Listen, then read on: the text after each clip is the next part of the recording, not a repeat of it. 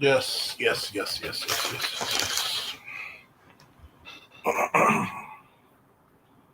yes, yes, yes, yes, yes, yes, yes, yes,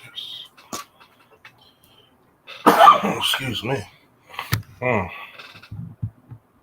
Getting back to form is a bitch. I'll tell you that much. I don't know how long I'll be up here. I got shit to do in the morning, so who knows? Howdy, howdy, ho,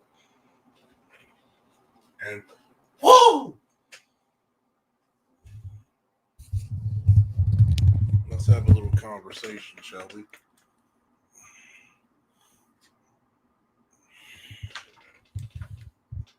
See, I have to stand out and be a little bit different from other Flag Manosphere content creators. I have to talk about some things that people don't understand and people don't know.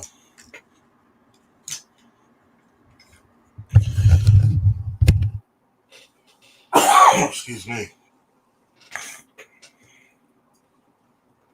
What do I think about the Iran war? Personally, I think it was a long time coming to drop a bomb on top of the Ayatollah. Fuck Iran because they supported a lot of terrorist groups that hurt a lot of buddies of mine during the Iraq war and Afghanistan.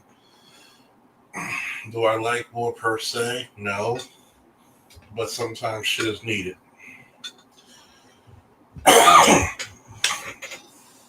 It's a strategic thing against China. It's always strategic. It's too early to tell. Hopefully, we don't end up in World War III. Hopefully, something come about this. It's one of those last ditch efforts by the U.S. and Israel. So we'll see.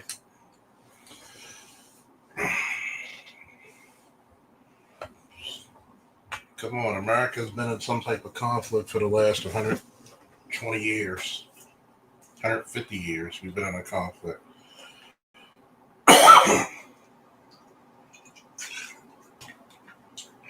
The only thing we manufacture right now is military might. Go figure.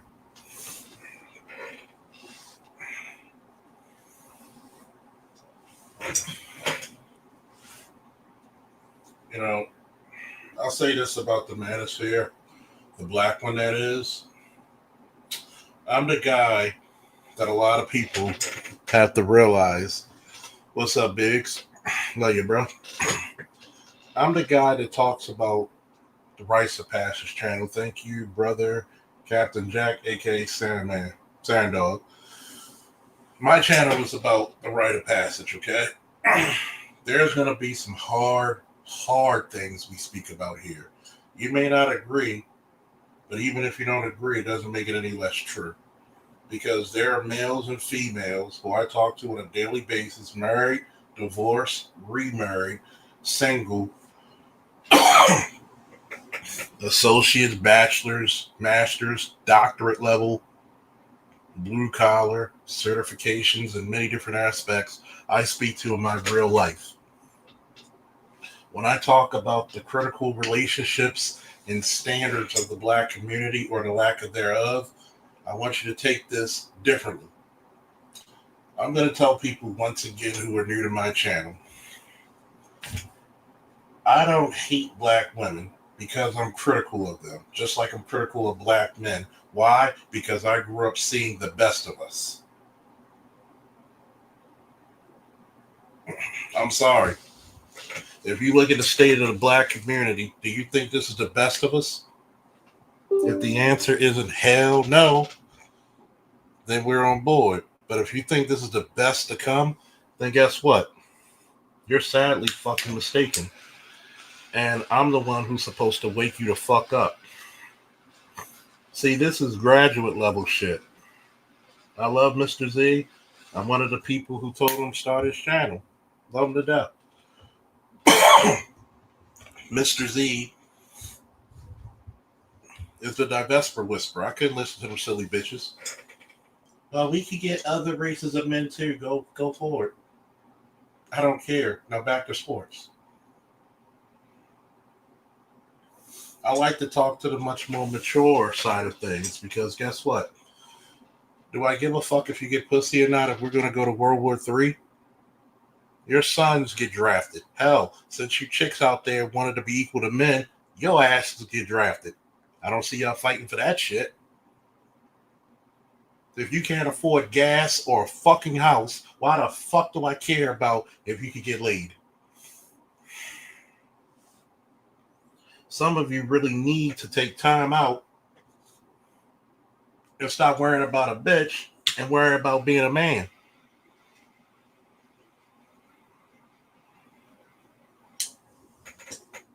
Because guess what? The bitches you worried about are what? Usually strags, usually heifers.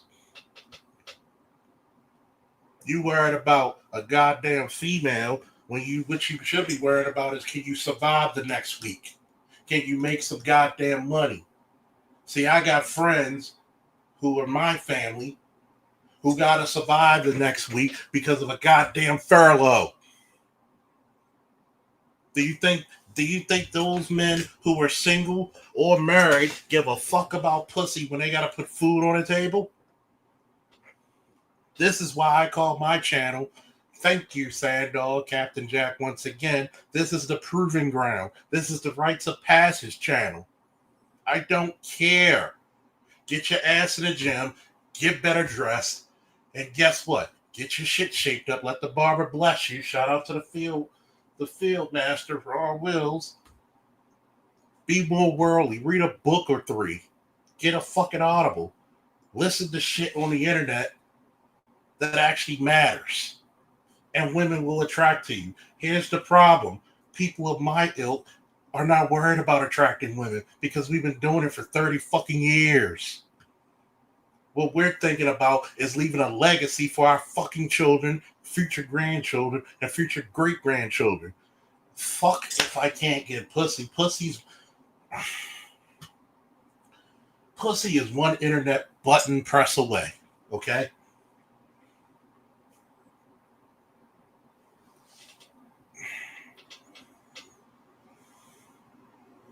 Yes, watch some documentaries.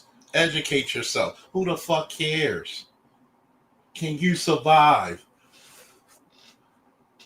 Are you trained up in self-defense? Are you trained up in firearm safety? Because it's going to be rocking and rolling once it's warm. What happens when people can't afford? They take from who does.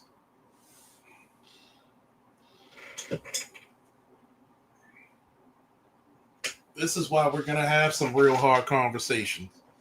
Shout out to Dern and shout out to Sean coming over the other week. We had some heavy discussions, agree or disagree. Hey, congratulations for doing your CCO or CDO. But guess what? I had to tell them there's some fucking problems men have by themselves. There's some fucking problems women have by themselves. Are there some we had together? Sure. But guess what? Like I said before, any woman that says her baby daddy's a bum, I'm going to call you a fucking homeless shelter. Any nigga that deals with a bad girlfriend or wife, I'm going to look at you. That's not a problem we share. The problem we share is actually the culture.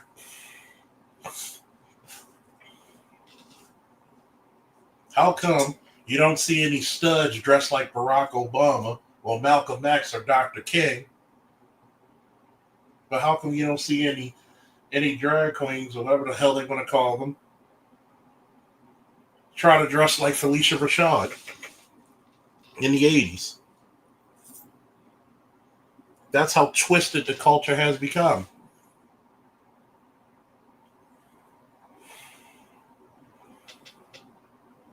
Constantly, people try to challenge me on social media like Facebook, talking about men are predators. No, men are protectors. What about Katrina? How many incidents were protected because those women had men protecting them? How many times we see pictures of Katrina when it was men who weren't even related to the women carrying them on their back along with their children? Were there some sexual assaults that occurred? Yes.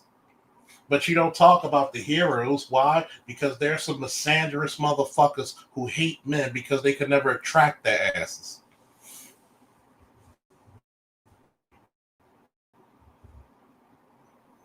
Would you feel safe with a police department in your town or city if it was 90% women? No, you would not.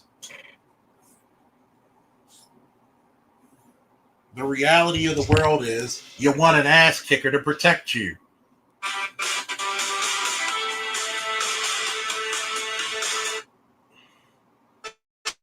They'll still talk about next year. First, you want to start. You want ass kickers to protect you.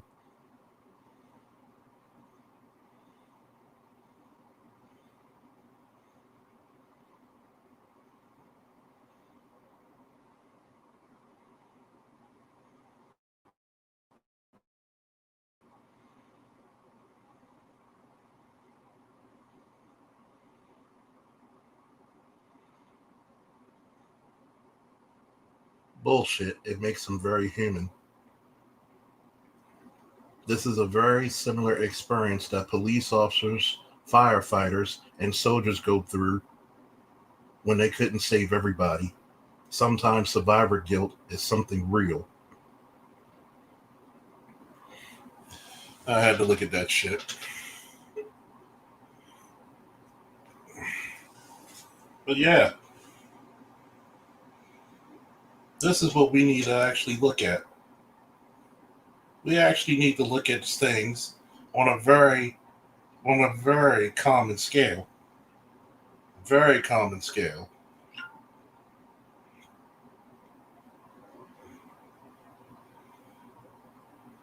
Are we at a point in this nation where we can lead ourselves into fruition? The answer is fucking no.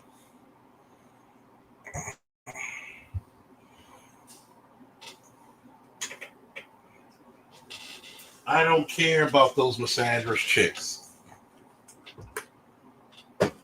You know what kills misandry? It's called crisis.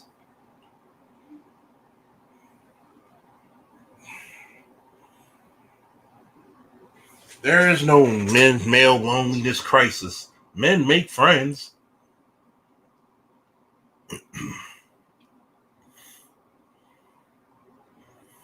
Okay, y'all about to hear me say some real shit, so excuse me for a minute.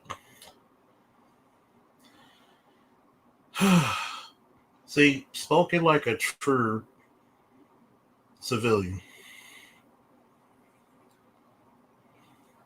Spoken like a true civilian. There's risk to be held to get great reward. But there's many of black boys out there who are dying on the streets and they need a GoFundMe to even bury them. Not one damn thing is said about that. But a person defending their country who happens to be black, we got to question their motivations. When we know the military is probably the number one institution to take black people from being at the poorest level into being into the educated class. There's probably more black people who gain education,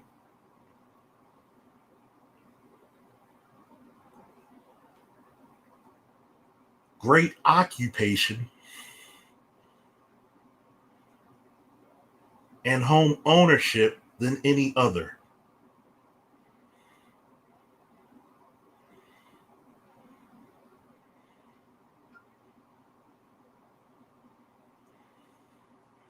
By the way, can we stop the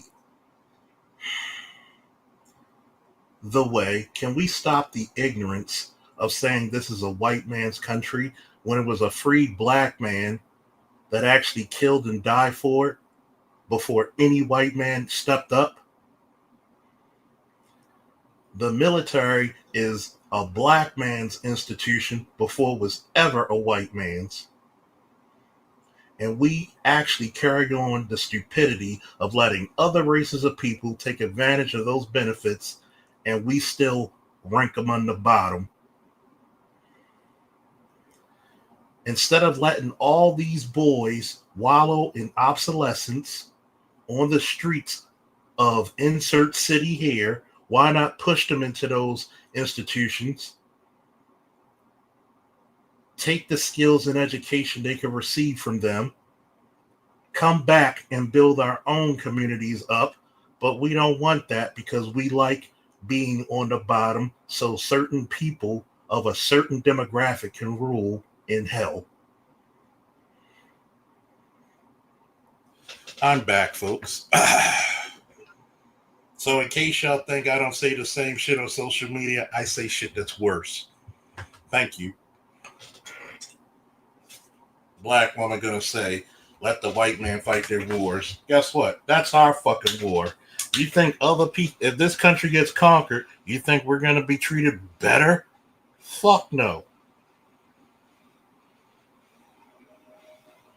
I'm tired of fucking people talking about black people should not be in the military, but guess what? You wouldn't have half your fucking houses you have here, would you? You wouldn't even have civil rights if it wasn't for war. If you wouldn't even be out of fucking slavery if it wasn't for black men joining the military. But at least we forget history. We're the only dumb motherfuckers to say that shit and wonder why we're still on the fucking bottom trying to rise to the fucking bottom. But of course, it has to be a dizzy broad to say some shit like that. But yet, you're okay with your boys dying in the street and you need a GoFundMe to bury his ass.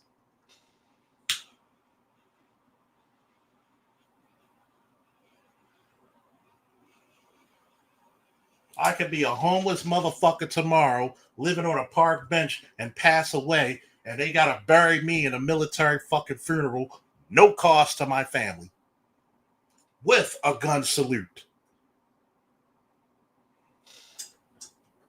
And you're gonna tell me you can't even fuck you let your boys sit at your fucking home till they're 35 years old, and then you think they're gonna become men?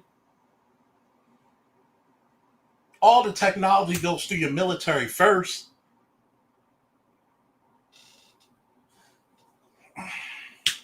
But you allow that ignorance of people who can't get that, who have that sour grape mentality. You know what the sour grapes are? The motherfuckers who can't reach and say, I didn't even want them anyway.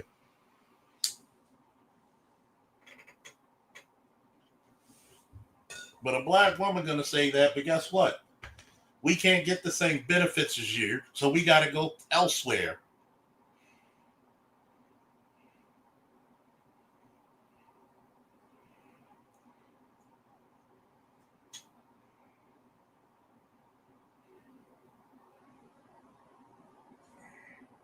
The risk of dying in war for a country that still treats us unfairly. Guess what? Go to fucking India.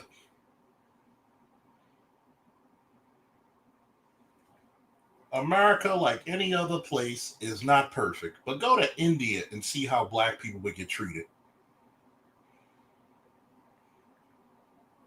Tell me, how many of these countries existed for thousands of years and the slave rise up to equal the master in rights?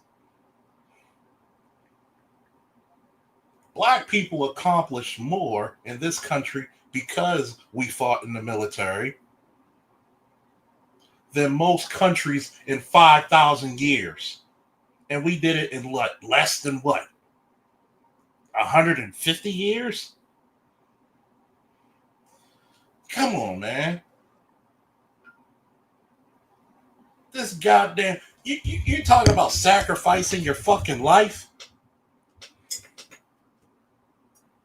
You really want me to go to fuck off? I'll go to fuck off. You okay with your sons being in a fucking pit of fucking despair? You okay with these little motherfuckers when it's spring and summer hanging on a goddamn corner with no goddamn future? Because you already know you bitches could just go down to the goddamn community college and get any type of fucking education and some fucking science or some pseudoscience because you're not getting STEMs.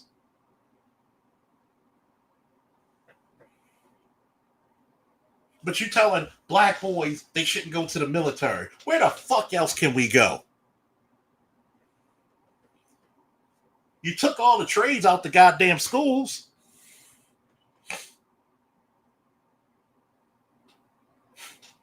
But then you have the nerve, the fucking audacity to take the trades out the schools and ask why they can't find a decent living. Why can't you be like your sister? What, sit on my ass and collect the check because I can pump out babies like it's petrol?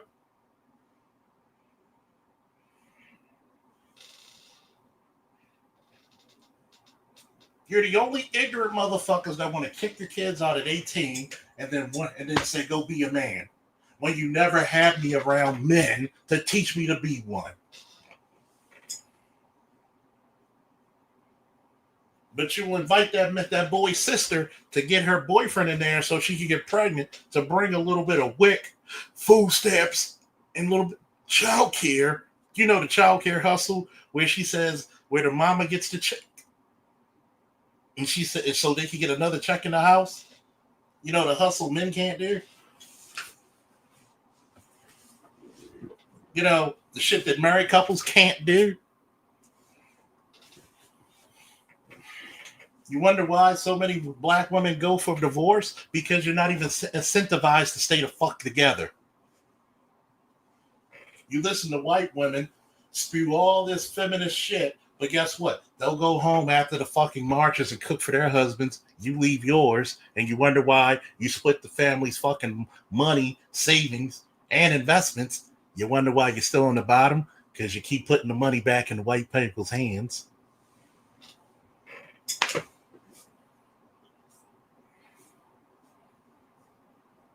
You wonder why you're weak, black man? Because you keep looking for your masculinity through feminine eyes.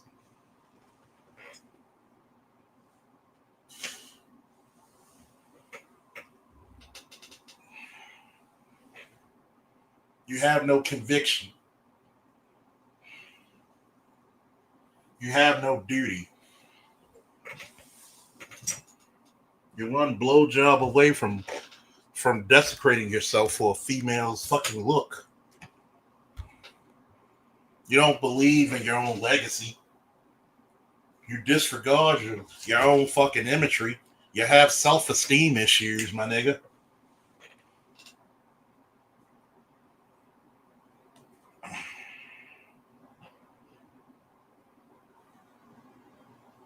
But you don't want to talk about this. You don't want to be real with it. You don't want your sons to go out there and be a hunter.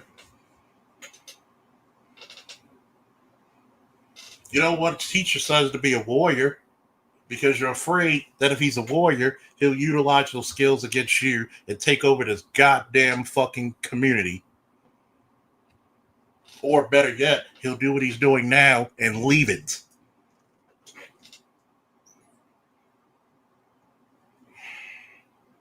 When pussy's not on the agenda for a young man, notice that young man is going to fucking become a world beater.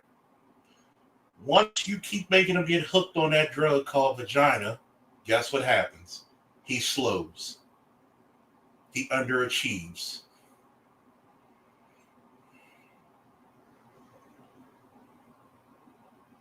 But you got the nerve to talk about dying for a country. Most of your black boys are dying for a block that a bunch of small hats own, or dying in some goddamn project owned by the city. And then when he dies, he wasn't worth a goddamn. You're just praying. Let me just say some black pill shit real quick, right? Give me some goddamn woos and a black pill if you really want me to say some black pill shit right now. Because I'm a little heated by looking at my social media. Sometimes I don't need to look at social media when I get on this bitch, because sometimes it fires me the fuck up. It really does fire me the fuck up, man.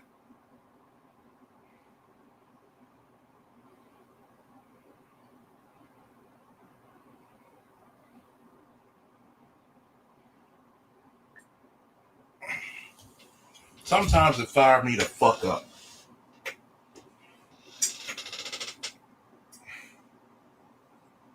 Because I'm going to say something real deep that nobody's ever said in this space. It may even be ugly. I might get kicked off this fucking platform for what I'm about to say. A lot of you bitches just hope your sons get killed by the police so you might be able to benefit off his ass because he wasn't worth shit alive. There, I said it. You push that little motherfucker out there hoping that he get accosted by the police. Hoping you can get a check off his ass. You got pregnant by Johnny Good Dick, or as I like to call it, the any nigga doctrine will do. Because let's face it, you didn't pick the best motherfucker to have the baby by. And you can't squeeze a goddamn fart, let alone a nickel out of his ass.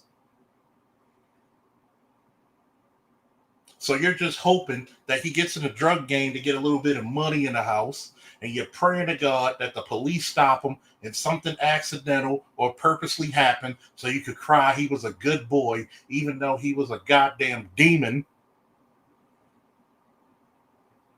How can I prove this? Go Google a picture of King Von's mother.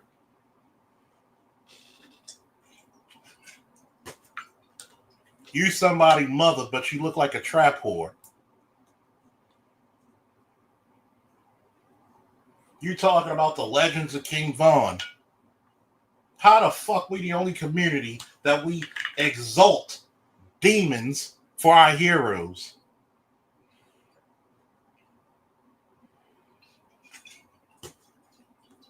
If you want to fuck your son up brutally, give him to a single mother.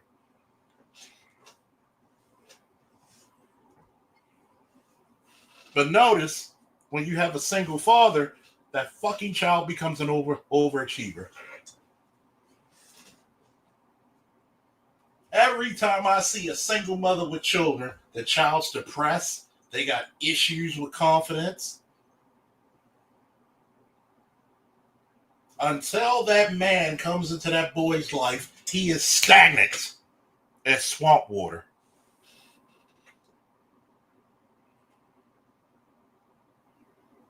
And stagnation is nothing that anything with life can survive except bacteria and filth.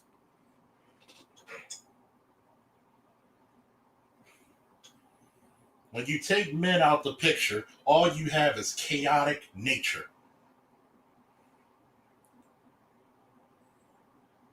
But you're going to tell me we shouldn't have young men in the military. Where the fuck else are they going to go?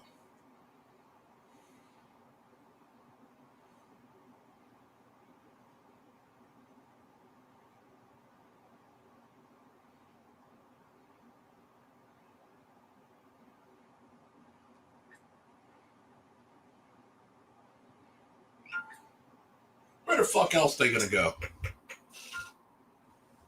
Do you know how many times this space actually had to coach young men on what to do on a job when a bitch is complaining about them, trying to send threats their way? Do you know how many people who come to this space who were about to take their own lives and we fucking told them tomorrow's going to be a better day? T. Riddler said, Charles, they have no problem pushing their daughters into the military, though, especially the Chair Force, aka the Air Force. Of course. Because they don't believe in black men being leaders. The only time a black man is allowed to be a leader is when he does something a woman wants him to do. If he has to make a decision that's contrary to that thought process of that woman, he's controlling.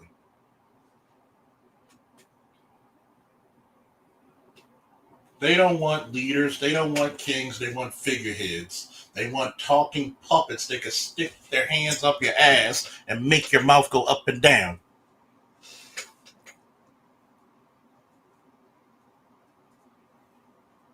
I bet you somebody out there has done a survey or some type of study that the life expectancy of a black boy under a single mother is abysmal. See, I love, Passport OG, BGS. I love Mr. Z, Art New Style, a lot of it more when he was on live. AV Media, I do things a tad bit differently. You want to see Black Pill? I'll give you Black Pill at the darkest levels. How many times I've been on calls where bitches wouldn't give their kids to the father, and I had to tell that motherfucker either she's gonna have to go to her father, or you're gonna be a grandmother next year because she's gonna find that fatherly love one way or another. And set it on body cam, and didn't give a fuck. I should come out with a new segment on fucking YouTube called Banned from the Department. I should have a Patreon titled Banned from the Department. The reason why a lot of your shit is fucked up in the fucking black community, because nobody want to be honest about the black community. You're a fucking shit show. And you choose to be that way at this point. White supremacy got you wrapped around his goddamn finger. You don't know if you're shitting or spitting.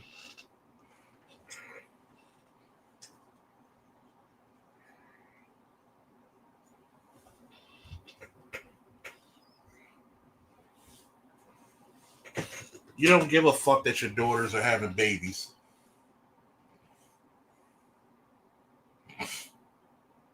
You don't give a fuck.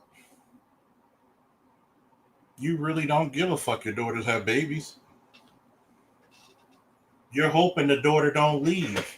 Because guess what? A lot of mamas don't have Section 8, so they'll live with the daughters. And all 3, 4, 5, 6 of their kids.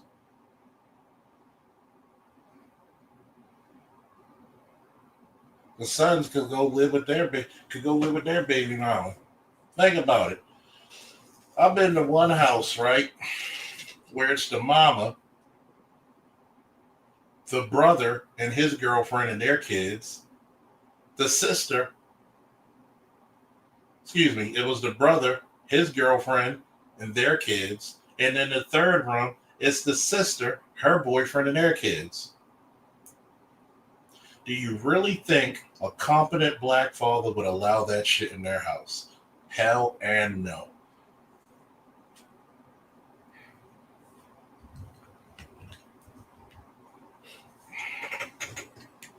And this is the reason why I tell a lot of black men, stepdaddy is a bad deal.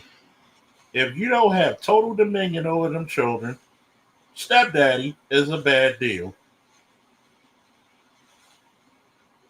Stop looking for validation through feminine eyes. Stepdaddy is a bad deal.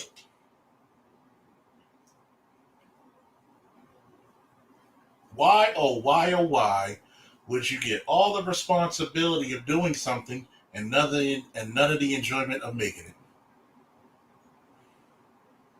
Do you really think you being stepdaddy is a flex? And 90% of the time, she's not giving you a child of your own, but she could take what? A jail nigga, a lesser nigga than you, and I need somebody to put this in the fucking chat. I will never pay for anything that a lesser man got for free. I will never pay for anything a lesser man got for free.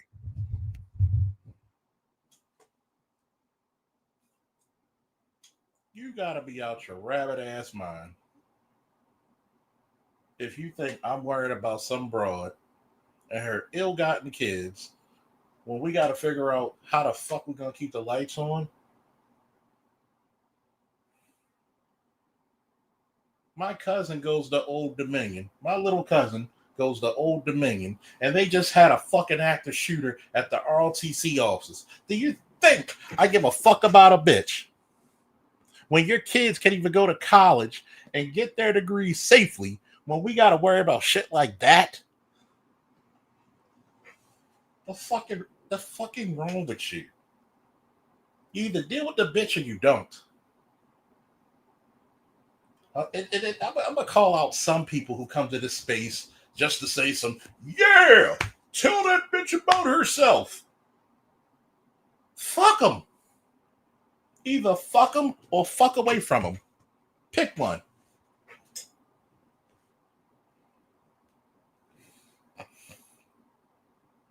There was an active shooter at Old Dominion.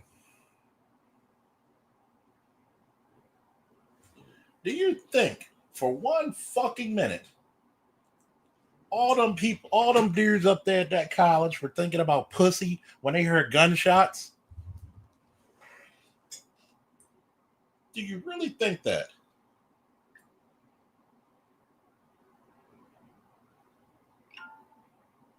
I want you to really tell me that shit.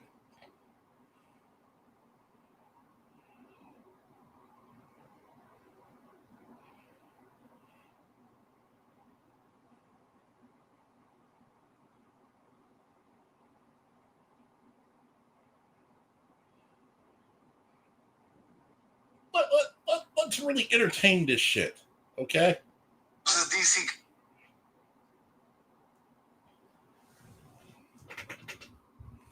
Do you really think the first thing them young men and women were thinking about sex or survival?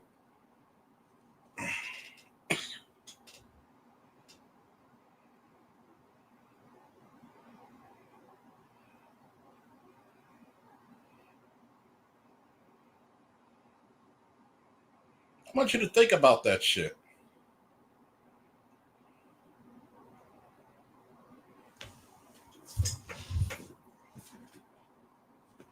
Do you think my cousin, when he hit me up on Instagram, when he told me about it, and I had to make sure dude was okay, you think he was fucking worried about it when him and his friends could have been in the crossfire?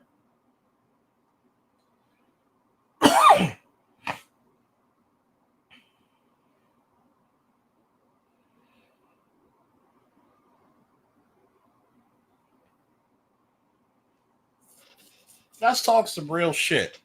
Do you think any of them divestors or any of them gynocrats would have took their strong, independent asses and took the gun away from him?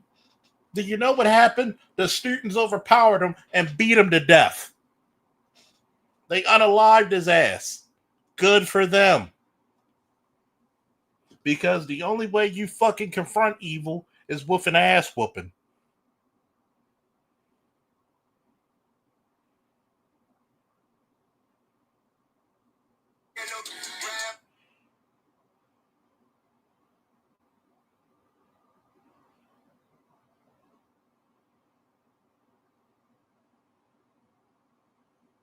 But you don't like to say that, do you?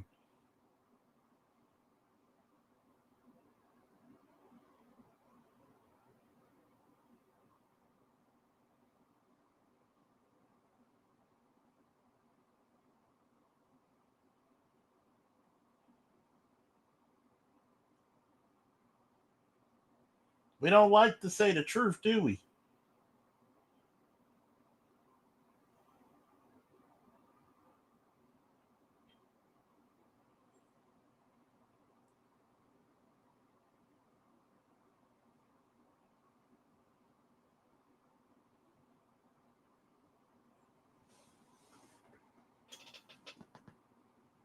What's up, Bucket? What's up, T Riddler? What's up, Angry Black?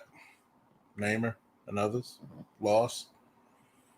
Do you think for one fucking minute when they were beating, they fucking had to wrestle down, put their lives in jeopardy? And I'm guessing since this one chick said men are predators, I bet you 9 out of 10, the overwhelming majority of people who took them to the ground were either all men or 99.99999% men. And you said we're not protectors. Where's all that vaunted strength? See, this is the same bullshit that made Clarissa Shields say I could beat Rolly. But all Rolly got to do is hit her one time with a left hook or a straight right, and change her religion.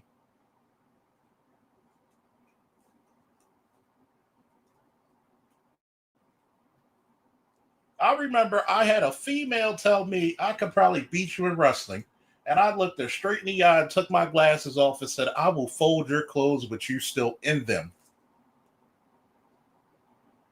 If much bigger men, much stronger men than you couldn't do shit with me, what consequence are you to me? If you were that big and bad, why don't you compete against men? Stop the cap. Stop the bullshit. That's the same way I look every time I see social media. We're not protected. You weren't going to take your ass out there and challenge that gunman.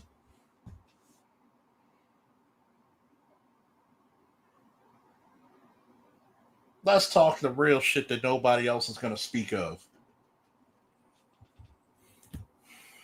Stop having bitch in your system. That's what I tell a lot of these dudes now. Stop having all this bitch in your system.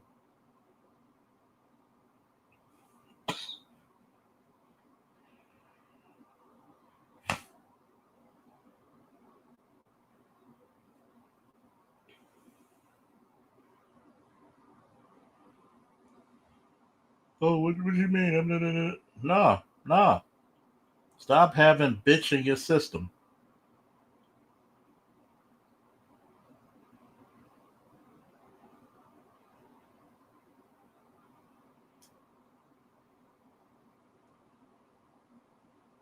The fucked up part about it is masculine principles are not appreciated till your life is on the line.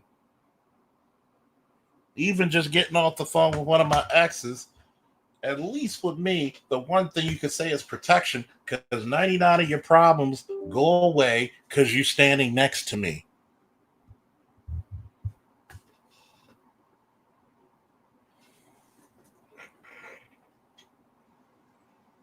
But we still live in a day and audacity that women got to say, I could beat this man, but you don't compete against men on the regular basis. Since you call yourself the GOAT, the girl GOAT, you're not challenging Canelo. You're not challenging Bud Crawford. You're not even challenging Tank.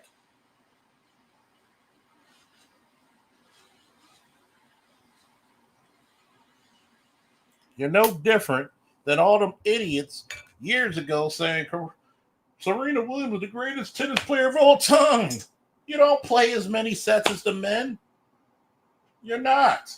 The men don't mind you making your money because you were the face of tennis. Yeah. But were you the best tennis player? No, because you couldn't compete against the men. You and your sister said it. You tried to challenge the number 200th on the pro circuit and got your asses beat. Belt the ass. It wasn't even a challenge. But then when John McEnroe says, she's great for females, but she's not the greatest.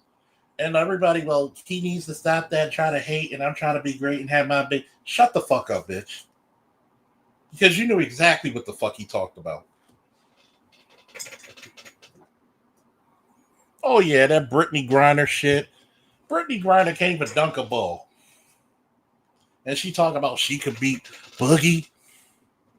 I'd have bet I'd have bet my comic book collection, my figures, my car.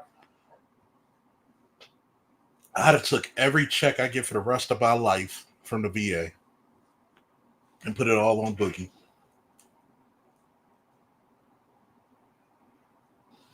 I always said, if you think you bad, challenge the top man. Hell, every tournament at the district, I'm 12-0 at the district. Nobody ate on my watch. Nobody. That's how great I am. You don't eat on folks' watch. You think you're going to eat? You think I'm going to let some fucking female come in my watch when I've been dominating against men and think you want to come and fuck the fuck out of here? I wouldn't even have mercy on you because of the audacity you had. My coach would have said, She's not a girl. She's a competitor.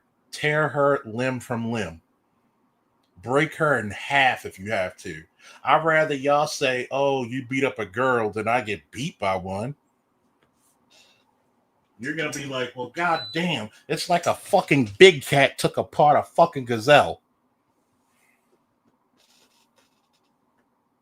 I'm sorry. I'm going to say some real black pill shit. I hope they do start making those matches. I hope he touch her with the right hand of God. You're stupid enough to open your mouth and challenge grown men when you don't even compete against them. See, Clarissa forgot that about 2-3 years ago, that film came out when that dude put her on her ass in sparring and knocked her senseless. And that was just a love tap.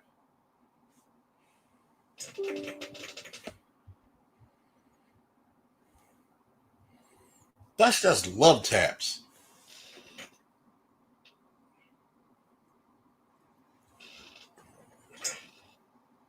But yet, I'm supposed to worry about somebody I'm not even supposed to compete against in the first place.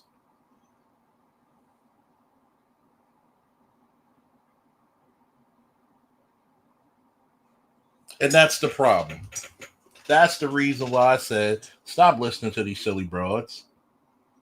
They don't even know what the fuck they want.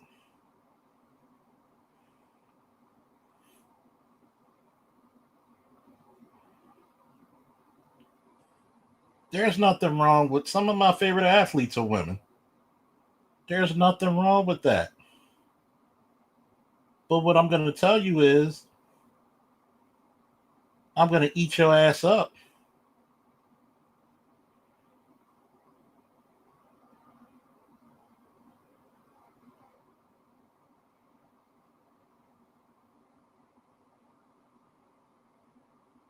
Not because I want to. It's because I have to.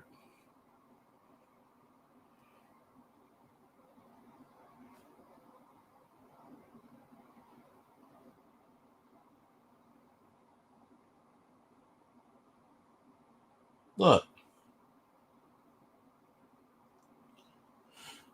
I'm one of those people that if you challenge me on something, I'm going to open up the fucking Uchiha massacre on your ass. When a competitor comes against you, you're supposed to be like Hashirama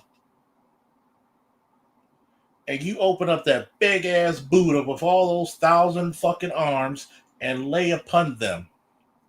Any challenger, man, woman, child. Don't come on my mat unless you want this smoke, because I'm bringing nothing but straight fire for your ass. See, what happens when a dude said, I'll take her on? Say what? No, no. She want to play with the big boys. Let's go. Huh? Let's go.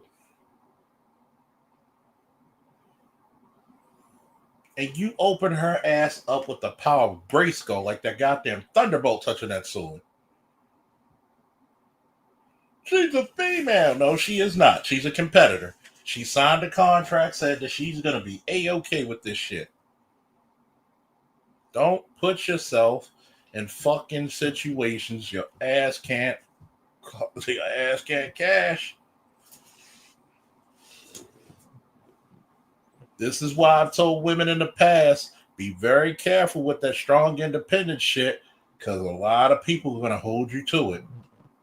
Why do I need to protect you? Hold your own ovaries. Last snow blizzard we had, you had a lot of lonely bitches who had to pay men to shovel them out.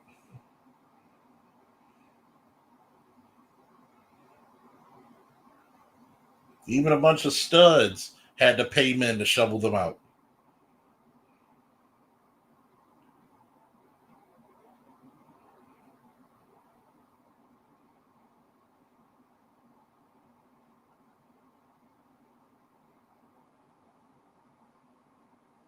But we don't want to talk about that, right? This is why I said to Mr. Z, I'm not worried about some Ugmo, bonnet wearing, out of weight, overweight, misandrous, Miss Nobody who never mattered and what she thinks about men. Have you ever noticed 99% of the time the bitches who got something negative to say about men can never get one? They're not attractive. Ugly bitches don't hurt my feelings.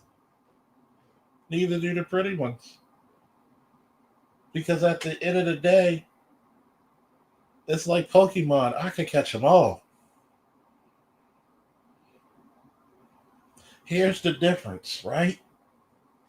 At 40, my possibilities went astronomical. At 40, yours went down the fucking toilet.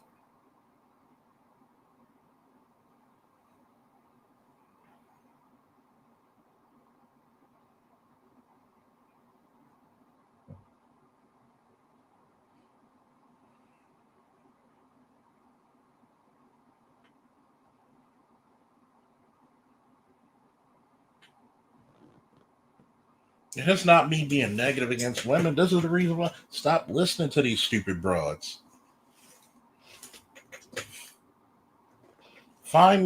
Go find your man for me to talk to.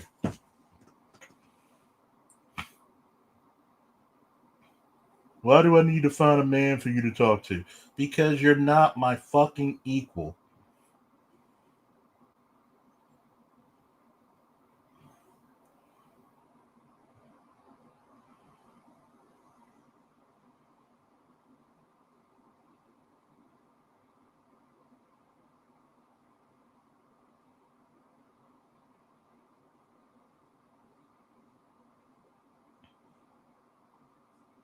But when I say that you're not my fucking equal, I'm wrong, right? I'm wrong.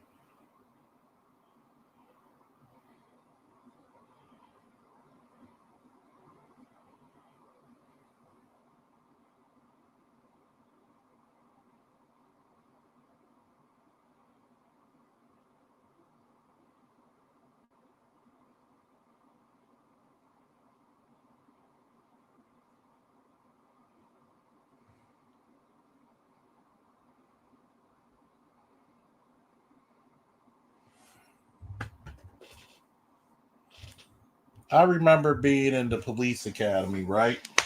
And it's defense tactics. And we got guys who were defensive ends in college. Big, strong, country fed motherfuckers. Dudes who did martial arts. Dudes who were army captains and majors in my class. And they did the 101s. Everybody from the captains, the military officers, to the football players, when they came at me and I took them down or they grappled with me or we did the striking, they literally said it felt like a bear or lion grabbed them. Imagine taking somebody 300 pounds off their feet straight to your shoulder before they even realized it and took them down with a violent double leg.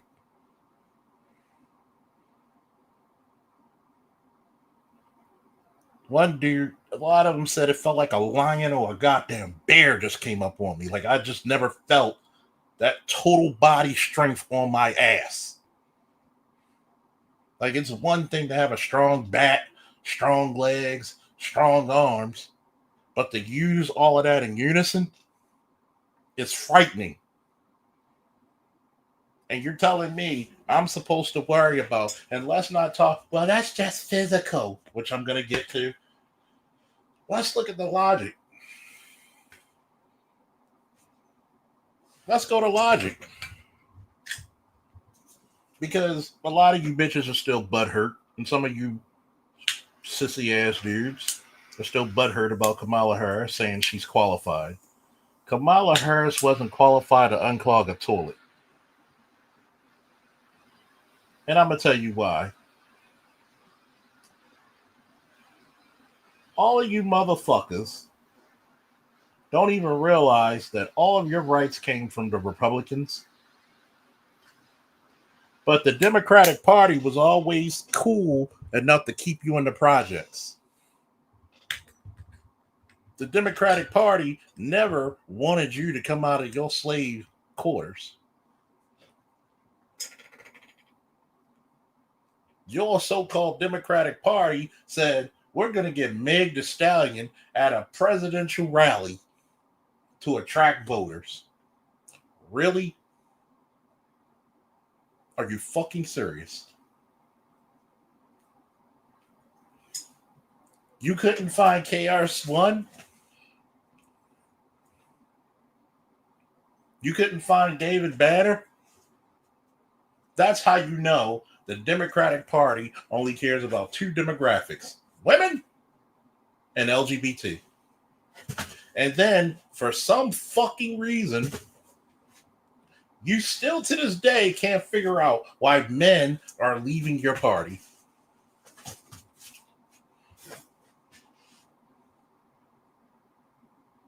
And we're supposed to say women are good leaders. I remember last summer, my godson tried to debate me about women leadership.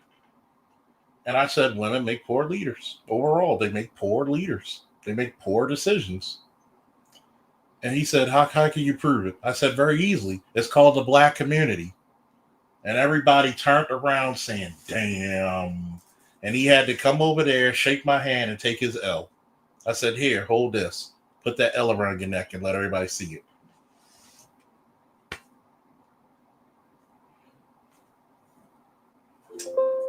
Anywhere you see a large contingency of females, you see a large contingency of what? Stagnation.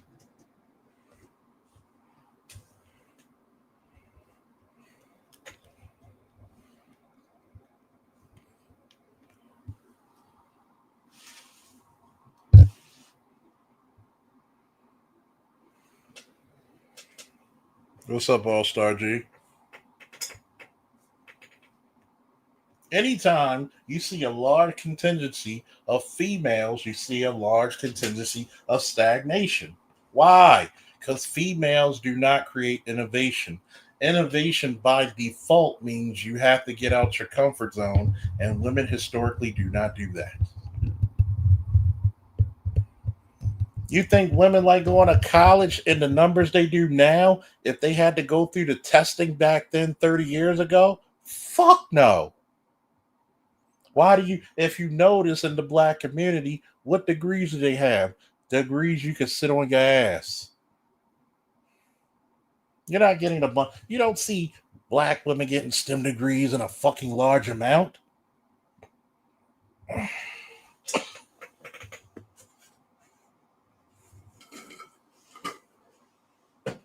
But I'm supposed to be proud of your bullshit ass psychology degree that you have to go back to school and waste more money, be further in debt, and you want a man that's better than you to help pay off your debt so in 10 years you can leave his ass and split his bucks. That's black pill for your ass.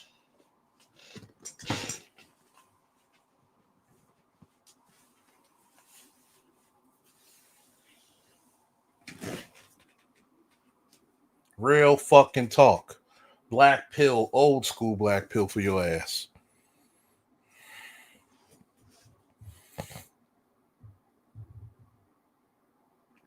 But I'm supposed to be worried about male loneliness. Niggas ain't lonely. You better grab a nigga while he's still available, because when GTA 6 come out, bitch, you done.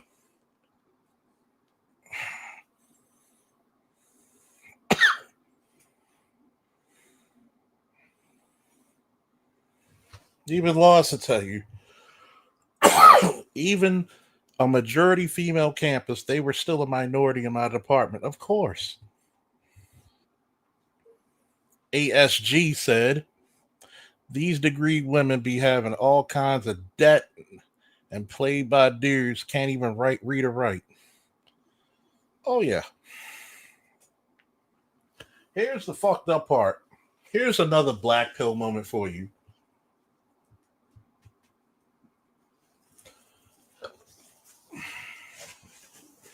%80 of these bitches don't even do their own fucking reports. Men have to do them. 80% of them. Do you know how many chicks with degrees, especially when they want to go into law or criminal justice, had to pick my fucking brain?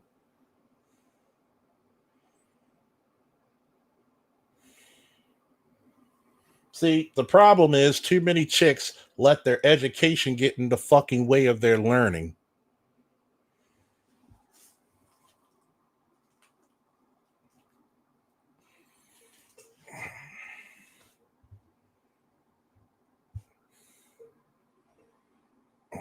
Thank you. It's a male boredom epidemic. We're never lonely. Guess what? The cost of living may be going up, but 60 and 70-inch TVs are going down. Hook a PlayStation 5 to that bitch, and you good. Guess what? I can go play with motherfuckers right now.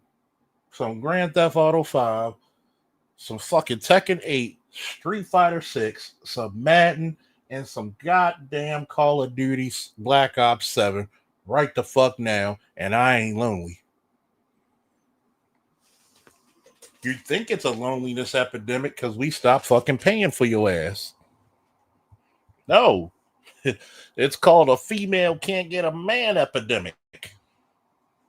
You females have become so goddamn insufferable that men's biological urge to get pussy has been like, nah, I'm good.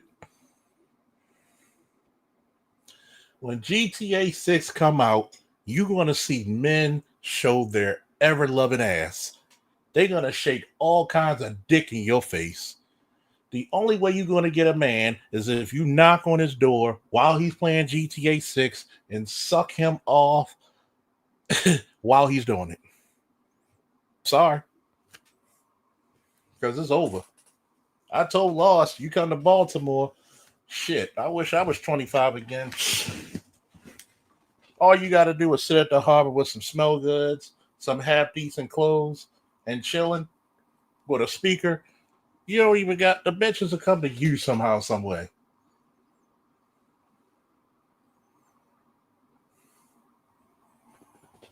They are so desperate for fucking attention at this point.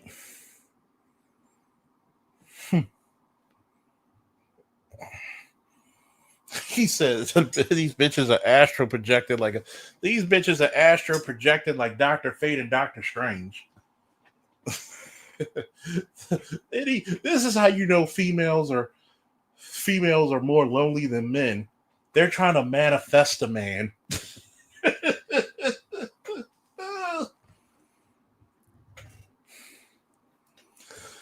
Oh my God.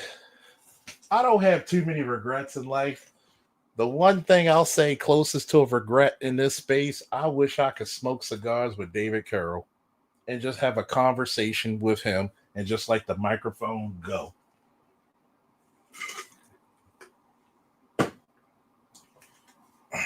Even my goddamn exes called me and say, you know what? I apologize.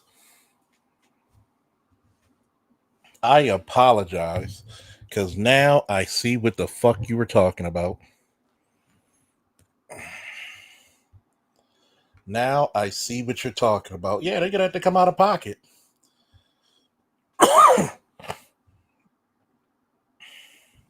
Now they're going to have to come out of pocket. I even told Conversations with Lost on the phone. You get your weed, you get your liquor, you get your TV, your gaming system, and your streaming apps. Why the fuck do we need to go out? I just order food. Because if you come in this house, if you don't feel like getting down fucking, you gotta go. This ain't no Holiday Inn. This ain't no Motel 6. We ain't leaving the fucking light on for you. If you come in here, this ain't no station, no hideaway from your boyfriend. Either you're going to open up like 7-Eleven or you're going to have to go. Sorry. Oh, you talking about we going to have. Why not? You say you need a nigga with money.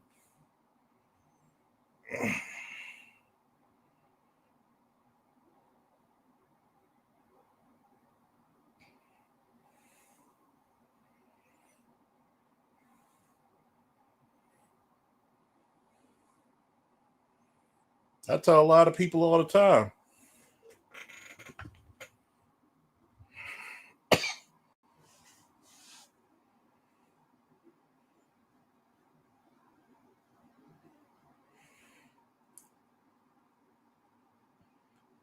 How many times does Captain America have to check the Hulk? And does Captain America get shook? No, because he's the leader. You don't show no fucking fear. Stand the fuck down, soldier. I don't care if Hulk is stronger. Guess what? There's many a times Cap said, I'll fuck with your nerve clusters. Hulk out that. You don't want to see the depths of which I will do and the evils I will bestow upon your soul to win.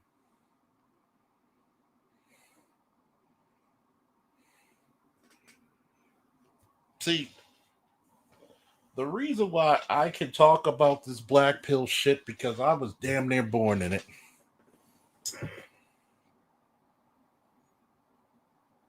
So all these little incels who think black pill is another fucking level of Super Saiyan, get the fuck out of here. I'll marry a bitch for practicality, not love.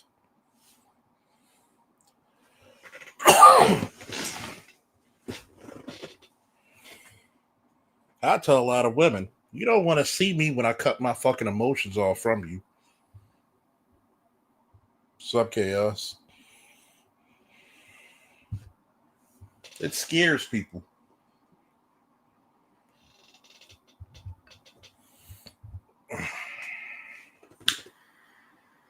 Never be afraid to count your fucking losses.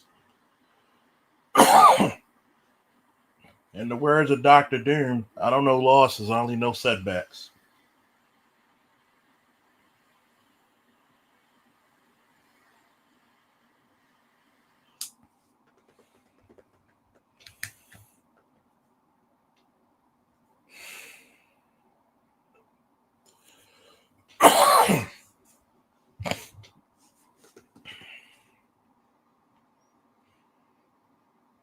A lot of dudes need to stop being afraid to say that.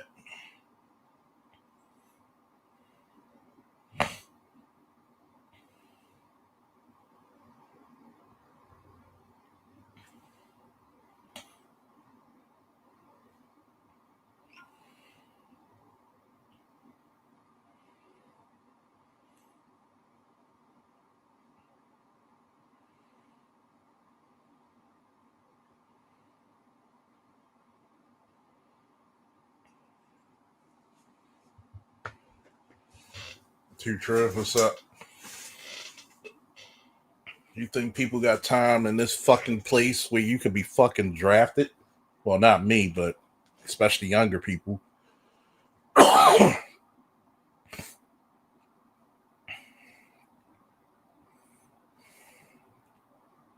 Like I had to talk to people in Old Dominion. You think they fucking worried about a broad?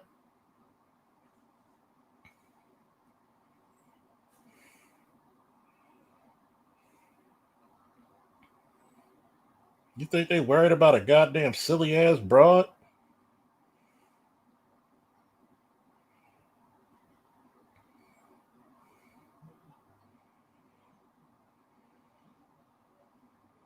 Yo, motherfuckers had to fight life over death over shit.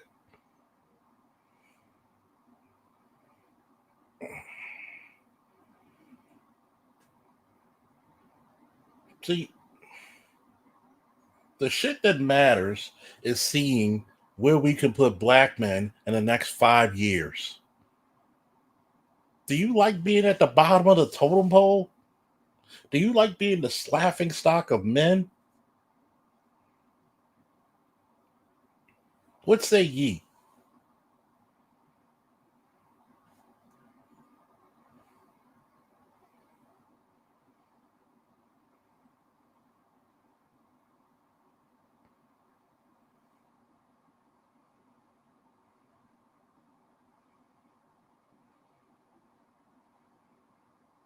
See,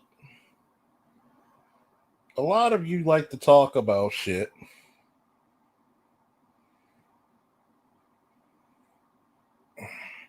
And a lot of you don't want to really be about shit. But not my ilk. We too busy trying to make sure the fucking world's still spin on its fucking axis every day. This is the reason why Sanddog said my channel is the rites of passage in the training area. This is where men go to fucking put their battle axes, their broadswords, their katanas, their ikwas, their spears, their bows and arrows, their tomahawks down to come get some ale, some whiskey, some cognac, some Japanese, whiskey, Irish whiskey, American bourbon, French cognac, some Russian vodka. This is the proving ground. This is the training ground. This is where all men of different walks of life of masculinity can come and sit down as fucking equals and teach and learn from each other. And this is a space where women of elegance, prestige, who are fit, feminine, caring, and loving can come as well. Because we've been multifaceted for so long that it should be a goddamn t-shirt.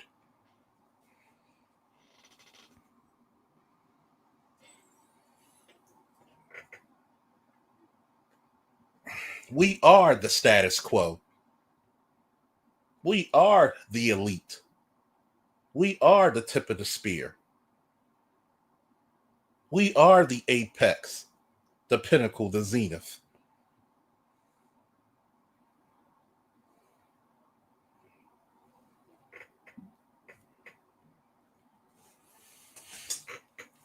There's not a lot of people who are going to be on the top of the fucking mountain for several reasons. Not everybody's fit enough to climb, and not everybody wants the responsibility of being the king of all they survey, or the queen of all they survey.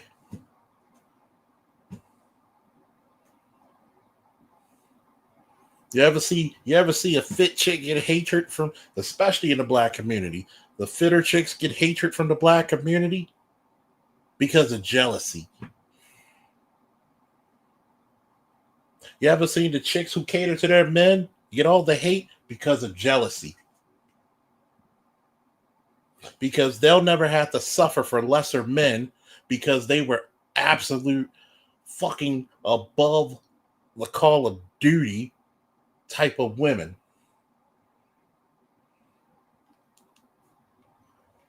But I'm supposed to be worried about a bunch of ratchets. I'm supposed to be worried about what a bunch of single bitches. Really?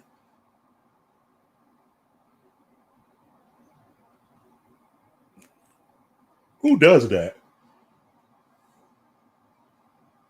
Who does that?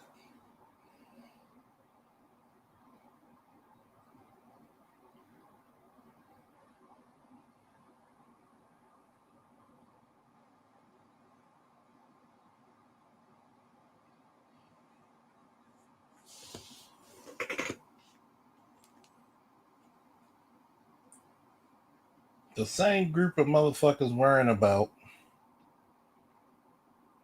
stupid shit.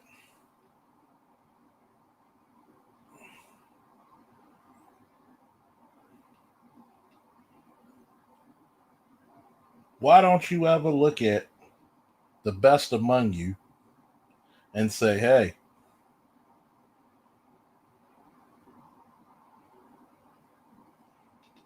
What can put me over the edge over my competition? If you're listening to content creators and you don't get motivation, you don't get any type of knowledge, introspective thinking, or any fire put up under your ass, then you need to check your fucking listings and find some motivating motherfuckers to make you a better person.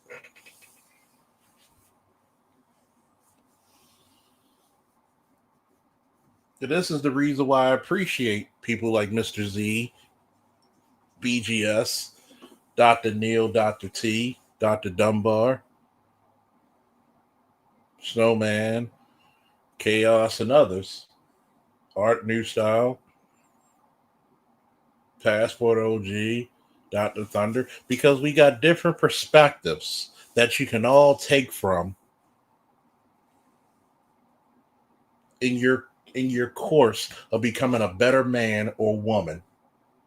Do you think the women of our space who support our space, do you think Toya complains about men? No.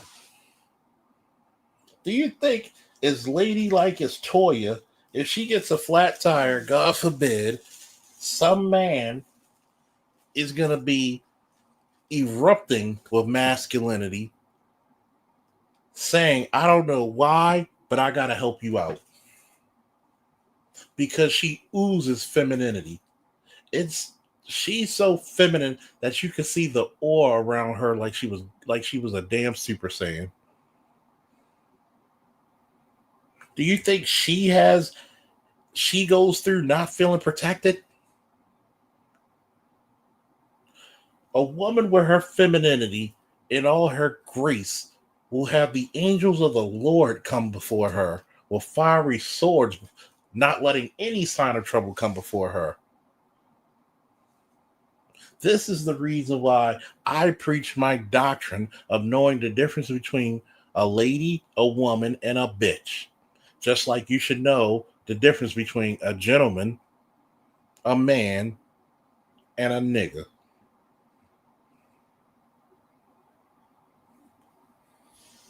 Because a bitch is going to say, I'm not protected. Because who wants to protect somebody bitchy? But you always feel inclined to protect a lady. You'll even respect a woman, but you feel inclined to protect a lady. Like Reading Rainbow says, you ain't got to take my word for it. Test it out.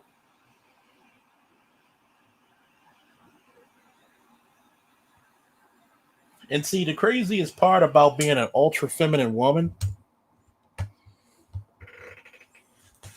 is that it's your shield. It keeps a lot of knuckleheads out from bothering you.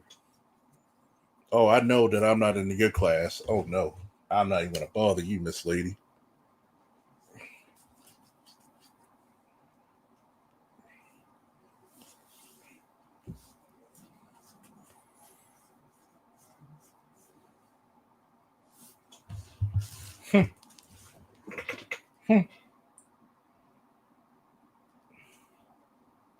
But you can't tell motherfucker shit.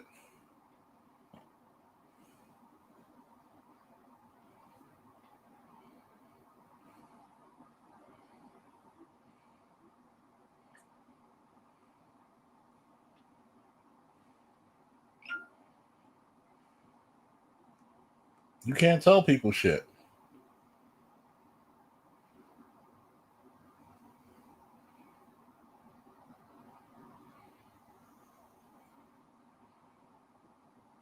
You can't tell people shit.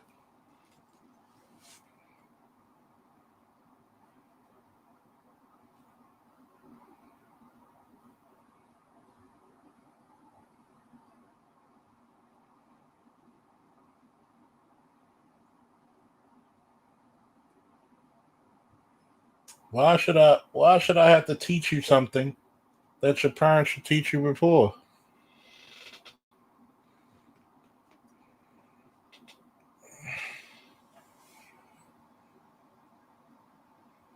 Now, we do remedials. Don't come to me and say, well, what about this woman? Guess what?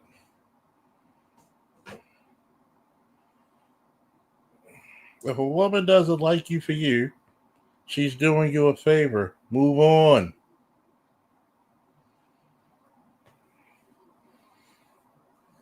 If I make the effort to call you and you can't pick up the goddamn phone, move on.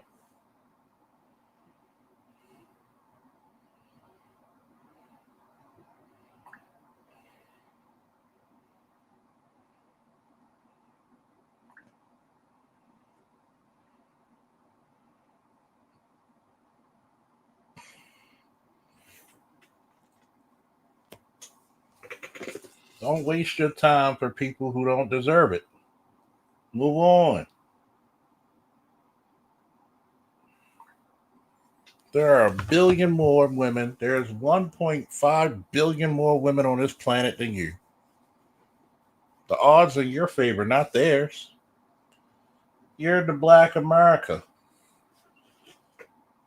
There's 2 million more black women than black men. Guess who's got the odds in their favor? Move on.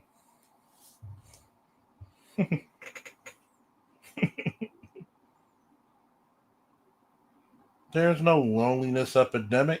There's not enough black men because you got 2 million more women than black men.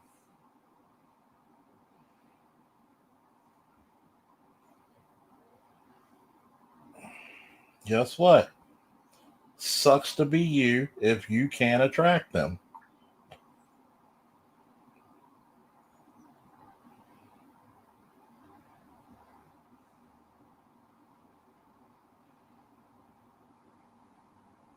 Guess what?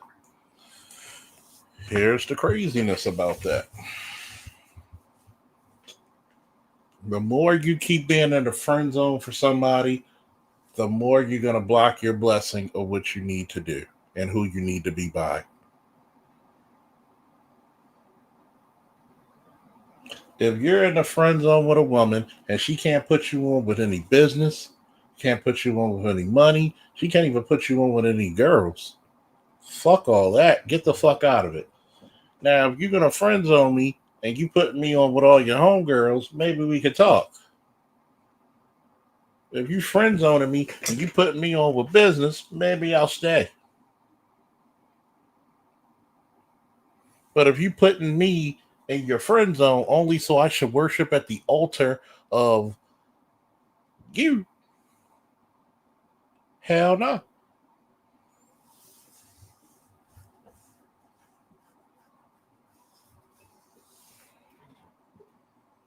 I say the same thing to your friends. If you and your friends can't make money, or if they can't be there, even if you don't make money with your friends, right? If your friends can't support your endeavors or give you that mental, spiritual, physical, emotional fortitude, what the fuck you there for?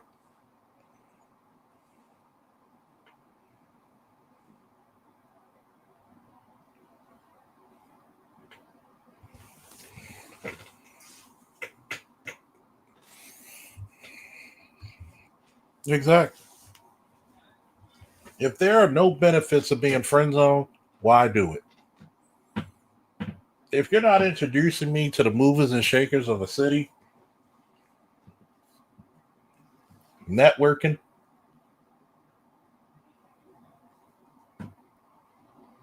putting me on with your girls or other females in the vicinity, why do it? My attention costs like my protection. See, women don't like it when I say protection costs.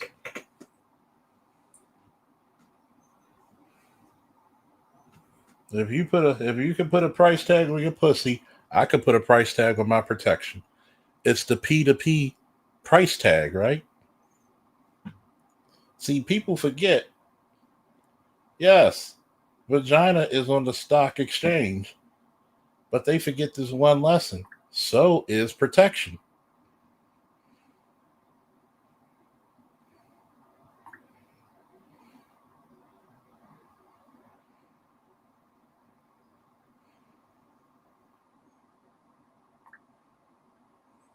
I want you to think about that.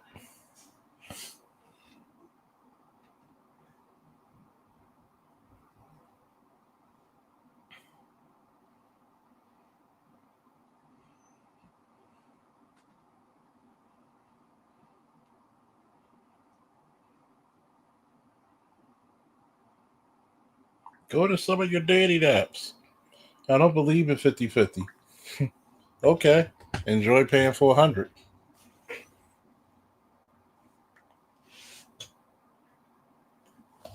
A man should pay for everything. So what does he get the cost? What's the cost of his life that he gets from you? Are you going to teach? Are you going to bear him children? Are you going to make sure by the time they get to school, these kids are overachievers, they're advanced? Or are you going to sit on your lazy ass and plot against me? This is the reason why my philosophy, a woman has to pay. Y'all ready for this shit? Give me woo if you want to hear my philosophy of why a woman has to pay in.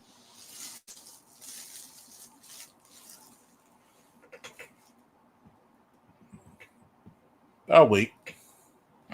Give me my woos. Hit the cash app.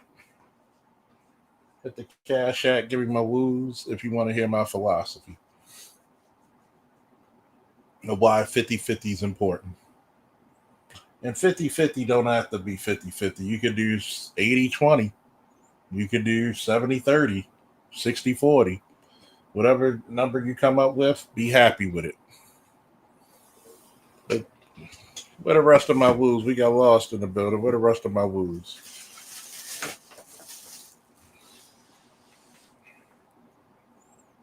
This is the reason why a woman has to pay in.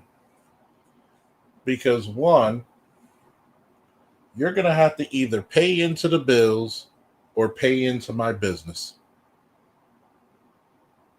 You're not going to haul all your money and invest it in some goddamn shoes, a lawyer to split my bucks, or some miscellaneous bullshit.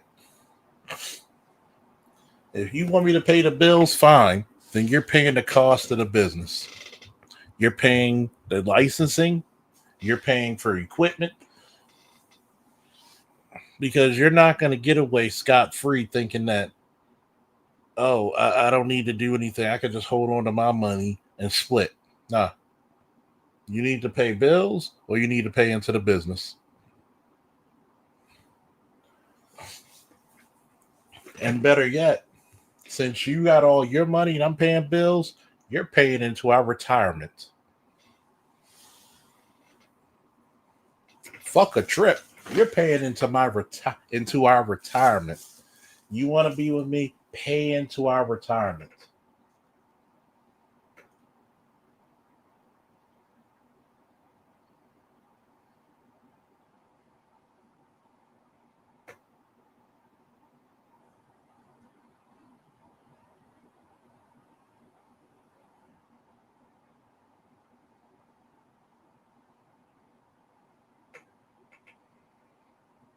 Because modern women have this dream that being a stay-at-home wife was an easy, soft life. It was not. You were cooking every day. You were reheating leftovers. You were making all kinds of shit in that house go. You were vacuuming. You were cleaning the curtains. You were teaching the children. You didn't just sit on your ass and just wait for the milkman to come around the back. You were investing into that family hardcore.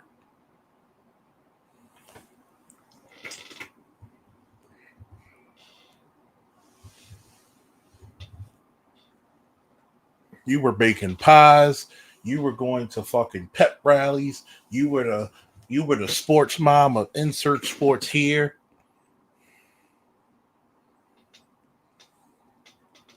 You were on the fucking school board. You were investing in a goddamn sewing machine, either repairing or creating clothes for the whole family.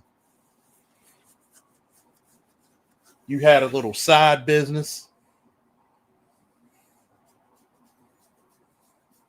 There was no escape. But all you bitches want to talk about the soft life. You from the goddamn projects. What fucking soft princess treatment do you deserve? You are not Princess Di.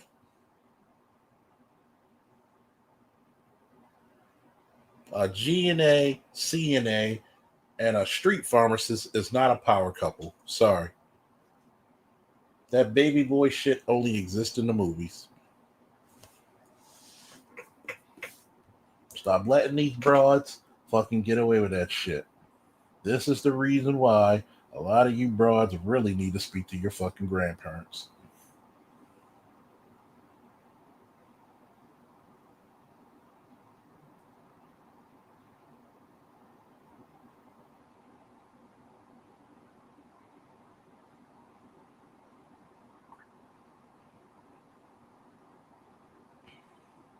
I always find it funny that a lot of bitches hate it when you call them a bitch, but they quick to call you a nigga.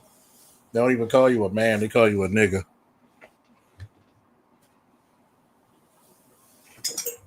And my parents taught me you call things by their proper title.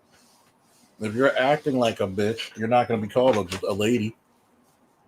Just like if you acting like a nigga, you're not going to be called a gentleman.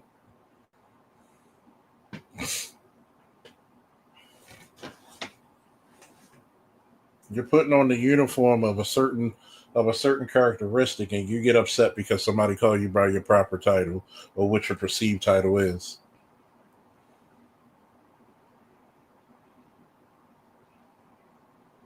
This is the reason why racism works so well for so long. Because, oh, he called me a nigga, I'm going to act like one. What happens when you have dignity?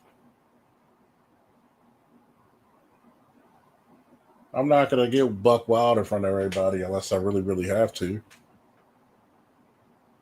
But there's always a parking lot. There's always waiting for a motherfucker when they about to get in their car and whoop their ass if I need be. And I don't even have to touch you. Just for the simple fact that I could just walk up on you without you knowing and be like, oh my God. And just say, next time be careful who you speak about.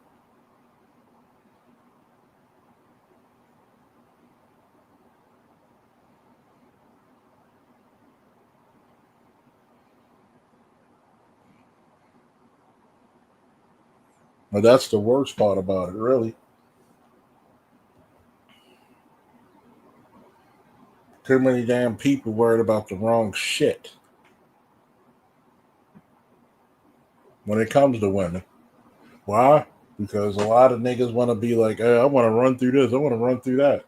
Cool. But if it's not you, it's not you. Why do you see the necessary of being like everybody else? Take it from a guy who got almost 400 bodies. It doesn't come without consequences and headaches. Is it enjoyable? Hell yeah. But it doesn't come without consequences and headaches.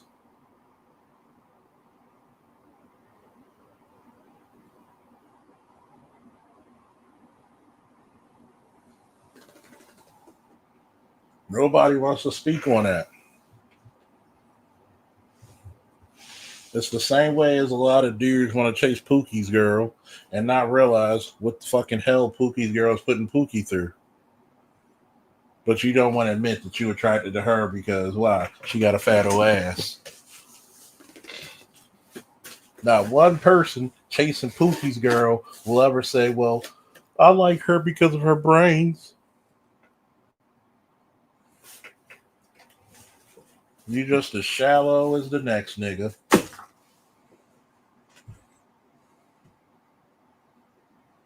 Just admit it. Well, why is she like Pookie? Ask her.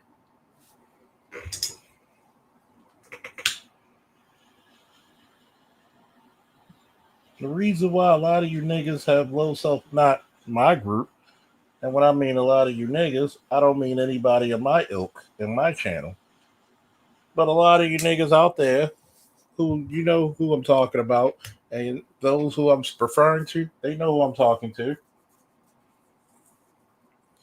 have self esteem issues because number one, you never took the time out to go to a gym.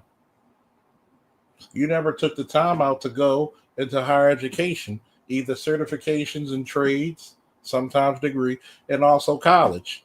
You never took the time out to go travel the world like a young man should. You wanted to settle because you think like a female and think, oh, I can't get better from here. No, you're a man. Your better days are later years. Your better days are in later years. You're supposed to be utilizing this time to become a worldly man. Go to a goddamn gym. Learn how to properly wear a suit. Know the difference between a British cut, an Italian cut, and an American cut of suits. And know what fits best for you. Go get your measurements. Learn the difference between Bros and Oxfords. Learn the difference between bourbon and cognac. Go out there and have some adventures and know how to tell a good story. Go to your local jiu-jitsu, boxing, wrestling classes. Learn how to use your hands and your brain. Learn how to play chess. Learn to be worldly. Learn how to be outside your zone of comfort.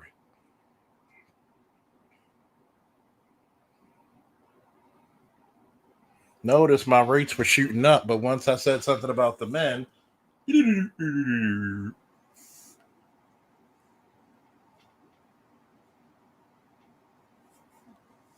20s are supposed to be your learning years that you should be able to do on your own.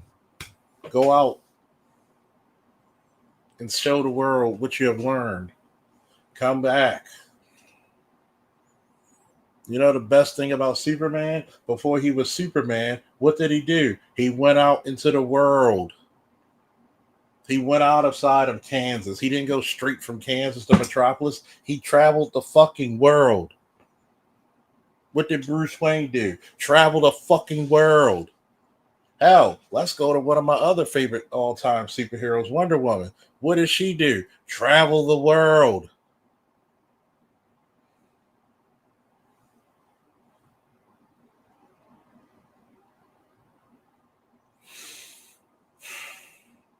But what have we bred in the last 30 years? A bunch of men scared.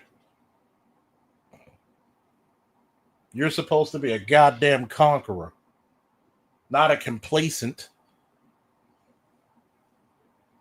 You're supposed to be administrating, not subordinate.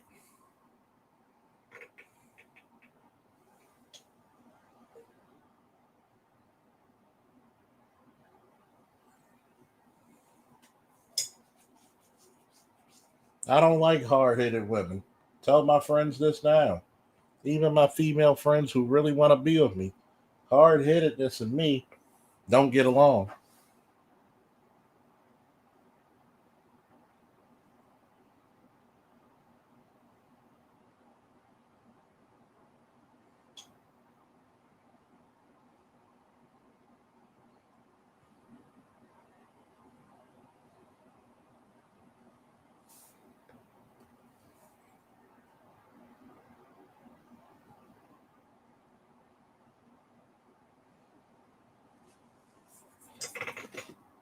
When you actually go out into the world and see what it really is instead of what the media tells you, then you can develop a standard. Then you can actually have something of a measuring stick. This is what Kevin Samuels was trying to tell your asses. But what's the first thing he said when he came over to this space with a fucking suit? You called him fucking gay.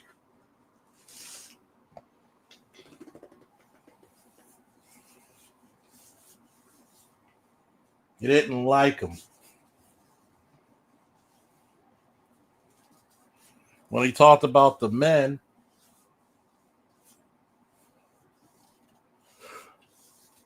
it said you got to put your Jordans away sometimes. We had a problem with that.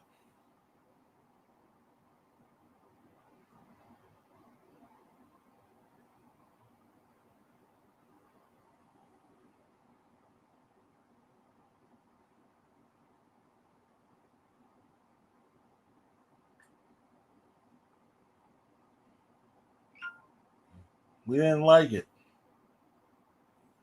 We called Michael B. Jordan the corny nigga, but the corny nigga got a fucking best male Oscar now.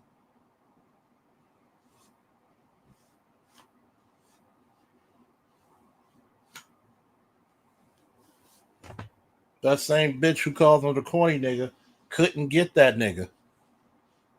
Look at Michael B. Jordan. That one phrase of being the corny nigga could have disenfranchised him, demoralized him, and he could have quit while he was ahead. You know what he probably did? He probably utilized all that fucking negative shit to galvanize his ass, and look where he is now.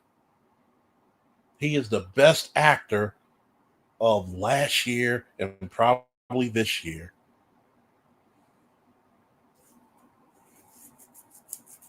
There's only so many black men with a Best Actor award from an Oscar. You could probably count on one hand, right?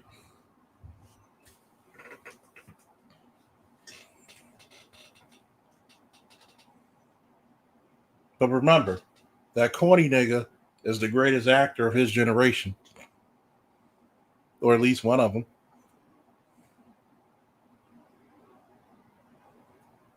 That corny nigga gave you one of the best fucking performances of a villain in a Marvel movie. That corny nigga gave you one of the best performances from an all-black cast ensemble. And thank you. And did it without wearing a goddamn dress. But remember, that corny nigga is better than you. Notice that dizzy ass broad who looked like a goddamn circus fucking clown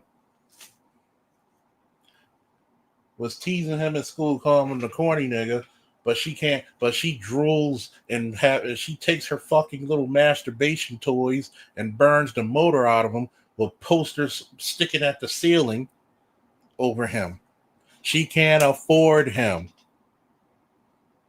Remember, black men are great not because of, but in spite of, and despite of our community.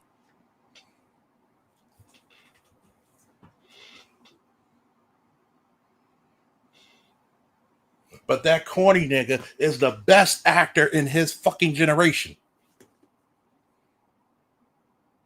That corny nigga, when he had a woman of his choice, black women turned their back on him.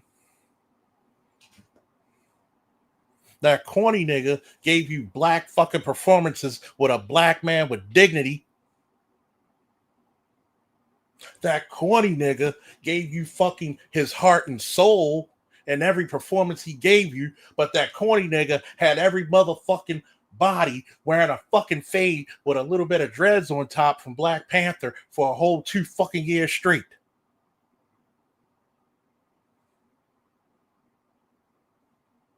But that corny nigga made you look a little bit taller, made you look a little bit brighter. That corny nigga was so good of an actor, he played 2 roles simultaneously with 2 different personalities. Do you know how difficult that is? And he did it with a black director, by the way.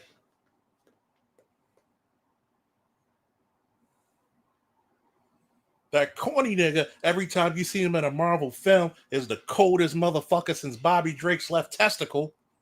For all you non-comic book fans, that's Iceman, if you didn't get the pun.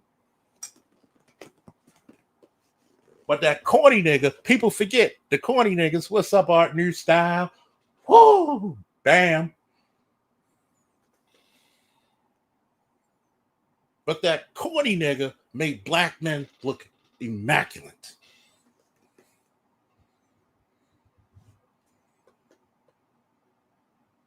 That corny nigga had the best women out there. Man, Ryan Coogler and Michael B. Jordan are like Bret the Hitman Hart and Jim Neidhart. They're like Hawk and Animal. They're like the Steiner brothers. They like fucking Harlem Heat in this motherfucker. Probably the best tag team that you ever seen in the history of, especially in like the last 20 years of Hollywood.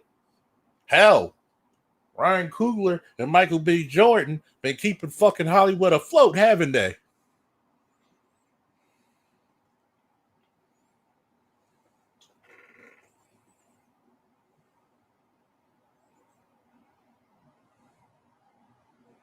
Meanwhile,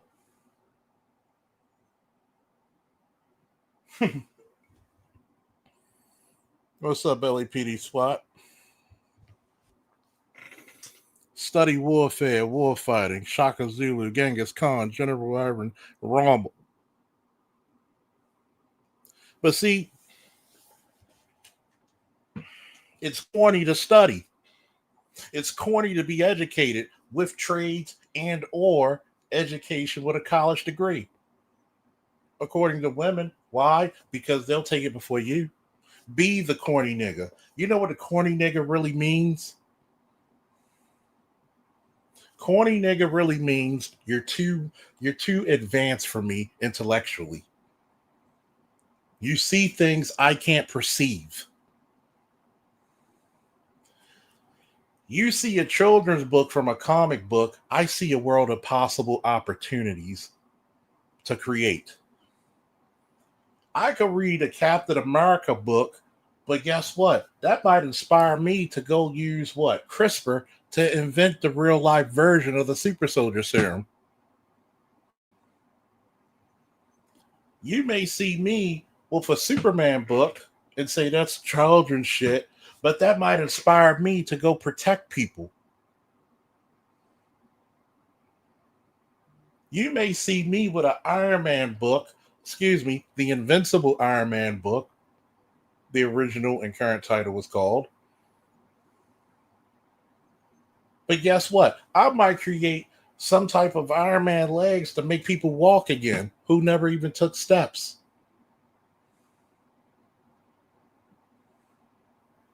You may see me with an X-Men book, but that might inspire me to help people who are discriminated against.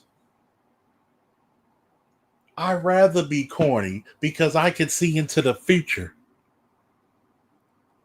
I can become precognitive just by having something that you motherfuckers lost or never had. It's called an imagination.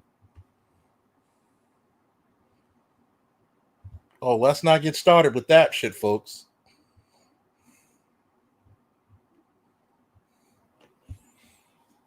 Reading is quote unquote white. You speak so white and you speak so ignorantly. Thine breath smell like the hindquarters of a dragon's lair.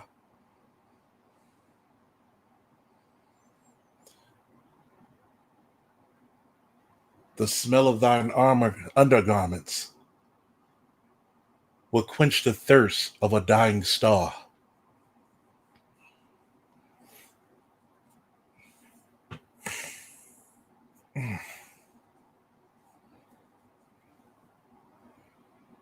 I am proud to be a corny nigga. That same corny nigga who tried wrestling won 4 championships and a bronze medal in Germany.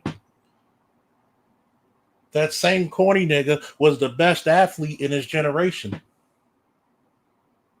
That same corny nigga who couldn't dance and play spades Nobody ate on his athletic watch. That same corny nigga liberated countries, rescued Marines. That same corny nigga for nearly 2 decades protected his city. So I think I'm doing pretty well for corny niggas. The same corny niggas are electricians, are married men, are professors, are carpenters, bricklayers, STEM majors, pharmacologists, doctorates in religion and cultural studies, fathers, uncles, brothers, grandfathers.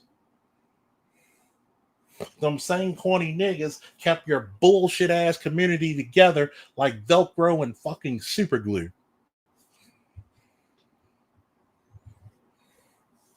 Being artistic, smart, and a dreamer in the black community makes you the weirdo, exile, and freak. Guess what? All the chicks in high school who said they wouldn't touch me when I became 20, they were already notches in my belt.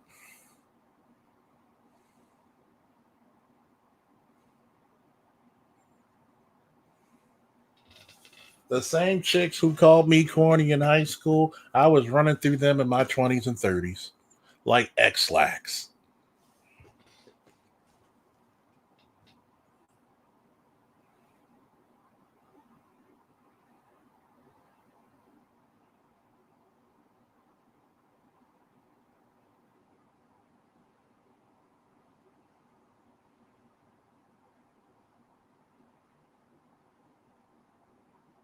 Remember that.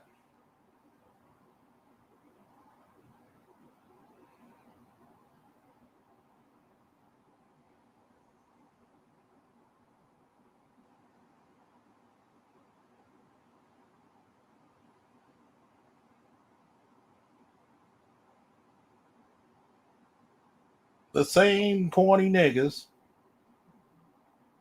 that you have to call down and fix your families are the same reasons your fucking family stayed afloat during the goddamn crack epidemic. The same corny niggas like Charles Drew kept how many people alive during World War II? And the saddest part about his invention, because of white supremacy and racism, he wasn't allowed to get the same treatment he created that would have kept him alive. The same corny nigga who invented the arcade also invented the home console. You know, in the summertime, when it's hot and you got that little super soaker, that was a corny nigga. The reason why you have air conditioning in your car and refrigeration on food trucks, that was a corny nigga. The reason why you don't crash into fucking people because of that traffic light, that was a corny nigga.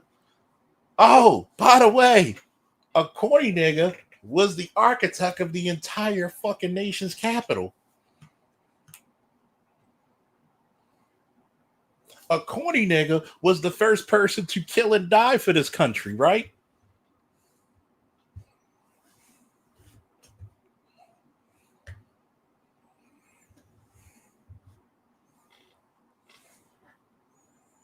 Ben Carson. Why doesn't Ben Carson get the highest respect out of his own people? Corny nigga, right?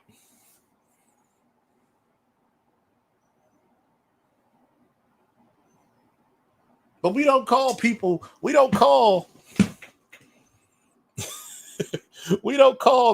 Kamala Harris corny for bringing Meg Thee Stallion on.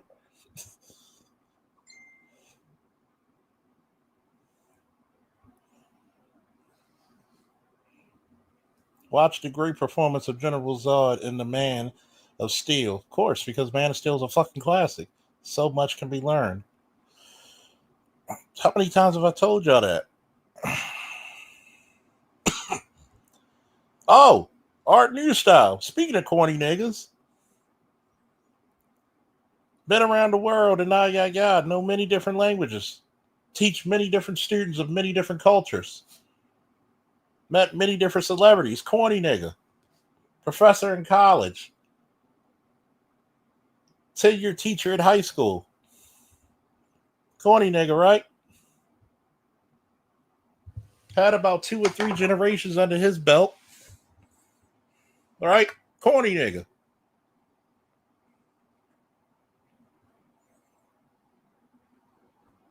ABM. Married for goddamn decades. Master electrician. Corny nigga, right? When your power's off, he ain't so corny anymore, is he? Comic book fan, anime fan. Corny nigga, right?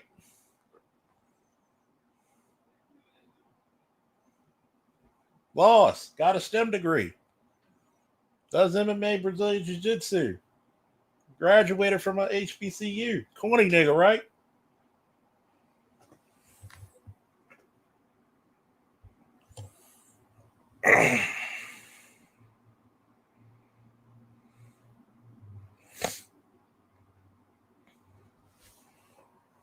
Ben Carson did something white folks could never even dream of. Corny nigga, right?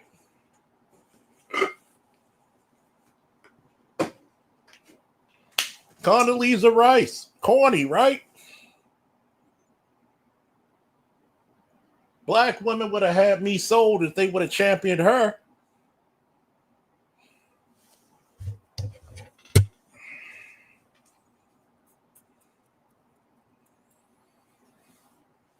Let's face it, all these women were talking about how attractive Barack was, but guess what? Y'all would have called them corny too. Get the fuck out of here.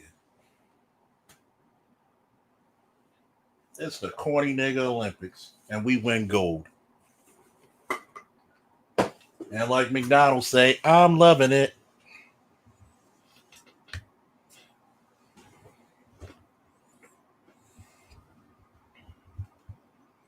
Each and every time.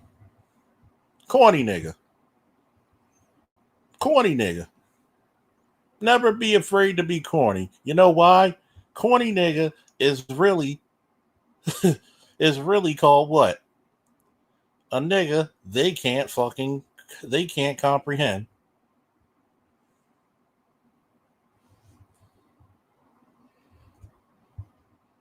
Corny nigga is a nigga they can't comprehend.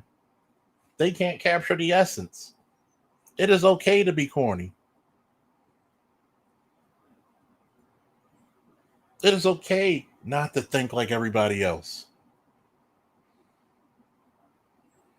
It is okay to be the originator.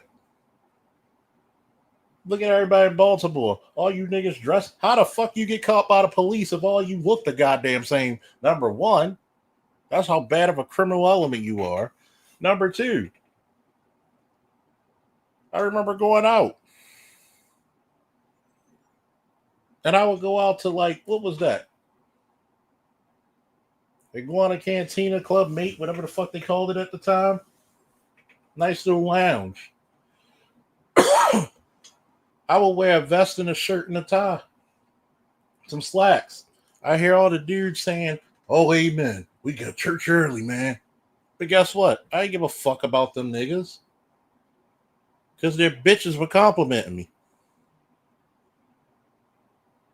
I had 5 different fine ass chicks sitting near me and my boys in the fucking VIP section. And guess what happened when I returned 2 weeks later? All the niggas try to dress like me, but they weren't me. Corny nigga, right? Because you know how to dress. Corny nigga. Fuck out of here. Fuck out of here. Don't you ever let no nigga move you off your square when you going for greatness. I don't care what that chick says. If a chick sees you going for your dream and she ain't down for you A1 day one, drop her. Be the corny nigga. Live the corny nigga style. Be fortified with your corniness.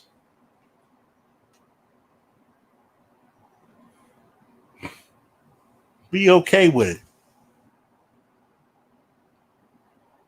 Because I'm going to say this. Corny niggas never had to suffer what lesser men had to.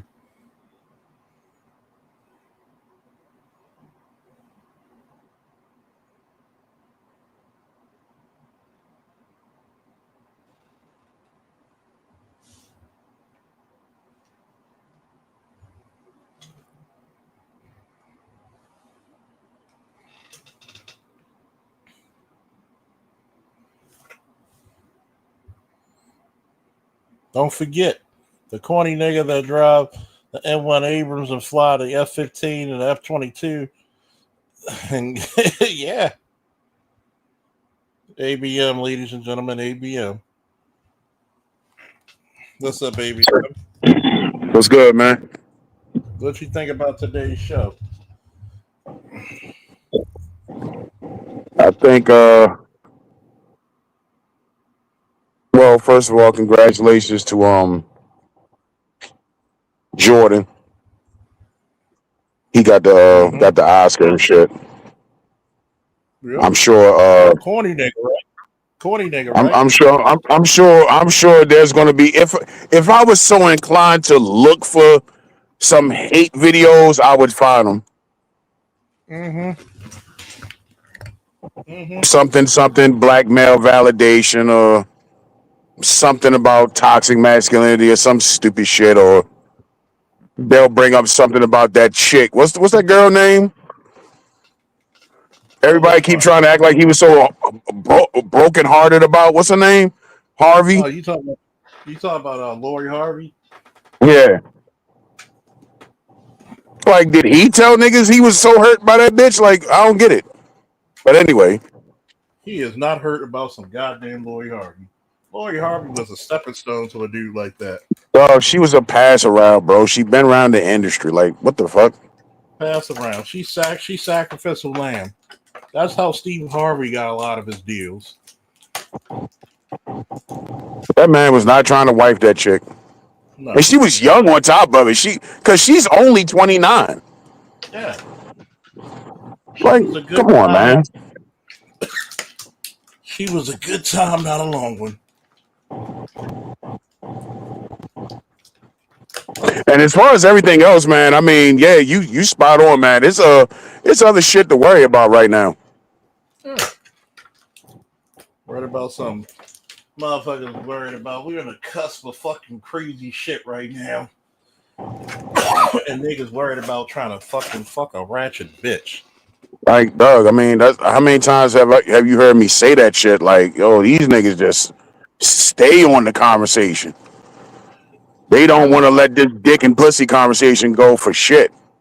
That's why I told Mr. Z, shout out to Mr. T. Mr. Z had a wonderful show when he showed that one chick who's overweight in a bonnet, not attractive at all, saying all kinds of deplorable shit about black men. She's only saying this because she can't attract a man. Is this the same big girl that I saw talking about black men are colorists? She was a big girl. She was a big bitch. Yeah. And these niggas is colorists, and you need to ask these niggas who their celebrity crushes is. And I'm looking like, bitch, wait a minute, you a big girl. Like, when you get, like, when the big bitches get to have an opinion? You're null and void. It's no different than the male equivalent of that shit. Is you being the captain of insert sports team here and niggas jealous of you. Like, you're mad because you're not the main event. You're mad because you're subpar. Guess what? I tell this to any black chick. Get your fucking self in shape. Put some moisturizer on your face instead of trying to fucking take a makeup on. and you know how bitches are quick to say you need to get some bitches on your dick. I would say get some niggas on your cock and actually be a fucking nice motherfucker to be around. But why should I worry about subpar behavior? Well, again, I mean that's the problem is nobody tells them shut the fuck up. Exactly. Like nobody, like I'm talking about the women. You know what I mean? That's when the pretty chicks need to come in and tell them that, like, look, big girl, you need to sit this one out, okay? Because black men being colorist is not your issue.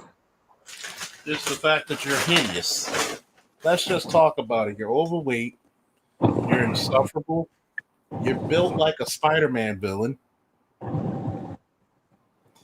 Venom or Rhino, you pick. Your attitude matches your face. You don't smile. You're insufferable. Shall I go on? You're built like a fucking Hall of Fame goddamn defensive tackle or end, and you think that black men are colorist. No. Black men go crazy over Iman. Black men go crazy over fucking Kelly. There is not one black man who will pick Beyonce over Kelly Rowland that I know of. Especially now that Beyonce is old. I mean, she's in her mid 40s. And Kelly Rowland is the same age. And I've seen Beyonce without the makeup, like right after she got off stage and all the makeup and sweated off and shit. Like, yeah, Beyonce looks like a fucking regular 45-year-old woman. Yeah, she is not all that you think she is. Yeah, I mean, there's a big difference between glammed up air Photoshop shit and the regular Beyonce. Kelly Rowland without the makeup and shit looks better. Sorry. Yeah. Kelly Rowland actually always looked better.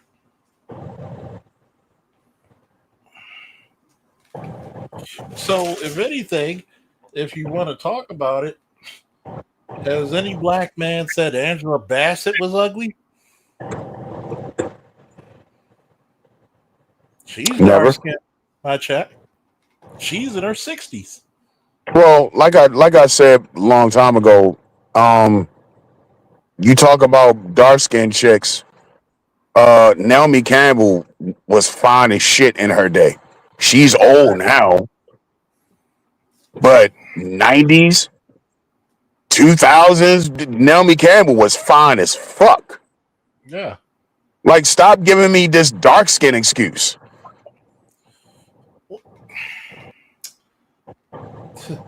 Like this again, this is what I'm saying. Like other women don't tell these bitches shut the fuck up.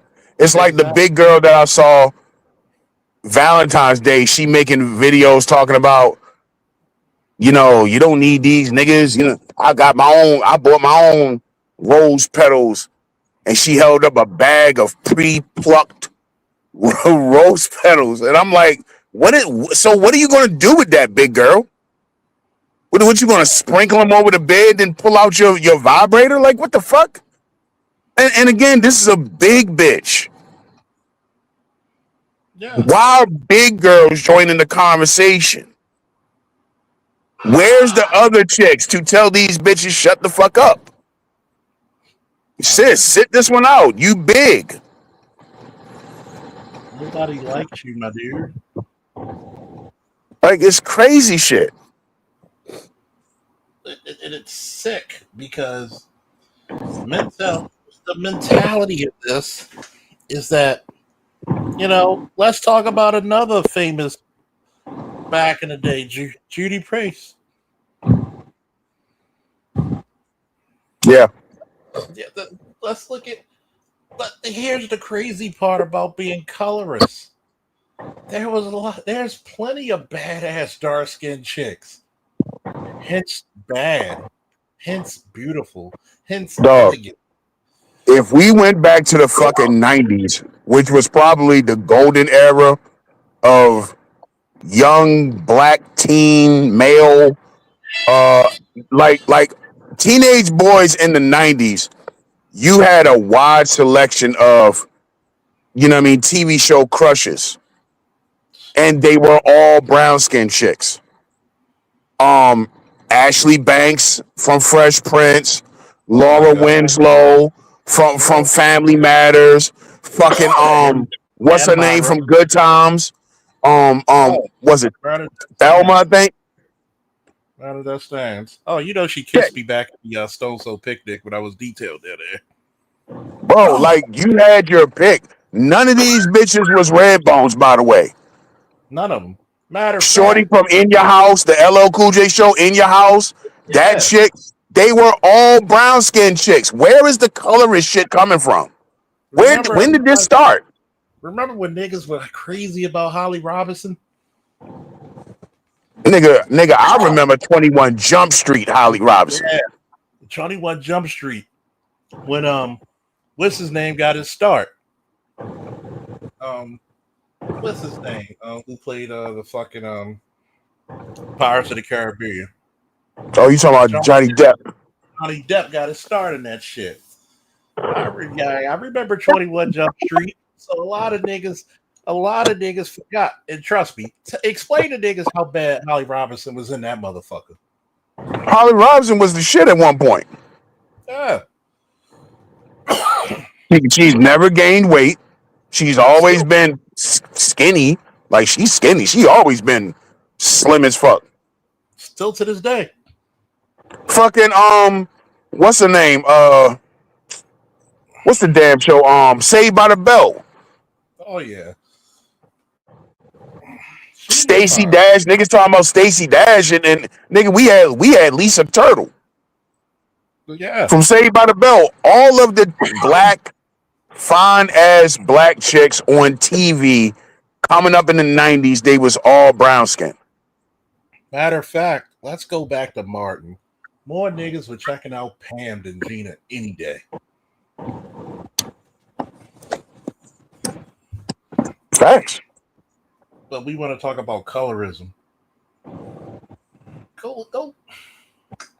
Man, first and foremost, go look at what's her name? The first before Simone Biles. You talking about Dominique Dawes? Dominique Dawes. And what's the other one name? Because I had her on my fucking Facebook and Instagram who won the overall before Simone. When they were complaining about her hair. And remember, it was black women who were complaining about her hair, not black men. Oh, you talking about fuck. I know exactly what you're talking about. I can't think of her name. Having a brain for it. I got the face in my head right now. Damn, let me see if I can find it. Yeah, they complain about their hair because they don't understand that this is athletics. You're gonna fucking sweat. Yeah. And I'm like, what's her name? God damn it. What's her fucking name? Gabby Douglas. Gabby Douglas. There you go. What's Gabby Douglas now? Good God almighty. She ain't doing gym. She let her grown woman body come in now. Good I'm God. just saying, like, when it comes to like gymnastics, when you look at a black gymnast, are they ever ugly? No. Dominique Dawes to this day is still beautiful. Simone Biles was never ugly. Gabby Douglas was never ugly. Hell, she looks even better now. This is and notice bitches hated on Gabby Douglas. Bitches hated on Simone Biles for marrying a football player.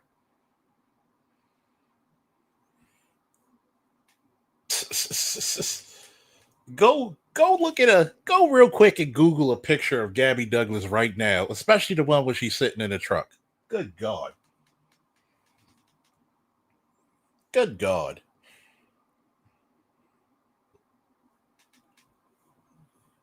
But we're colorists, right? Myra from fucking Family Matters was I can't get with gender. They be too fucking strong for me. Who's I that? don't like gymnasts. I don't like Oh, athletic chicks, period. But I'm just saying, like, when you look at black gymnasts, they never ugly. they're never ugly. Even though I've Gabby dated Douglas went nothing wrong with her fucking hair. It's just dumb bitches who never took part in anything athletic. They don't understand that shit. This yeah. ain't a fucking hair contest. It's you know what I mean. It's an athletic competition. Was she supposed to wear a weave? No, they wanted her to have a wig. It's the same thing they did with Simone Biles when they was talking shit about Simone Biles, and that was her wedding day when that controversy came up. And It was. Simone Biles got on Twitter and told niggas like, "Yo, it's fucking Texas. It's fucking hot. Yeah, my hair sweated out, and I'm from fucking Texas. Like, think about it. She had to cuss bitches out. Stop hating on me. And I'm glad she yeah, did. just like when the controversy kicked off about homeboy saying he was the prize and shit, and you had all them bitches on Twitter. This and I remember this was the day before Thanksgiving, and they all the black bitches was going off on homeboy, and Simone Biles was just like, "Yo, y'all done yet?" Exactly. Y'all done? This is the This is reason the night why. before Thanksgiving. You bitches talking about other niggas' husbands. Yeah. Notice she said, "I'm." If you read her name, I'm Simone Biles Owens. My She's career. a she's a trained athlete, professional athlete. She's done well for herself. He's a fucking professional athlete. He's done well for himself, all things considered. What is the fucking problem? They match. They're in the same class. You This got is how, bitches with no husband over this motherfucker. Who do he think he is? He's a millionaire football player. How about yourself? put it to you this way. This is how much you knew he was the prize. She drove to see him.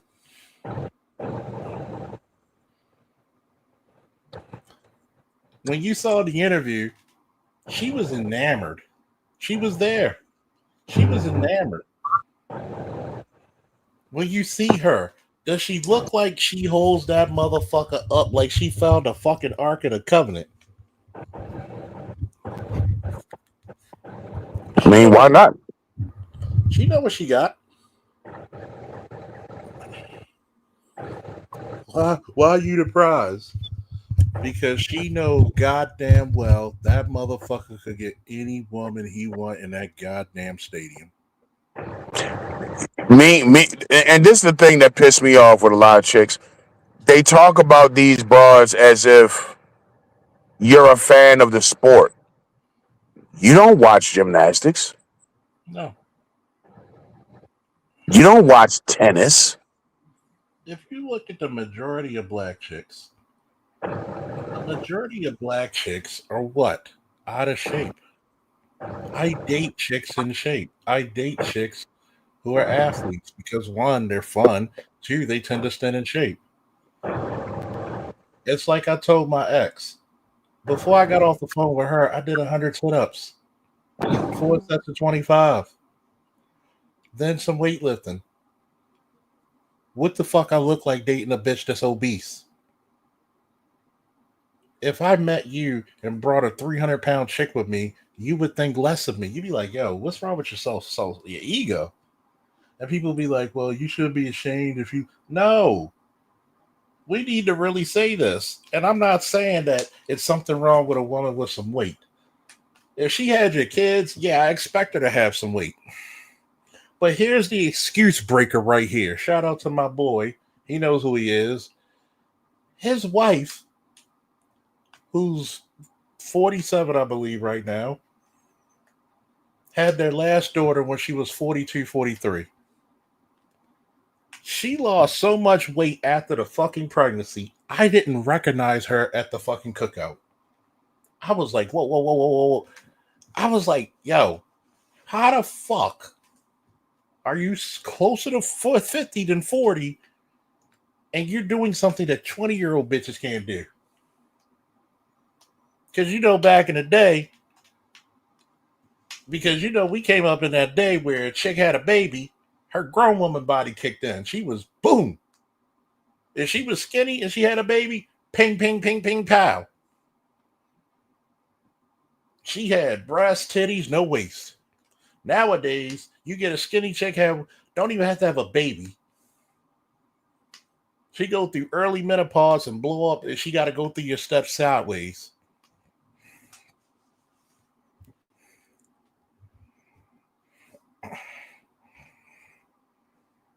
I see a very fit black woman every blue moon in Chicago. I know ABM probably working, but correct me if I'm wrong. Back in the No, I'm right 2000s, here. correct me if I'm wrong, especially the 2000s. I know it was definitely my club hopping days. You didn't see too many big chicks in Baltimore, did you? I saw plenty. They just always stayed in the fucking house. They wasn't visible. Yeah, because when I And they went out, wasn't talking shit. And they was nice because they understood their lane. they You knew couldn't they be a kept big bitch and then get out here and talk shit to niggas. Like, let's be real, shorty. You yeah, know what it is anytime there's a man in your face.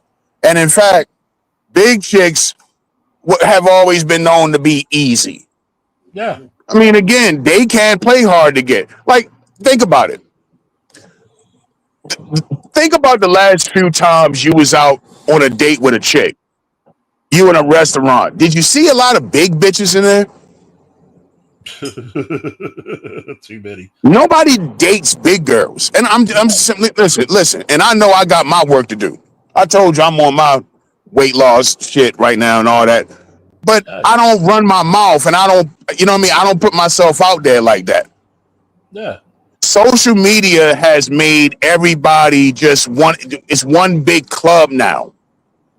yeah, And everybody wants to be down. You can't be a big girl talking shit about colorism. I'm sorry. That's a lame ass cop out. And not only is it a cop out for big girls, it's a cop out for ugly chicks in general. yeah, A lot of these ugly chicks is trying to use dark skin as their cop out. Oh, these niggas are just colorists. No, you're ugly. That's why I brought up the 90s and the TV shows. All of our little celebrity crushes back in the day on the TV shows was all fucking brown skin chicks. My me personally, my celebrity crush was Chili from TLC. You know, the one brown skinned chick in the group. yeah, Like, stop this shit about colorism because honestly, if we're going to keep it a beam, black women are the biggest colorists. yeah. They are because they're the ones always talking about they want a light skinned nigga. They the ones who always chasing down. Like, look, we don't give a fuck how our babies look as long as they're healthy. We don't care if they're dark, medium, or light. Is the baby healthy? Do they got 10 toes, 10 toes on each? Do they have 5 fingers on each hand, 5 toes on each finger? Do they breathe? Are they healthy? We don't care. My son's lighter than me.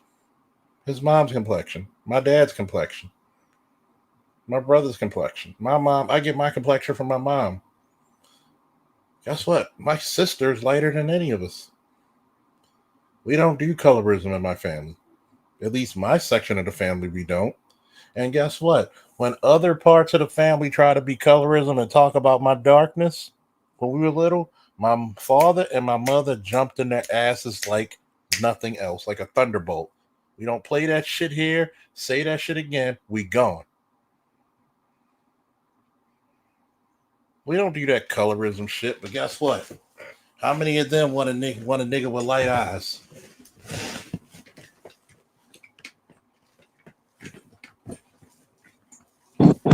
Good hair. Good hair. Good hair, light eyes. That's what they really want. I keep telling people that shit. Like if you're a light skinned cat, but you ain't got no hazel eyes and no fucking wavy hair, yo, that they are not what you're talking about. I mean, you are not what they're talking about. You might as well be just as dark as me, if not darker. Might as well. And Yeah. notice the dark skinned black men never have a problem. You never hear dark skinned black men talking about colorism. Ah, Dark skinned niggas be getting hoes, man. yeah. Here's the problem. The low self-esteem of the women is so shameful and so deplorable is that they try to brush it off to everybody else. They brush the shit off to everybody else. And it's real kind of like insidious how they do it. Like many of them, they try to, and I'm gonna give you a perfect example of what I'm talking about, of how it starts off with black men, but when you let them talk long enough, they tell you what their real intentions are. It always turns to the women. You know what I mean? And that's how you know it's a jealousy thing. So when you look at somebody like Chrissy, you know, it started off with divestment. Oh, these black men ain't shit. Oh, you need to divest away from black men. And then years down the road, it starts turning into the real issue. Chrissy is a dark skinned chick. And that's why she's online now beefing with the so-called exoticals, the light-skinned bitches. These bitches is still on light-skinned, dark-skinned. So it goes to show it was never about black men in the first place. Your problem is just you're probably unattractive over there. And you hate everybody that's like, because in your mind, every light-skinned bitch is what get the dudes, and you just mad about that, which is bullshit. Yeah. But instead of owning your own insecurity, look how everybody else has to suffer. Black men got to suffer. Light-skinned women got to suffer, all because you feel insecure, because you feel inferior. But here's the problem. If she was considered pretty, would we hear a peep out of her ass? At all. No, not at all. That's not the at all. issue. That's the issue. It's like when dudes talk about big chicks. No, you don't like big chicks. You just don't want to compete. Like even Paris Milan on that shit, she got ran off by the light-skinned chicks on YouTube. They done ran her ass off of YouTube. Yeah. And Paris Milan has said her evil shit about black men, but she wasn't ugly. No. And but yet at the same time, you tried to fucking run your mouth about some chick that you accused of bleaching when you yourself bleach. Paris Milan bleach. Mm-hmm. That's how she got ran off YouTube, because them pictures came out. Paris Milan is a dark-skinned chick. Like she's like a brown, and if she out in the sun too long, she'll get dark. Yeah. So she started bleaching. Yeah. And she got exposed, and they ran her ass off YouTube. But how you talking shit about other people for bleaching? And Paris Milan is from Compton, California, by the way. I find her name very interesting. Paris Milan, bitch, you from Compton. And you trying to use an alias, which is awfully white. A very white fucking sounding name.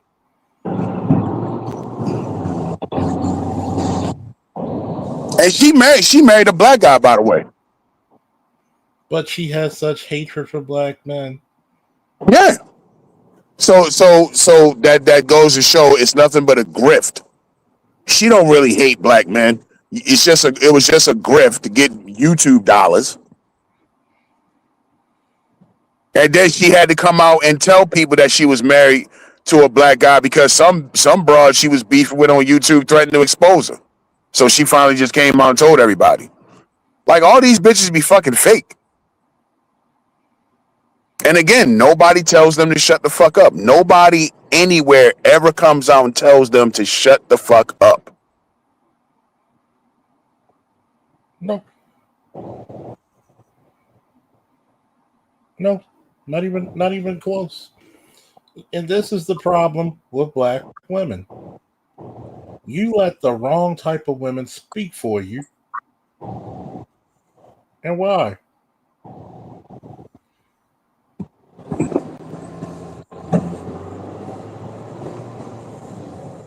Why? Self-aggrandizement, I guess. Because you're fucking scared to tell the ugly bitches to shut the fuck up because you know they'll all gang up on you. You're scared. Oh yeah, track stars and soccer players, they got some booties, plus the volleyball players. Volleyball, yeah. Absolutely. You telling me if those chicks had the pick of the men they wanted, that people don't want to admit this in the black community. We probably got more incel women than we have men. We got more incel women than we have men. Notice, you don't hear too many men say, I haven't had sex in 5 years. Only two types of people you hear say that: white men, black women.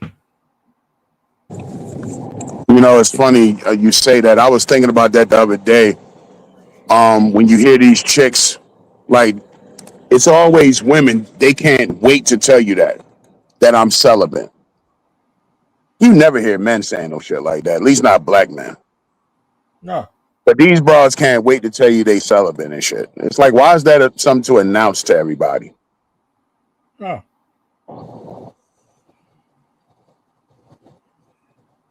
no.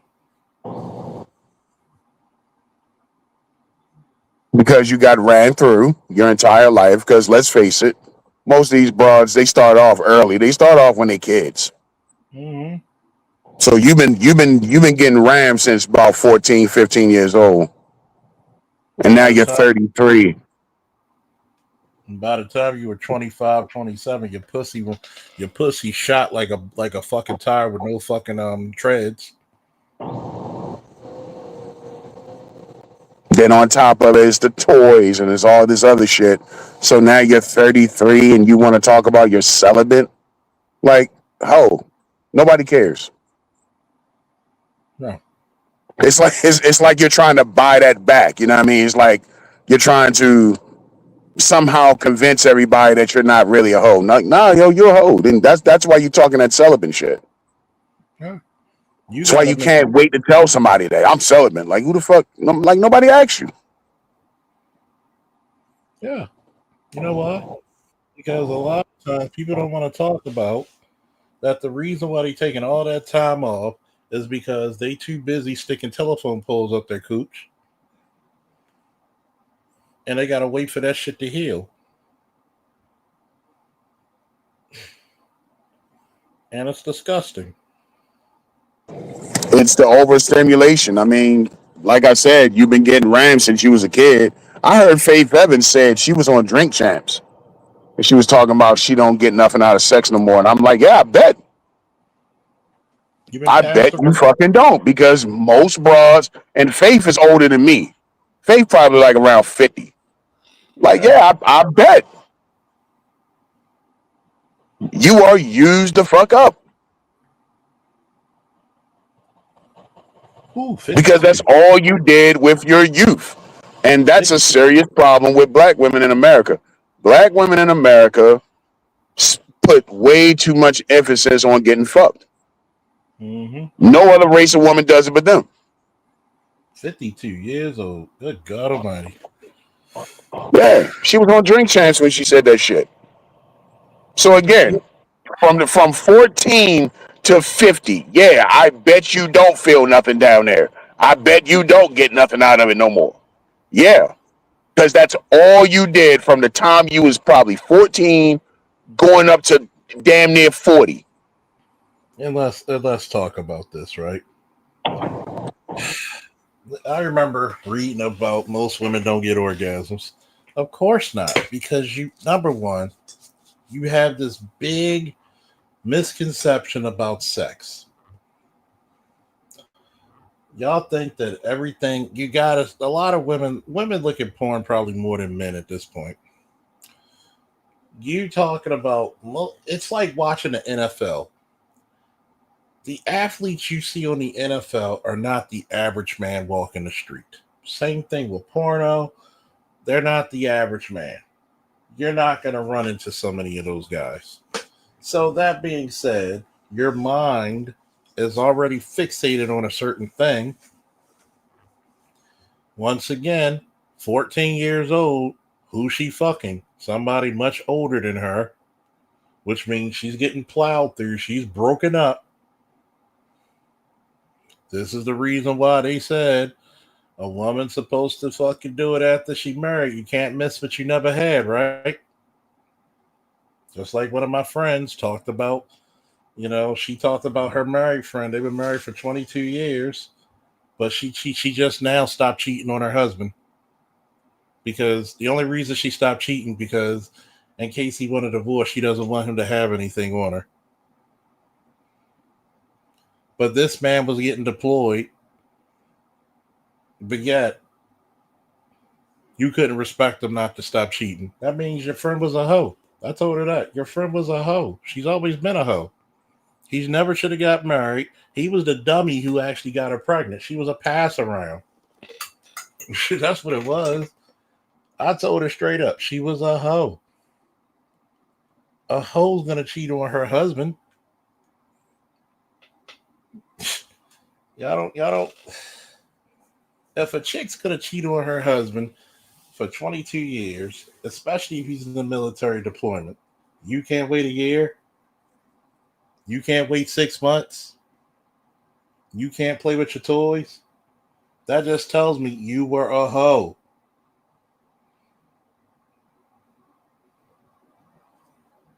But y'all don't want to call out these bitches for being hoes. Then on top of that, guess what? All your girls in high school are not fucking high school boys. Some are, but majority of them are fucking grown men. How many of them are losing their virginities to grown men?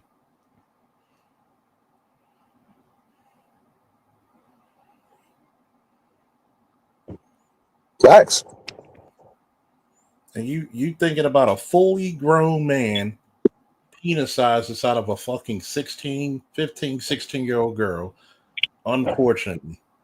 Because let's talk about it. Let's be about it.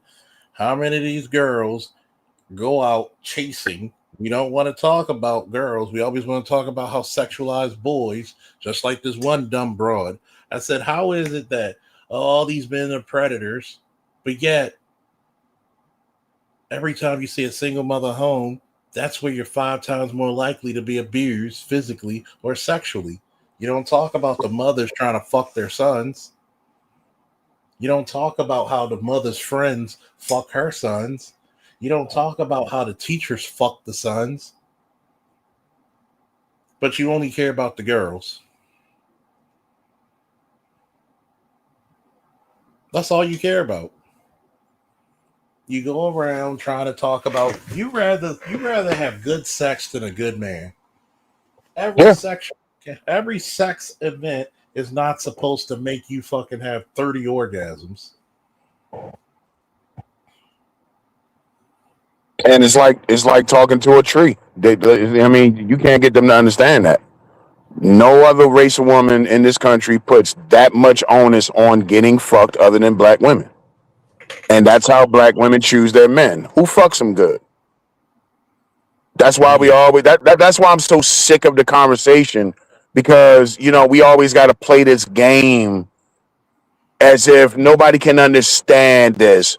Well, why did you pick the dude with no job and he was a felon and you know what I'm saying? He was already on his second strike and now he's doing 25 to life and now you got 3 kids and because she didn't give a fuck about any of that.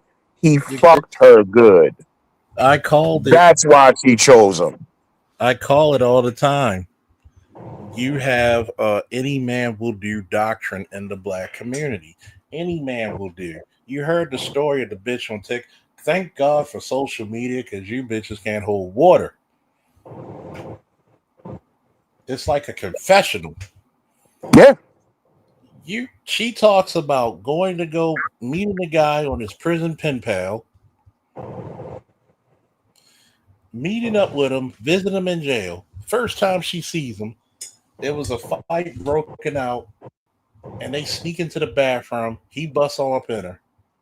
A nigga in jail. She's pregnant with twins, and he got to do 15 more years.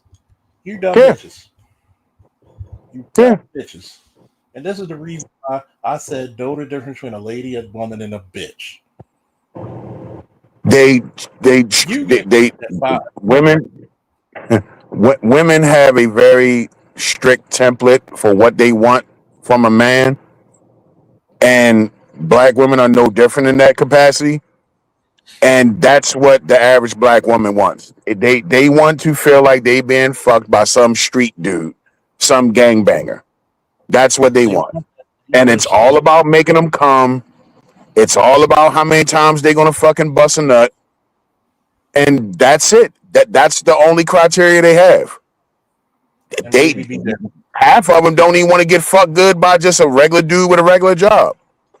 No, and it, It's weird. It's weird like that. That's how they choose their men. Like, look at Maya. Oh, she's pretty. Oh, she's from PG County and all that shit. And she's another one talking about how she's celibate and shit. But look who Maya fucks. 50, Game, Jay-Z and others. and others. You're telling me, right? Now she's another one talking to celibate shit. Every time I hear And she's another and look at her. She don't want to be married. She don't want none of that shit. All like most black women, all she ever wanted to do was get cracked. That's it. If Maya wanted to be married, she would have been married a long time ago. She don't want to be fucking married. She wants some nigga with a bunch of tattoos and shit to come fuck the shit out of her. very easily, if she wanted to be married, it would have been very easy for her. When you see an extremely attractive woman not married, something's wrong with that bitch.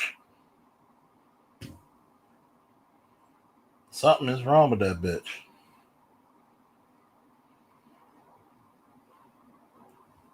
When you tell me you have no problems in the genetic jackpot, and you don't get married, something's wrong with you.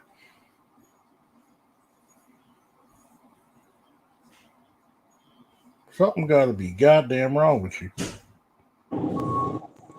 She don't want the responsibility. She wants to get up and go get cracked by some rap nigga whenever she wants to. Same thing with Sierra. Yeah. That's why Sierra got with Future. Baby mother number 4, but Sierra thought because she was the big time R&B chick, it was going to be different with her. Yeah. And then when she ended up being a baby mother, because it's no way in hell you going to tell me that Sierra would have got with would have got with Future if she wasn't thinking that. No fucking way in hell. Why on earth would you get pregnant as the 4th baby mother unless you're thinking you're going to be the one to lock them down? And then when it blew up in her face and she didn't lock them down, she looked stupid. So now she gotta go get Russell Wilson to come in and clean it all up for her. And now, of course, everybody's phony. Oh yeah, Russell Wilson, yeah, he's the one that stepped up. No bullshit. And I'm not going to sit here and call him a simp, but I'm going to simply say this: Russell Wilson does more for Sierra than she does for him. I will say that. Yeah. Yeah. And that's why I always joke. Future, I always joke about Future. I say he's the sorry ass nigga that these bitches love. Yeah. Bitches like that shit. Again, I get tired of having the conversation. I don't even take a woman serious when we want to sit up here and have these conversations. Well, single mothers and the men abandoned the kid. Man, bullshit. Y'all like these niggas, man. You like them. You worship them. You don't go That's what you envision. You envision yourself as a single mother in the first place. Yeah. You don't want to be with a dude because now you have to compromise. Now you got to work with him. You got to work as a team. You don't want to do that shit. Like I said, the fact that Beyonce even married Jay-Z is a miracle when you think about it. Yeah. Same thing with Rihanna. And Rihanna will never marry Rocky, but the fact that they're together is some crazy shit. Like, that's some wild shit. Like, damn, I would have never thought it. I would have never thought it from Rihanna. That tells you a lot. about what the black community think. Well, black women, because the black community is different than the black women. Number one, you prioritize stagnation. Like I said Hold on. earlier. Hey Charles, keep talking. I got to step away from the phone for a second. All right. You prioritize stagnation over everything. Then, on top of that, you pick a certain level of men, which I have no problem with. You know why? Because that shows you the type of class that you're in. So, with that being said and everything being fair, don't expect men who got their shit together to save you. The any man will do doctrine is over. This is why I said stepdaddyism is played. It really is. It's played. Now that you don't have the stepdaddies you had in the old yesteryear. Now you got to sit there and take care of them kids that you fucked around and did what? Not take the men seriously that you're supposed to have. Whose fault is it? Whose fault is it? Don't take that out on black men. Take it out on yourself. Well, why'd y'all leave me being here? Well, you gotta understand something. Sugar honey, honey pie, honey bunch. You played with your reproductive system like an accordion. Something has to give. Something has to give.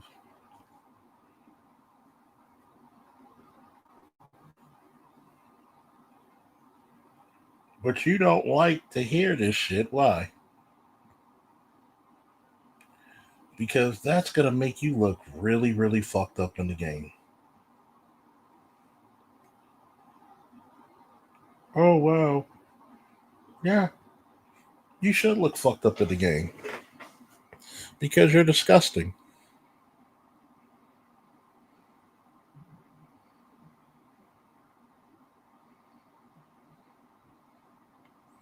You're disgusting.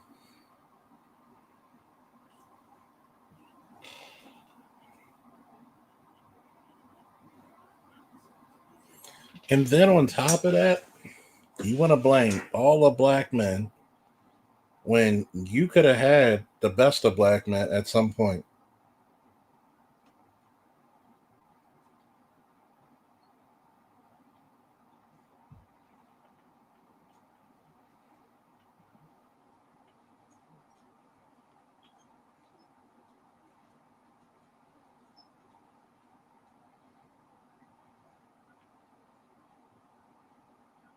But yet, you could have had the best. But once again, you're hypersexual. You're disgusting. And I have to say this. If you look at some of the baby daddies, these chicks like get pregnant, you would not be attracted to these chicks anymore. You would not.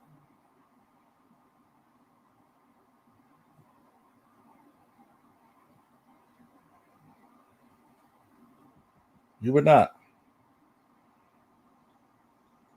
You would not. That's why I tell you, why are they so in fucking important?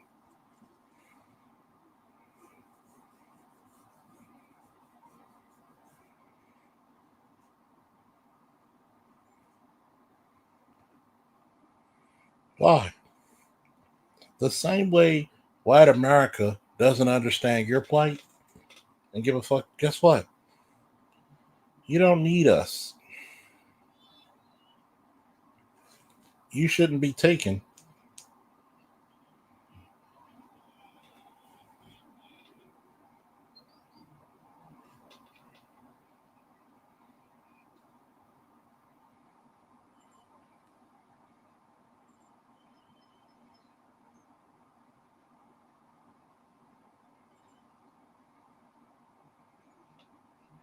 Why should we spend our time trying to please something that's ungrateful?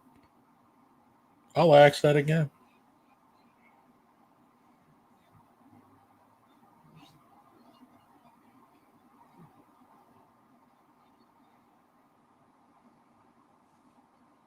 Stop trying to please people who don't want you. They don't deserve you.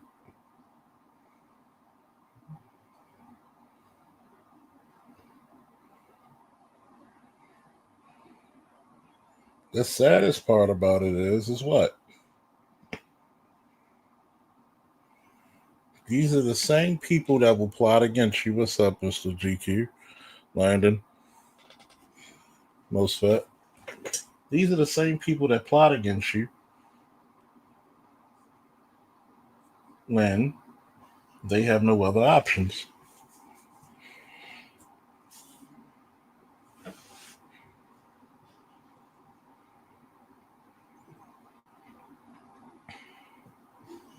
Who wants to be somebody else's option?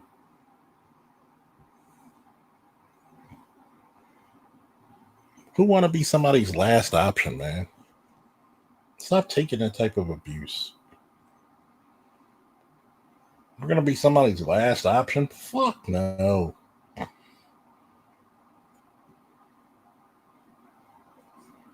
Fuck no.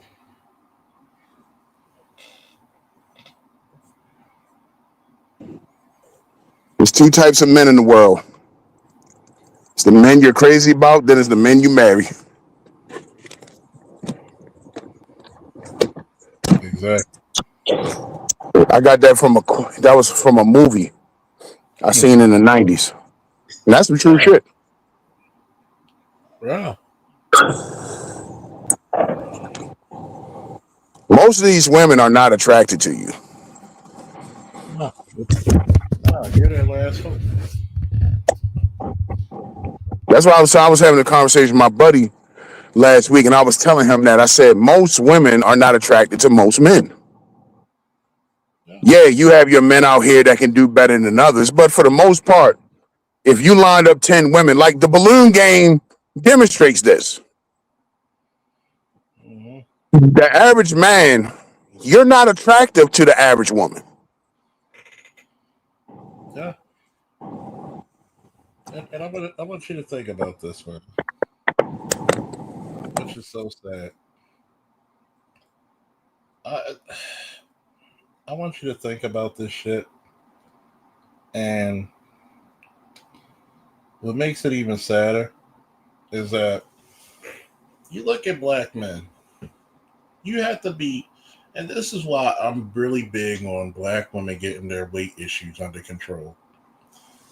Do you know what the obesity rate for Asian men and Asian women is around? 15 to 17% between them. Black men and black women have the largest gap when it comes to obesity by damn near 15 to 20 points. When you look at the obesity rates, you're going to tell me, and once again, most of the bitches complaining are what? Obese. You really think that black men who are in shape, because that's all the ones you really give a fuck about, you think they're going to take their time and date you? No, you're angry because he has options, and you're neither one of them. And God forbid,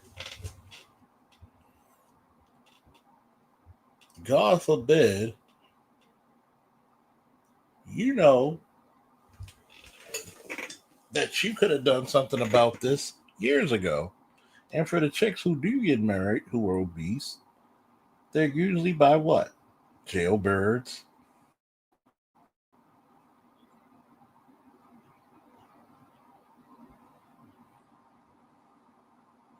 They'll be by jailbirds.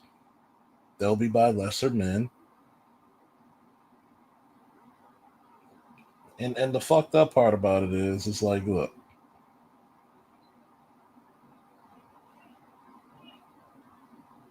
You could have gotten to the best possible mate that you wanted, but like you said, they want to be fucked. They want to be fucked so badly. They want this whirlwind romance with a thug. And what happens? Oh my god. Bastards. You collect these bastards. Oh my Bastards god. happen. Oh my god.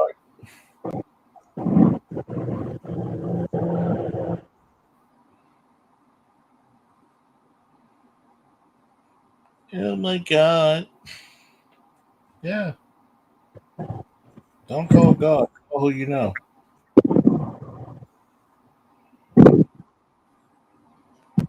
And they'll just repeat that until they hit damn near 40. Somewhere around mid 30s or 40, that's when they'll start, so called wanting to settle down now. Mm. When you're past your prime, you got 3 to 4 kids. You're surly. You're a curmudgeon. Buddy wants to take care of you, Yeah. and then you get upset when men actually say this shit. Yeah. I think it's fucking hilarious. It is hilarious. Come on, Charles. You can't be like that. Why not? Yeah, you can. I said it's hilarious when you hear ill-gotten shit being spoken.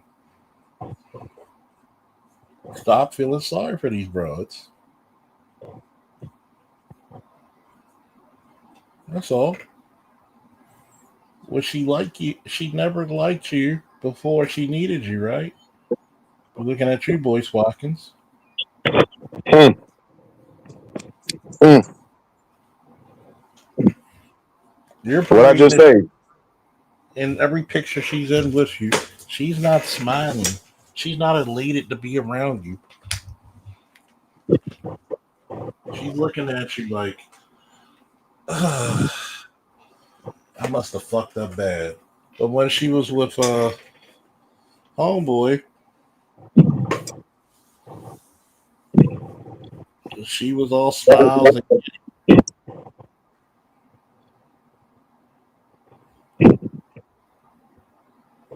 Yeah. This is why I say people always. Some of my homeboys be like, "It's not important to see a chick's past or her past boyfriends." I said, "You're a motherfucking lie. You need to because Baskin Robbins got 31 flavors. Are you one?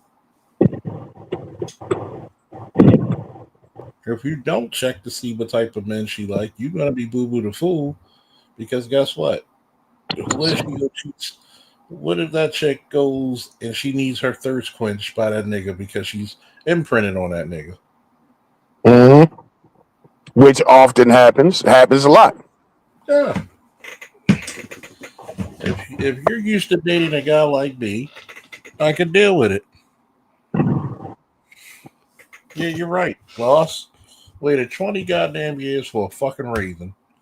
And then here's the point. You didn't even pick a you can't even get a baby out of her. I don't even know if Boyce Watkins got kids or not. He does have one daughter. I know for a fact. I don't know if it's more than that, but I know about one daughter. Matter of fact, that's not with the woman because that girl is half white, right? Didn't Boyce Watkins have a white woman at one point? I don't know, probably. But here's the crazy part. This was supposed to be the love of his life. What did I just say? When it comes to women, it's the men they crazy about, then it's the men they marry. Exactly. And this chick, right? This chick talks to you, and she didn't even look elated.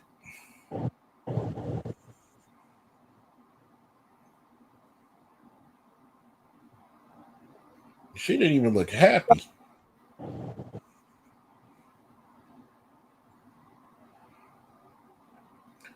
And I'll tell you what the fucked up part about this whole game is. I don't want to be nobody's seconds. Mm.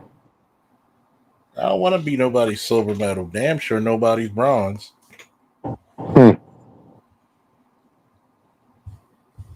Yeah, the proposal video was. You know what? I'm glad you said that because that shit was embarrassing. And unfortunately, that's pretty much what it is in the black community. These women do not be thinking about settling down, even once they have a kid. The only time they think of, like, if you notice, it's always the same thing when you listen to them talk about the whole single mother, baby mother shit. They never tell you about not only the father, but nor did she mention getting married. So the conversation about, hey, we got a kid, let's get married, never came up. That shit Mm-hmm. only comes up later on down the road once they get washed up. If it comes up then. Because a lot of these bitches got too much ego. Yeah. And they think they can bag any man, top tier. They got too much ego. They can't be in a house with a man. What you going to do in a house with a man? But argue. And 99% of the problems come because of the woman. I want a man that's ambitious. No, let that man be happy. Let him be. There's a difference between contentment and complacency. Well, you can't be a man who. I said, here's the job market, right? The job market is tough out here for men, especially black men. How long does he have to stay in the house? 6 months to a year? My ex said, well, as long as he trying. I said, well, most women are going to say 6 months to a year, but if a woman uses her job, a man will never kick her out. Kick her out because of her mouth, her disrespect, yeah. Her doing deceitful shit behind his back, yeah. But yeah, they don't want to. They don't want to be married because marriage is a duty. They want to escape all duties. They have the attitude that it's all about them. And I'm glad you said that because now you wonder why they're always at a damn loss. These chicks rather be OnlyFans models than wives. Like the when you look at these dating events, these motherfucking meetups and shit that everybody trying to host, and then everybody come back talking about one no niggas there, one no men there.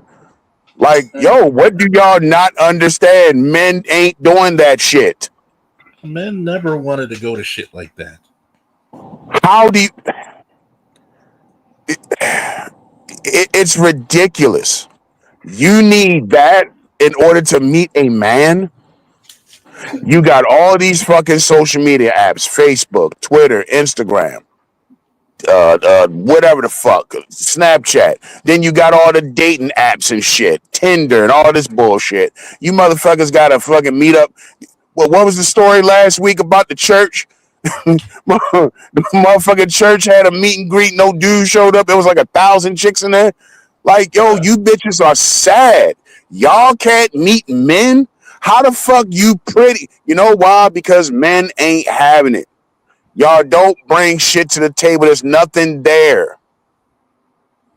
There's nothing there. The one woman who made the video about the church thing, you can tell she's clearly in her 40s. Looked like she was in her early 40s to me. Tattoos all over the place, wig, eyelashes. I'm saying to myself as she's talking, like, how many kids do you have, bitch? Yeah. Like, why do men want? Why do a man want to meet that? For what? To do what? To date you? Take you on a fucking date? Bitch, call your baby daddy up. What do I always Why? say? Why is it this many 40-year-old bitches out here talking about dating? It's crazy. You should have been married for 20 years at this point. Thank you.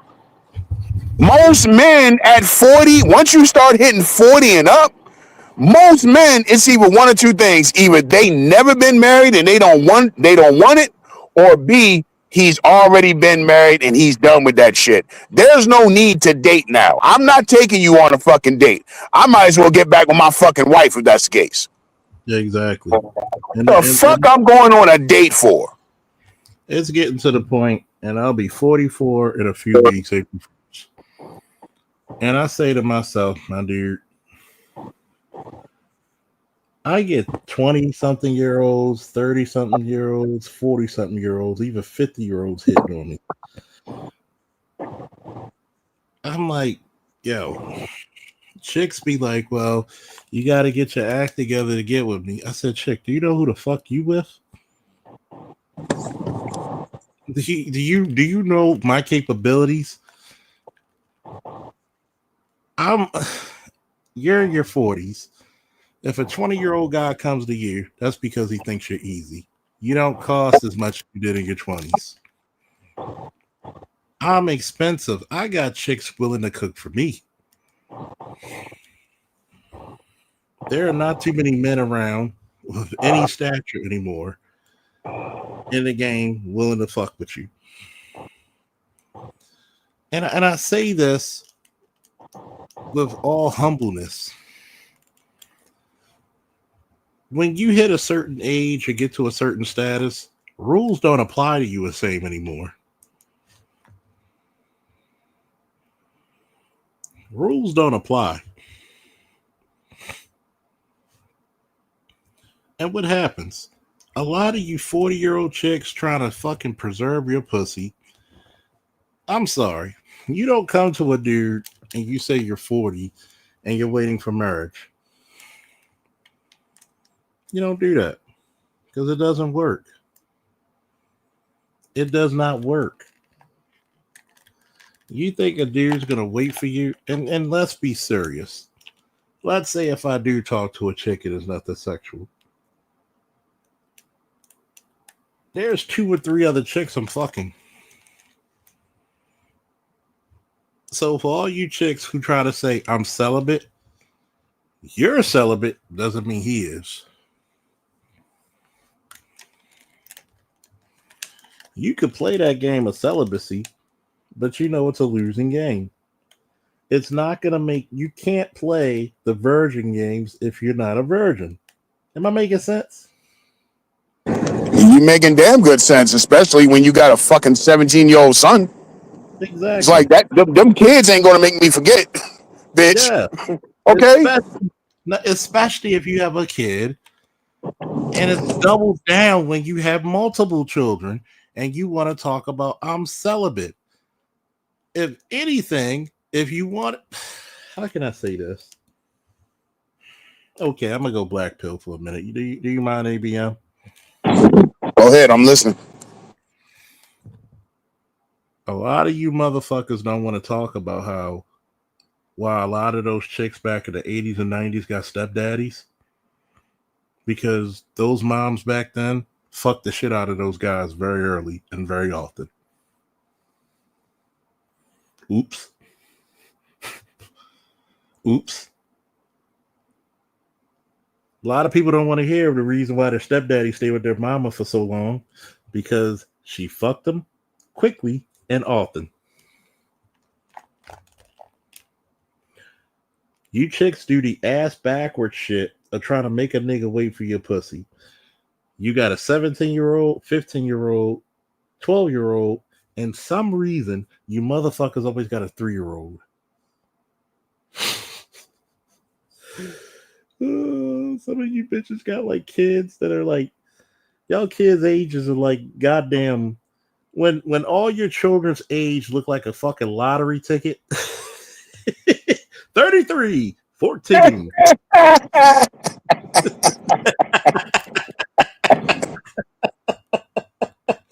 62. God damn.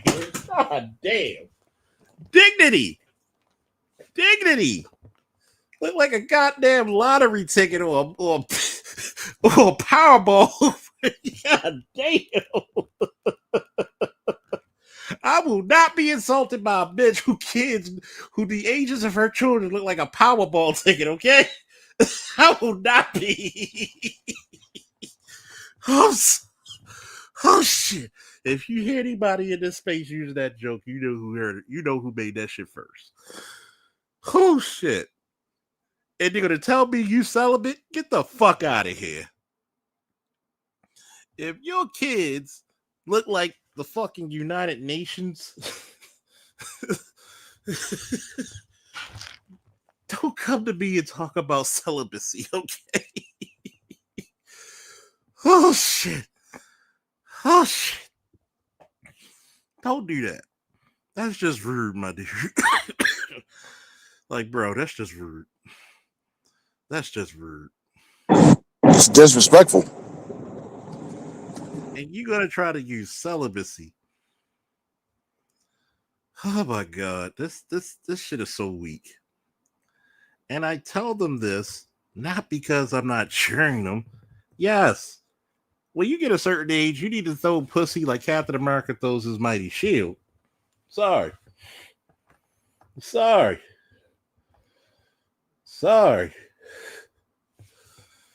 It does not work.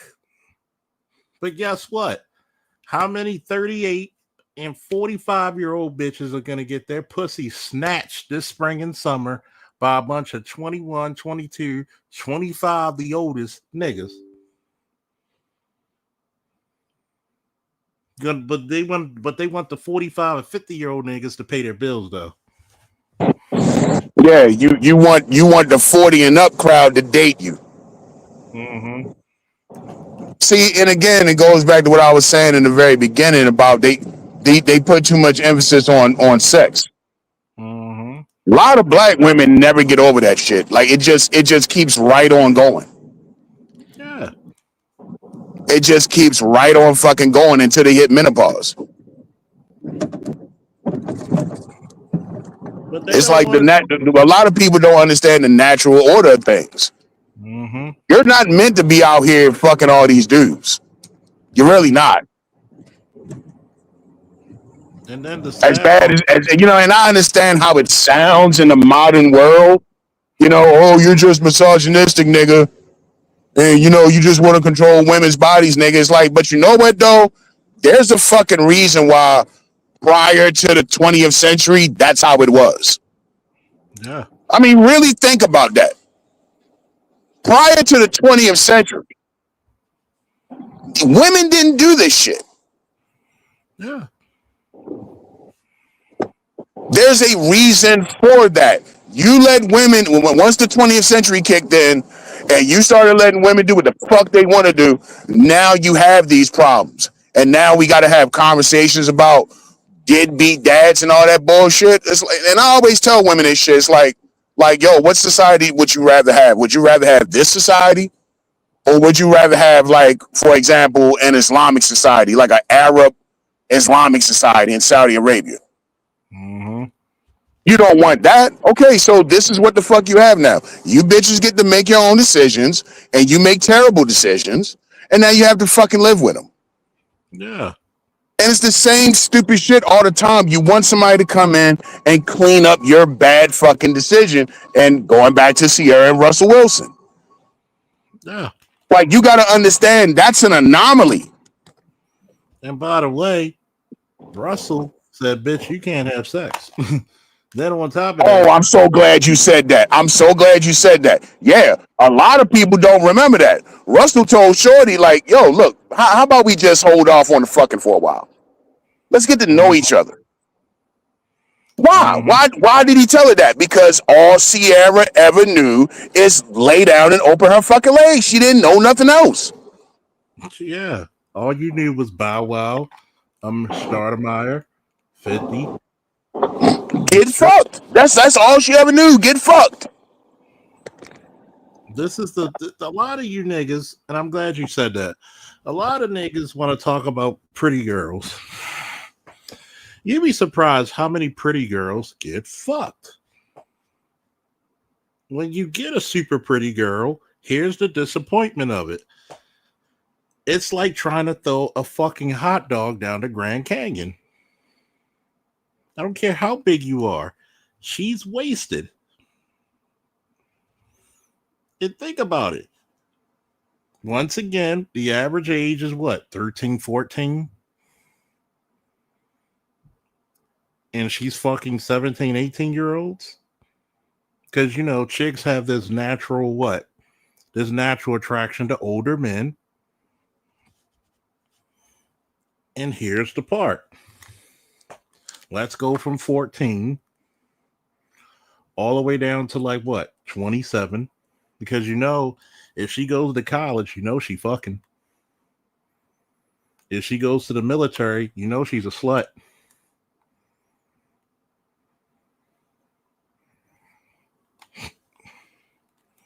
Why do I keep warning?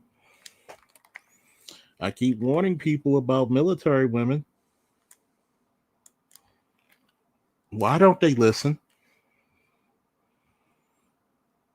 You can't take a female to a male dominant fucking area and she's not used to getting attention. She's going to fuck. Do you know in the department, right? Let's say it was a shift, right? Let's say it's a shift for 20. There are some chicks who I've been on a shift with, and she fucked about 8 of those niggas in that shift. And four in the next shift. How many times I had to give rookie officers that talk about don't be that female? You've been passed around like a dodgeball, and you get mad about it. That's the only reason you know you gotta be celibate is because you're number one, you're easy. Number two, it is very difficult. It is very difficult for you. And this is because you're so hypersexualized that you don't know what personality is anymore. You never developed one. And what happened? Facts. Facts. Speak on that personality thing. What happened? Why do I date athletic chicks? Everybody knows. Number one, athletic chicks are cool chicks. They're fun to be around. They're personable. You could talk to them. You could joke with them. They're not sensitive. If an athletic chick likes you, she's going to show you she likes you. How many times can you leave a bitch in your house? And this is my mid-20s, by the way, when I did this one. Mess with a chick who was a year older than me. I graduated 2000. She graduated 99. She moved up to Jersey. By the way, in high school, she used to mess with nothing but girls. She used to be the king of the studs. Got feminine. Her mom set us up. She got all cleaned up and dolled up. Was fresh out the academy. 26-year-old me. Gave her the key to my house. Waited till met her up with gave her the key to my house. She comes out the kitchen in boy shorts and a fucking white beater. 2 plates in hand. How many niggas experienced that? Not many. This was not, we weren't even officially together. How many times can you go and have a conversation with a chick and it doesn't have to be sexual?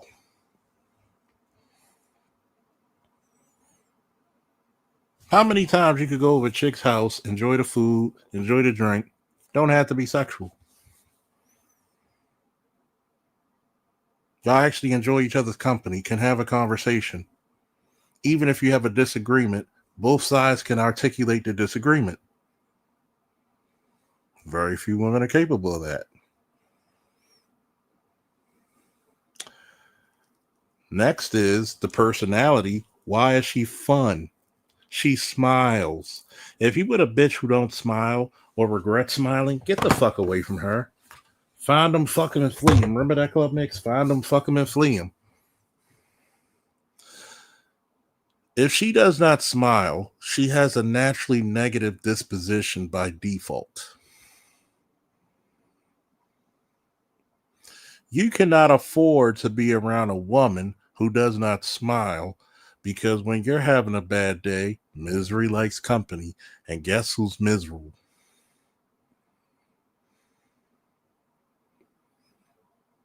That personality is going to make you find out.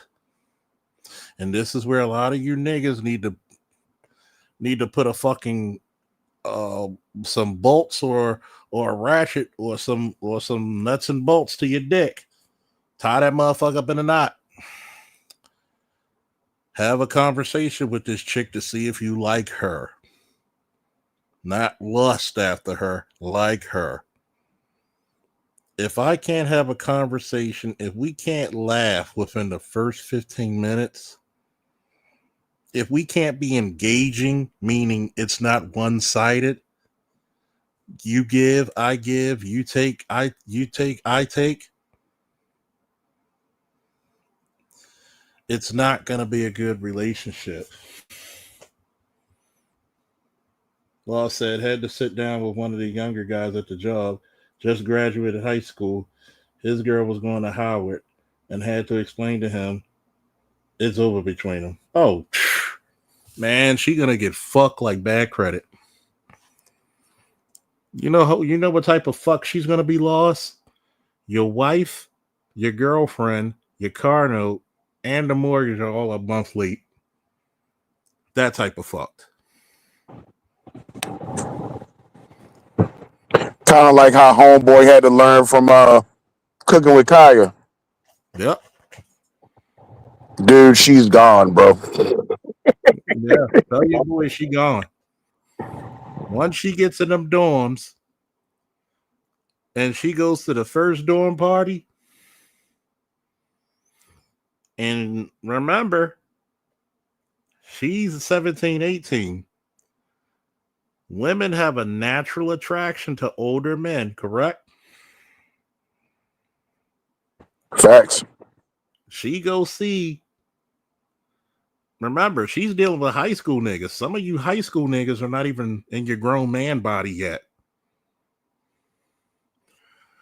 So you're talking about 21, 22 grown man body? She's going to be sucking dick like it's the cure to everything that ails mankind since the Garden of Eden.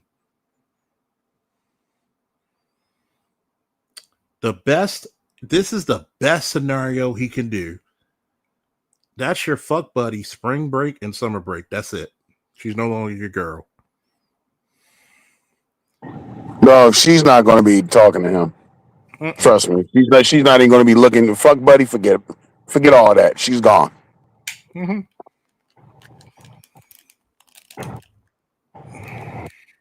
She is not going to be thinking about your ass. I'm going to tell you the cruelest shit I had to learn. My ex, probably my first girlfriend, first true love, right? Went to Spelman, and we live in Baltimore. She lives in Woodlawn. I live in the city. I already knew she get down there. Part of me like, oh, she going to go off. Was I still able to fuck her? You goddamn right. Throw dick like Elway throw a football, or better yet, Flacco to Jacoby. But guess what?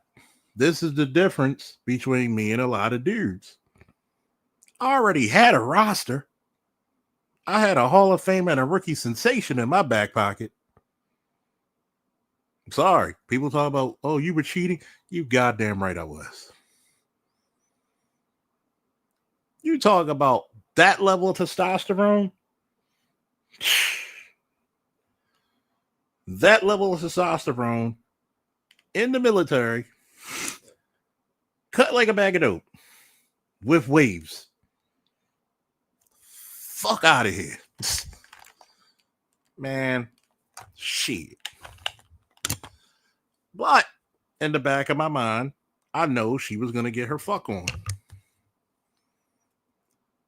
So when I went to go see her, did I still fuck her? You goddamn right. My time is my time. I don't know if your boy, if he got that type of stroke, pun intended, to have a roster and to somehow maintain, hey, fuck buddy. She's no longer yours. She's community chest like Monopoly. That's the best you could do. And remember, some people's best are not even your worst. And that's the criminal part, is that nobody ever has conversations with niggas because, one, they don't warn you. Winter Spellman was probably licking some carpet too, probably. And I kind of wish she was, because I probably would have got a threesome out of that. Because, you know, the sad part about it, Morehouse and Spelman was supposed to be the Black Ivy League. Now it's like the LGBT stronghold.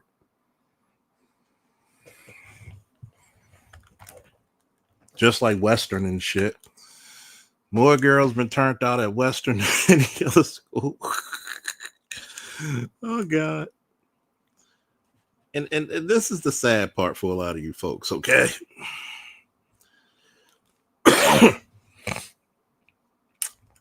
You may think I'm crass, I'm rude about what I'm saying, but tell me where the lies are. And I would say this to any woman. Why don't you teach your sons about the behavior of chicks early but no, you'll let him get his little heart broken. And guess what's going to happen? You couldn't live with your disappointments. And what did that bring your son? Right over to the Black Manosphere.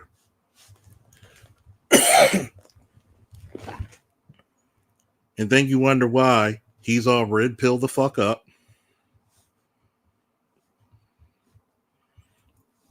And he doesn't look at women the same. Oh, you teach men to look at women like objects.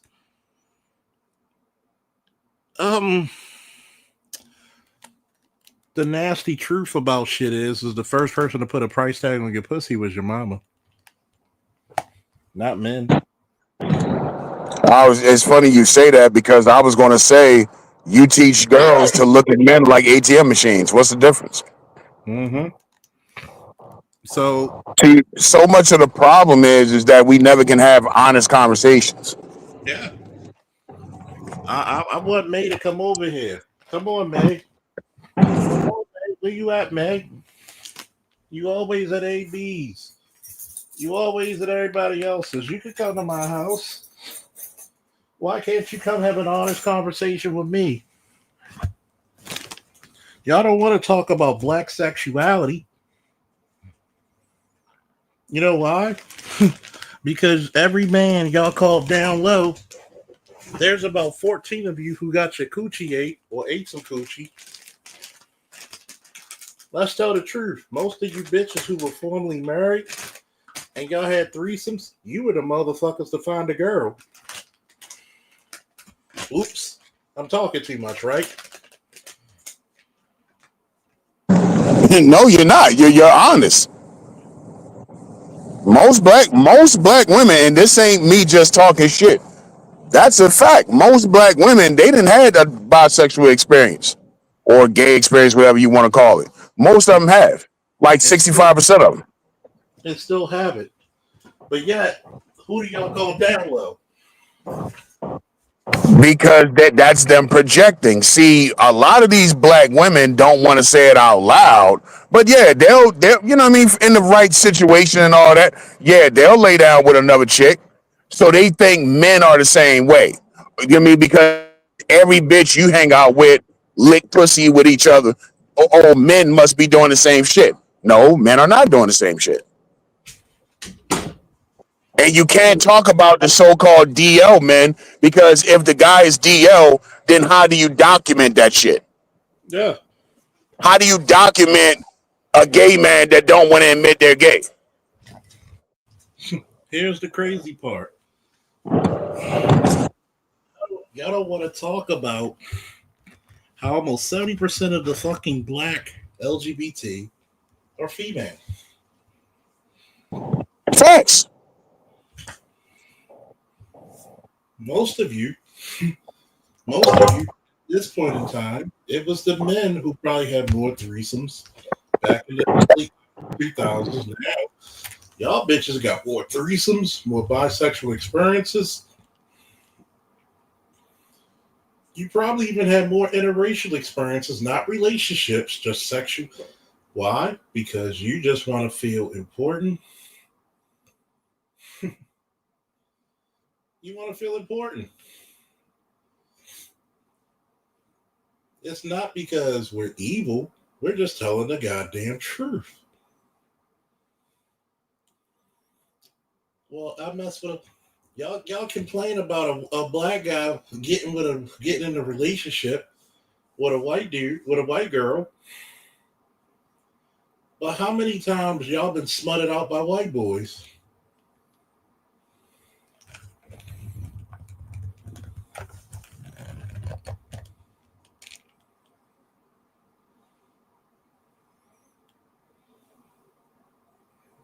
Think about it. Y'all act all pro-black, but we go in your past, you were fucking white boys left and right.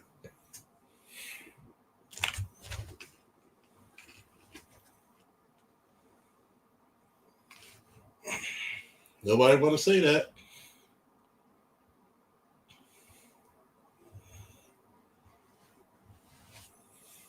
Tell me what's the black man's version of ghetto gaggers?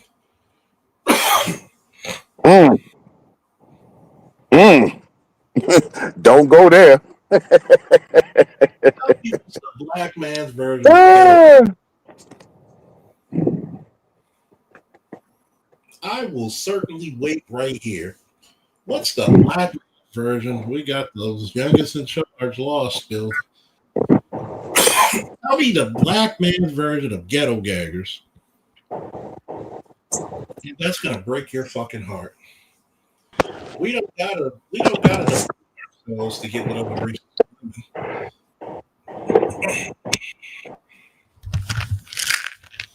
What's good, Charles? What's good, ABM? What's up? What up, man?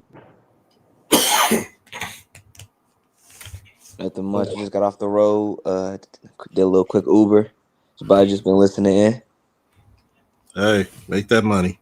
Make the money. Making that money. Make the money.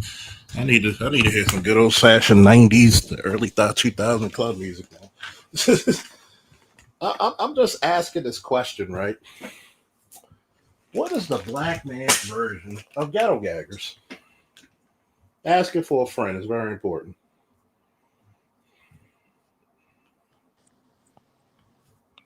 I mean, some people would say oh, you got blacked, but it's nothing as egregious as ghetto gaggers. Like, you got a girl's mom holding her hair while white dudes spit on her. There's no equivalency. You got Confederate flags, niggas wearing goddamn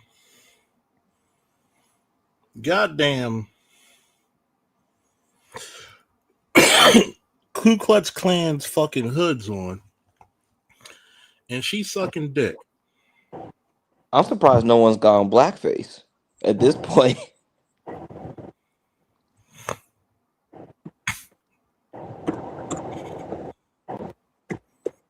And you probably see some of that. Think about it, right? This is how fucked up the black community is. We'll talk about deadbeat dads all the time. But we won't talk about how many kids in the black community caught their mother sucking dick.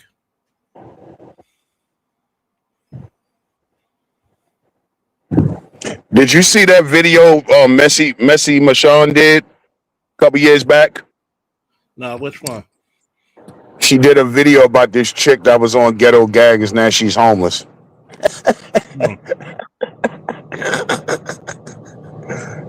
I guess that money. Damn. I guess that money wasn't enough. They don't make no money, dude. And that's the thing about it. It's like it. Wait. You told me they're doing this for free? Nah, they do it for peanuts, dude. They don't get no real money off that. $100, $200 maybe. Most of What you them, think they getting thousands of dollars? Fuck no. most You know of what I'm them don't. saying? They doing all that. Just Yeah. wow. And most You of them, are probably doing it for free. Charles, Probably. ABM. I make like a good 130, 150 if I driving like a couple hours on doing Uber. I make more than that driving for like 4 to 5 hours. Yeah. And But you this telling me is they doing that for what I make Well, I hey, make less than a night? hey, you're a man. You're supposed to do everything the honest way. See, a lot of black women, and when we talking about the black community, we always tell black girls growing up that there's always a easier, faster, quicker way to do shit. And usually that involves them laying on their back.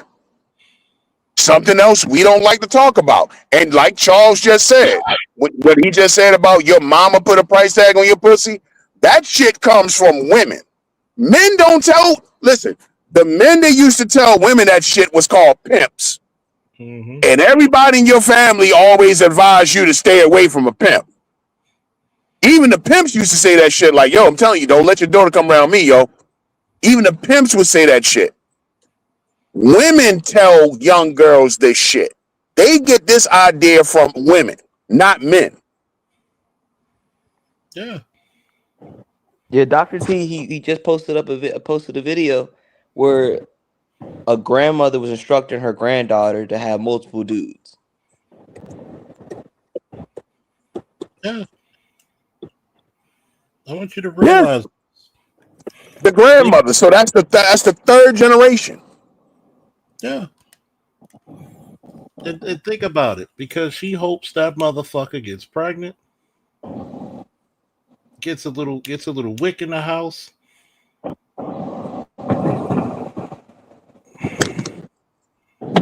Yeah, Gets a A little coven. benefits, and then everybody know the hookup. A coven, I call them. Yep, everybody gets the little hookup where they get the government little voucher for babysitting, and they get mama or grandma to go in there and be like, "Oh, I watched the baby." She gets her little voucher check. You get the food stamps, the WIC. It's a hookup. Hey, This that's is why I why ain't mad about these cuts. I tell people all the time. A lot of niggas need to stop and smell the roses. Oh, you talking so bad about the women. Nah, I've been around women long enough to tell you what the fuck the real shit is. Nobody wants to talk about the real shit because it's not popular. You making black women look bad. I don't need to do anything of making any black woman look bad. You're They are self more, snitching and self exposing yourself at this point. because think about it. Sukiana is in London a few years back in front of a bunch of British people talking about she trying to get her shit snatched.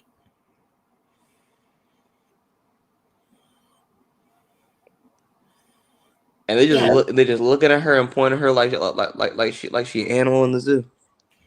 hmm And this is you going international. Remember, international.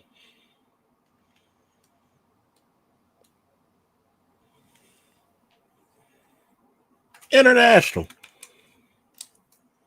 This is your representation of what the fuck people think of you internationally. You got the first black woman in a general election, right? So called black. Now, The first black woman you could pick, Indian black, whatever the fuck she's supposed to be, and you pick Meg the Stallion at your rally.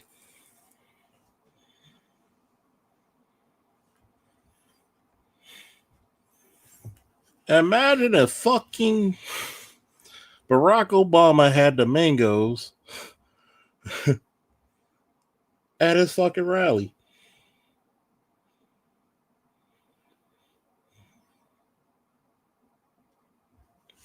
Think about that.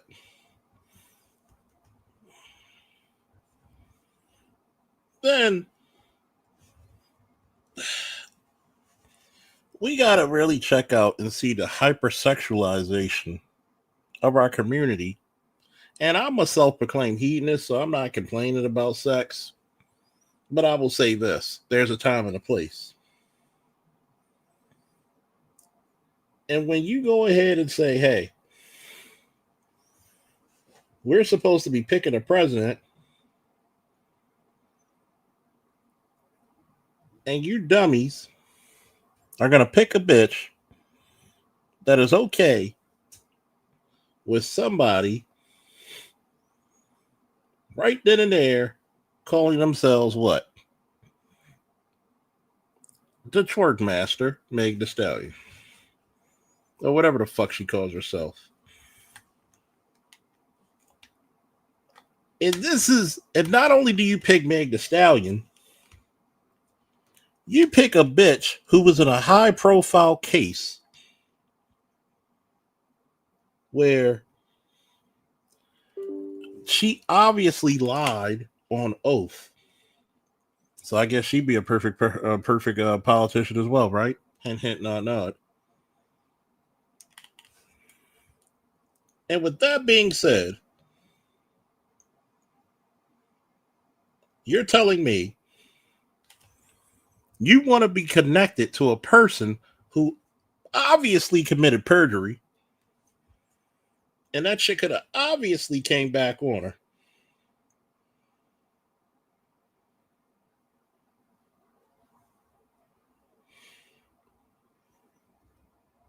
But no.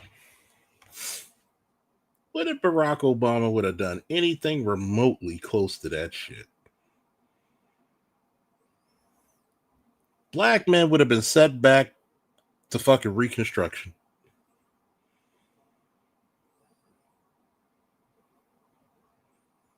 They would have been set back.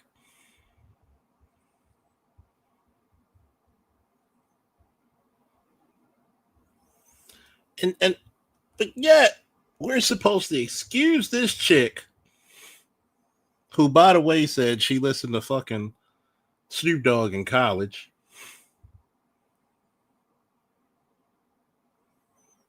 Can't even get her lies straight, by the way.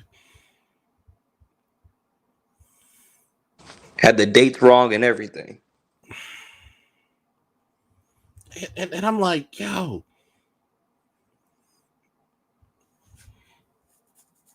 That's like saying Barack Obama on his rally, we got NWA up here, folks. Niggas and attitudes. Niggas and attitudes. Nah, it would have been worse if he had Too Short. He said, "What's?" And then it's like, "What's my favorite word?" Some Too Short. God damn. And it's like Black America can't see through that shit. No, they can't. Sad part. The reality is, no, they can't. And I'm Well, supposed to. when Mama says it's okay, right? Mm-hmm.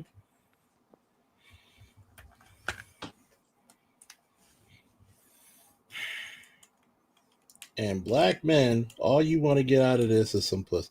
And black men, it's even worse for you. It's even worse for you. They had to put up a sign, no voting, no vucking. That's what they thought about you. That's what they thought about you. They had to put strippers. And did you know one of the strippers in that video was transgender? Oh, some E40, some Tupac, some Biggie. Oh yes, Barack Obama and Nah, I did not know that. yeah, one of them Not that bitches. I was impressed with it anyway. Like it was like all them bitches look ashy. Man, they look like some Club Choices strippers. I remember when I said that shit when I first saw it. Like, yo, this is the best they could do. Yeah. How you gonna have some bitches with some bullet wounds and C-sections stripping on here? Yeah, I'm just No. saying, like, if this is what you think of black men, well, hey, let's get some ass in here and let the booty talk to them. Okay, well, damn, at least give me a pretty bitch. Mm-hmm. I mean, shoot, they had that whole no vote and no fucking with Trina and Sauce Santana. Yeah, And you put a That's what they think of you. Like all we need to do is just throw some vagina at them. bro, I said in the very beginning when I first got on here, black women think way too much about fucking. yeah. Way too much. I'm gonna tell you what I They do. incorporate that shit into every fucking aspect of their daily life. Yeah. So because you can't have a conversation about politics, I mean, listen to what Charles is talking about. Meg the Stallion at a presidential campaign rally, she's twerking and booty shaking and shit. They incorporate this shit into everything. So because they do it, they think that's how we are. No, I can talk about ass in one conversation and then talk about politics in a whole nother conversation. I don't need you to intertwine the two. That's what the barbershop was all about. A But we're conversation. so dumb, you know what I mean? And they think of us almost as Neanderthals. Well, the only way you can have a conversation with black men about politics if you give them some twerking. Like Jesus fucking Christ. And again, where's the people so when the person came up with that idea, you mean to tell me nobody else in the room was like, "No, this is stupid. Yeah. We're not doing this." And this is the same bitch you want to fucking say she can handle Iran. And you want black men to fucking care. This is the problem. You want me to give a fuck? You want me? Oh no, Kamala Harris laws. Hey man, we black men, we need to do better. Fuck you. You do better. I'll do Mm-hmm. what I want to do. And this is the part where I say black men of any type of style, intelligence, or anything else, why do you put up with this treatment? This is what your community. You not only put a transgender in there, you put one or two fucking over the hill elderly bitches stricken. So they're saying basically to you, black men will fuck anything.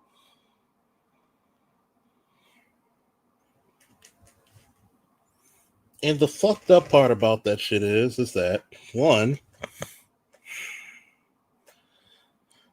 you should have just told the Democratic Party, kiss my ass. We're going independent or Republican or whatever the fuck you choose to do. And go buy it. Why do you stick around trying to support these dumb broads? These are the same motherfucking broads that would sell you out for if you don't vote for me, you're not black. They had Cardi B. You telling me KRS-One was busy?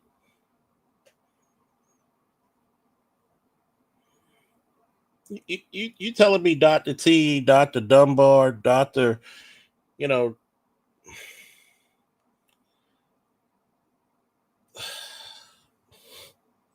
you talk about any of them. Any of the PhDs in our space were out taking a piss? They were on vacation?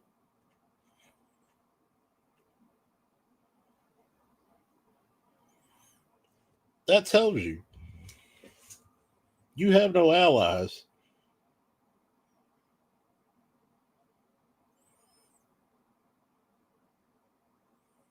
You have no allies. This is the saddest part about it, right? When it comes to the black community, I'm gonna say this. The easiest thing to do is get pussy. The hardest thing to do is a relationship.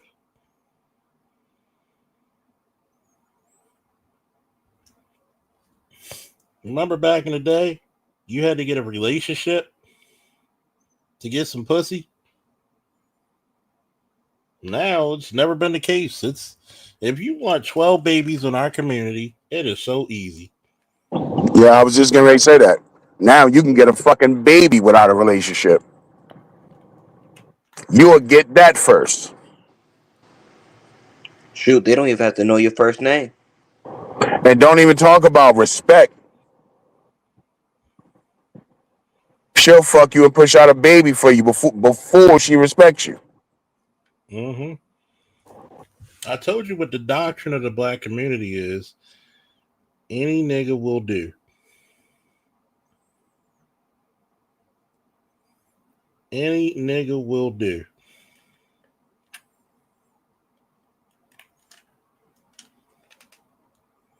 That's the sad part.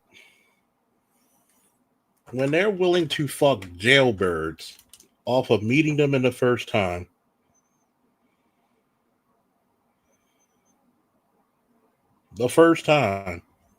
and get pregnant, what the fuck do you think?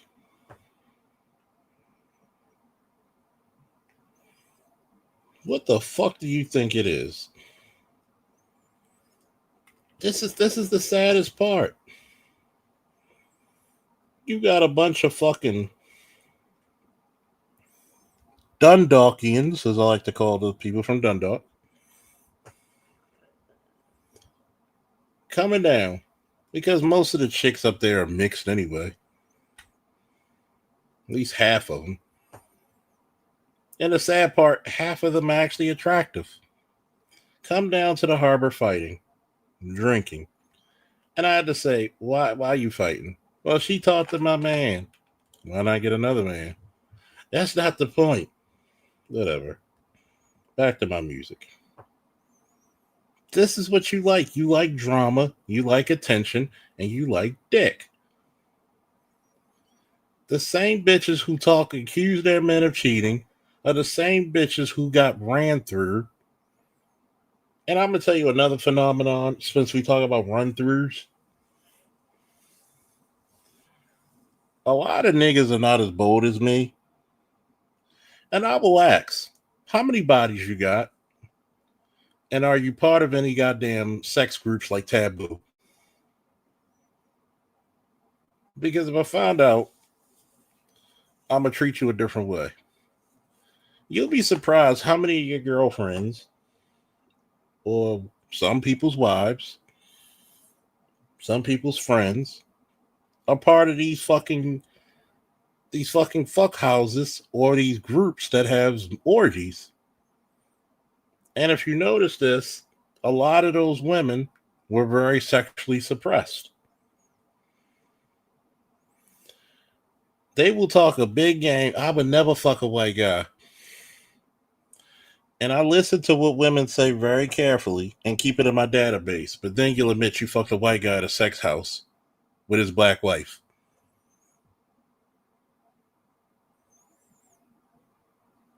But then you complain about, oh, you got over 400 bodies. Well, you were passed around 5 guys. And we ain't talking about burgers, but you damn sure bought the buns.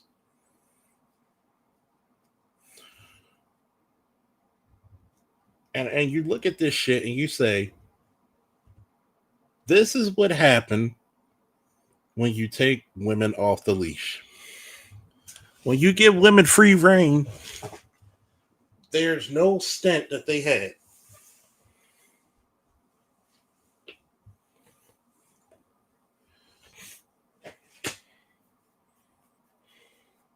Maybe that's the reason why women feel comfortable telling me a lot of shit. Because I don't judge, or at least I appear that I don't judge or don't give a fuck. And I can fake it till I make it.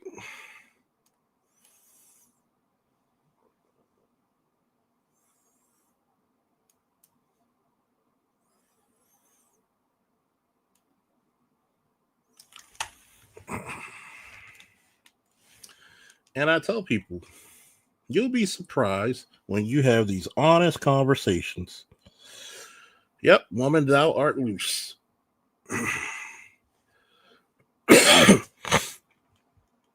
You need to really go back in the data books and check out some of these broads. Some of these broads have a fetish. Remember, they got a bucket list just like you do, if not more.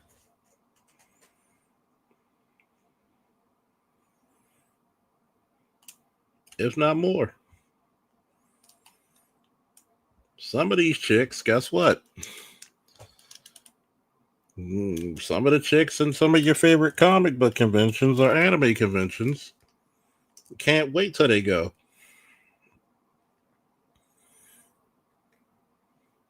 You know why? Because some of them sell pussy. Some of them actually what?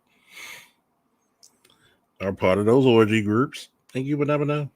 But to you, she's sweet.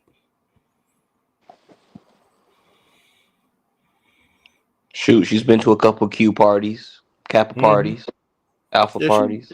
If your girl been to a Q party, she is community property. Yeah, like I've said this before. Me and my homie, we talk about this all the time. We uncomfortably know many chicks. We uncomfortably know a number of chicks that had trains ran on them. Mm-hmm. And you would, from presentation wise, you'd be like, "No, her." Like she Just was like they just present like that well little and everything. just like that little black girl who unalived herself because she wanted to be so down with the anime cosplay community and shit. See, she probably went in there and heard all that racist shit. Thought it was cute in the beginning. Mm-hmm.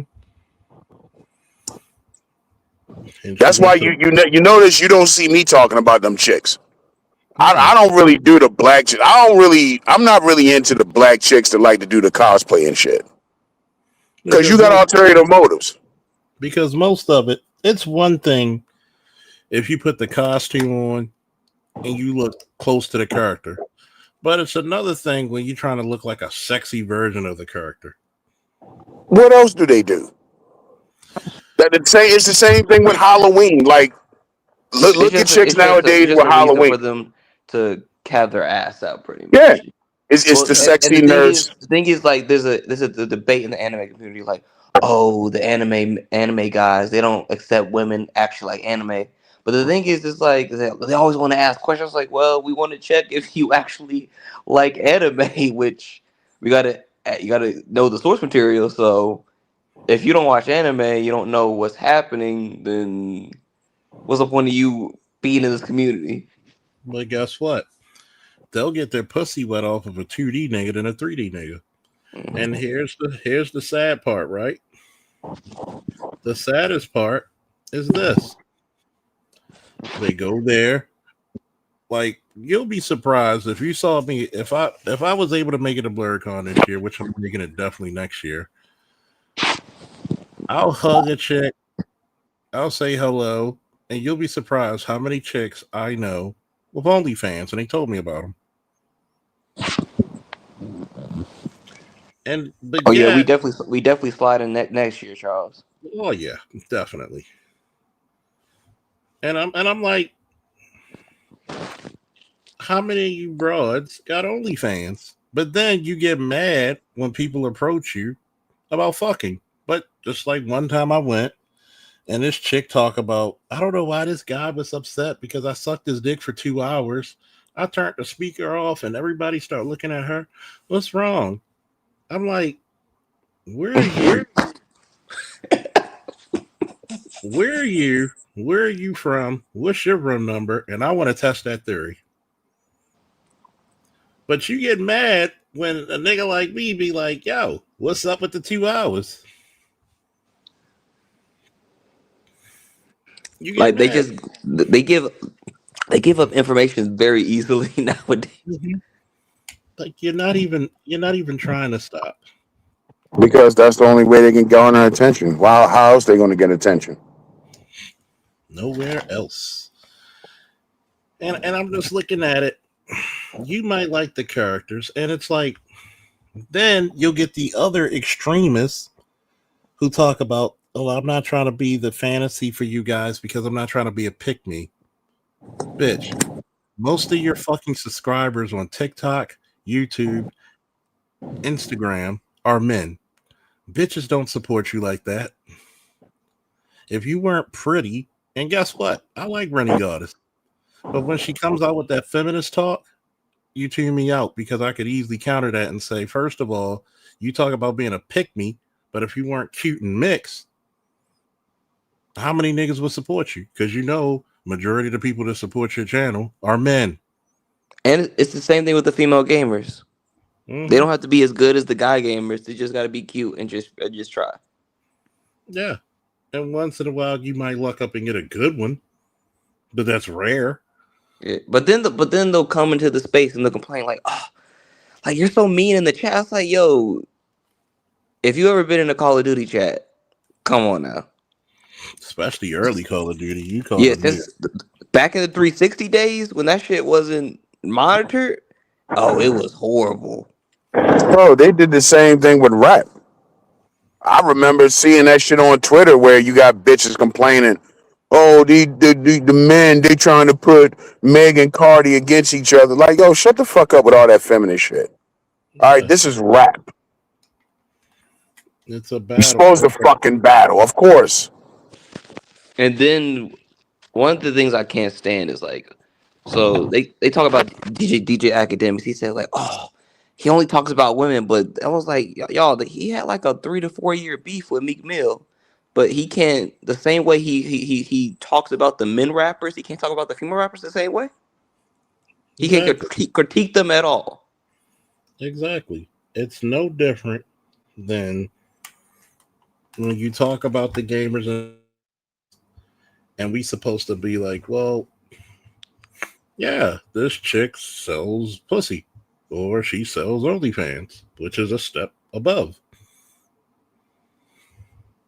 Like I remember Dragon Con, I was driving Uber and I picked somebody up.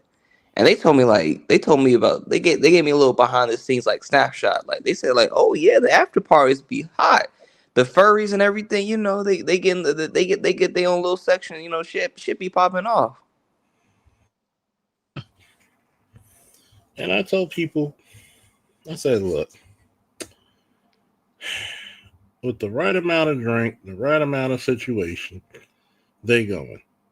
And I tell people, I said, look, y'all better be glad y'all didn't find me in this space when I was your age, man. Because I was awful. Hell, even my 30s, I was awful. I'm still awful now. I just slowed down a bit. It's just that I don't have morals. I have a code.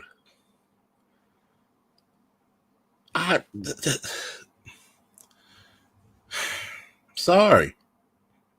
Is it my fault that a 20-year-old, a 28-year-old, a 19-year-old, a 33-year-old find me attractive? Let me see. They're all consenting adults. Okay.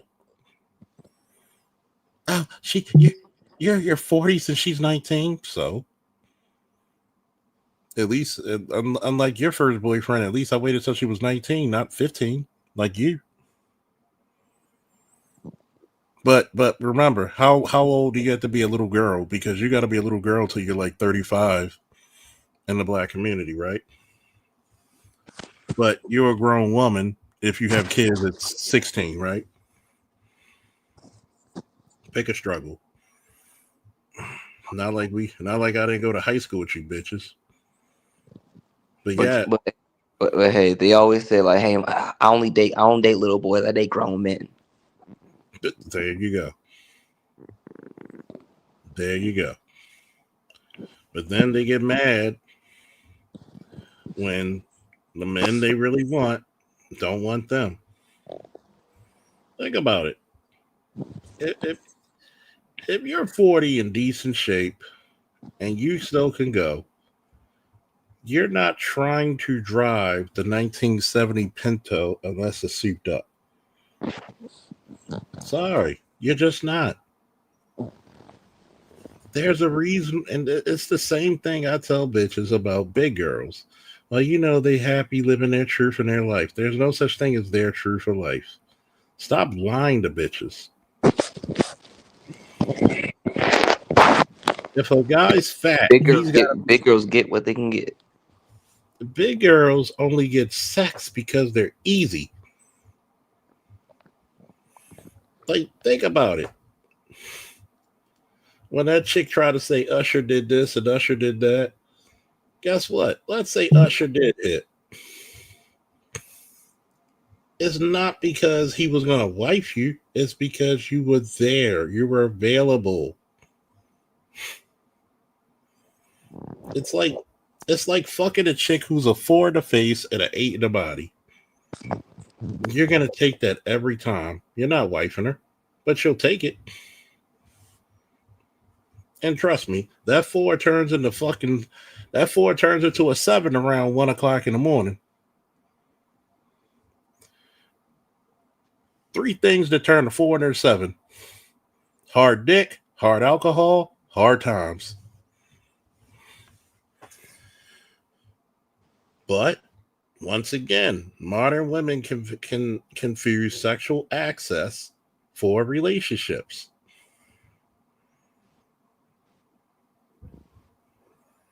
I don't make the rules. And then what happens? They like rules only going one way. This is the reason probably why I gotta have my show late nights, because we talk about some black pill shit. I can't talk about this early day. That's the Dr. Thunder day. That's the Dr. Thunder time. That's the devout religious man time. But this is the part that they don't like. They don't like it when the odds are not in their favor. Why do I gotta submit to this guy? Notice how they don't have a problem with older dudes being with younger women as long as they're still young women.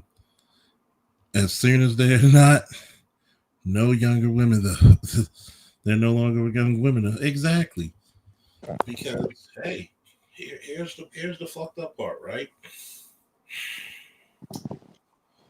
2 things that are lethal injection for younger women, I'll say around 1920s. A wedding ring, a wedding band for a man, and a beard. God forbid you have a little gray showing. That's nothing to it.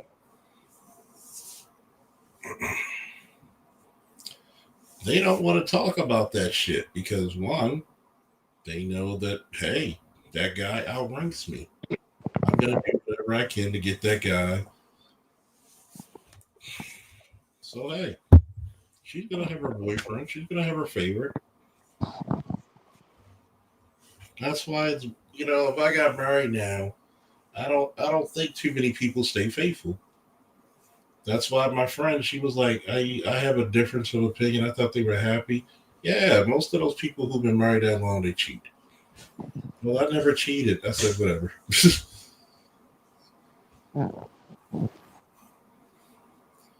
I would rather leave and do. I said, I like to define what is cheating, because in a lot of ways, to a lot of people, cheating is what?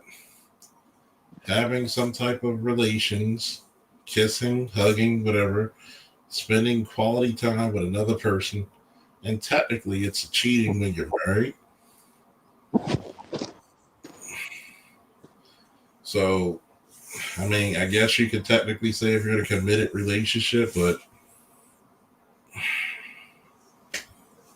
I guess people treat that shit like, at this point in my life, and I'll be like, look, if you ain't give me no diseases, bring any outside babies, bring no niggas trying to fight me or some shit, I'm cool about that. But women are better cheaters. No, it's just men don't care. Let's be honest. Men really don't care. Men would cheat. Men would probably cheat on his wife, not for sex. It's because, let's say his wife doesn't cook, for food. Men are pragmatic, for food. You don't cook. You don't want to cook for your man. Guess what? You lost your man to the big girl down the street who will. And it's happened.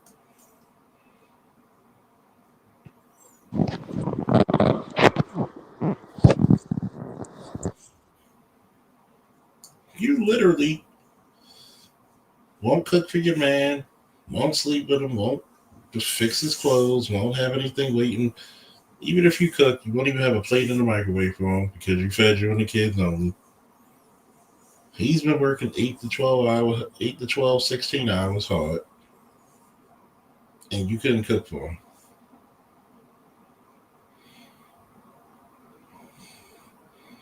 Mm-mm-mm.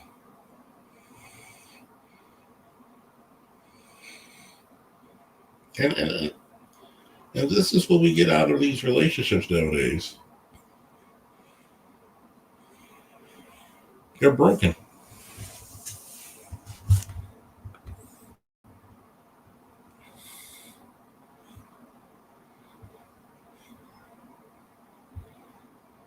Yeah. But this is the unspoken rule. A lot of chicks don't want to admit that they share, man. They don't want to admit that shit. Sure don't. I never shared a man. Why you the third baby mama?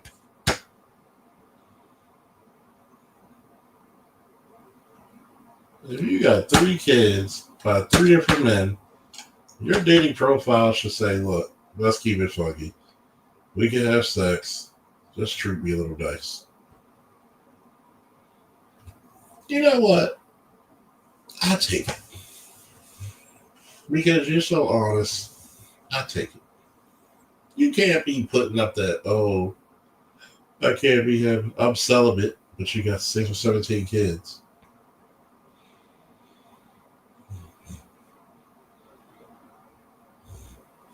It just makes no fucking babbling sense.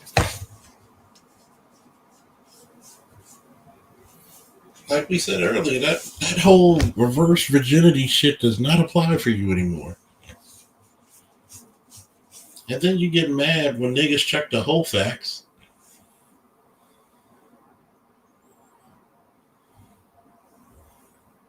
Which niggas will.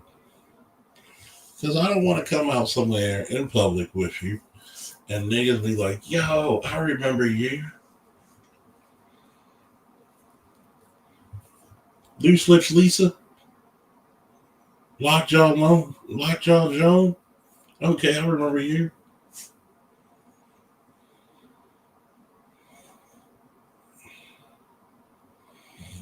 Mm-hmm.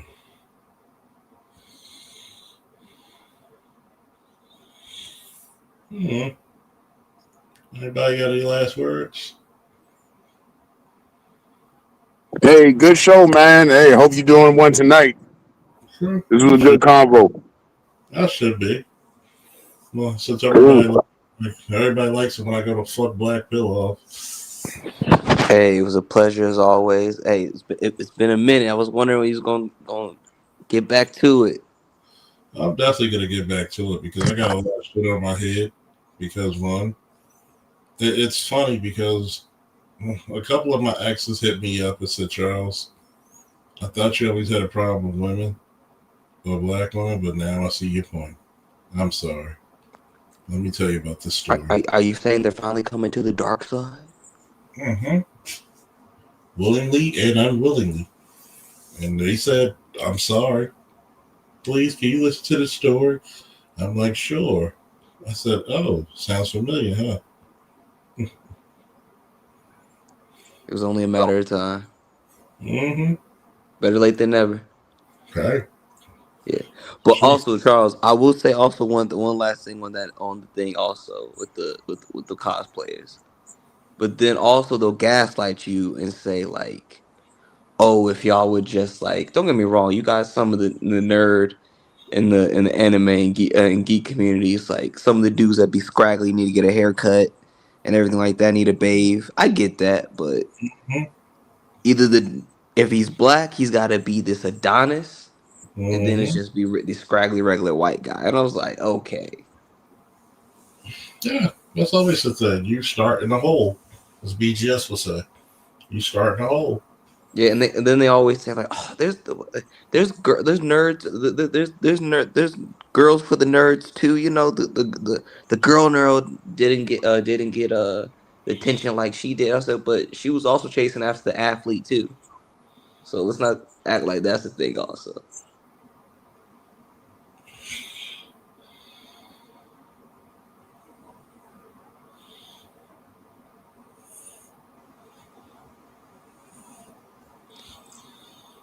But hey, you got to keep it moving. Yeah, we definitely do. Till next time, folks. Woo! Woohoo! We are out. Oh, shit.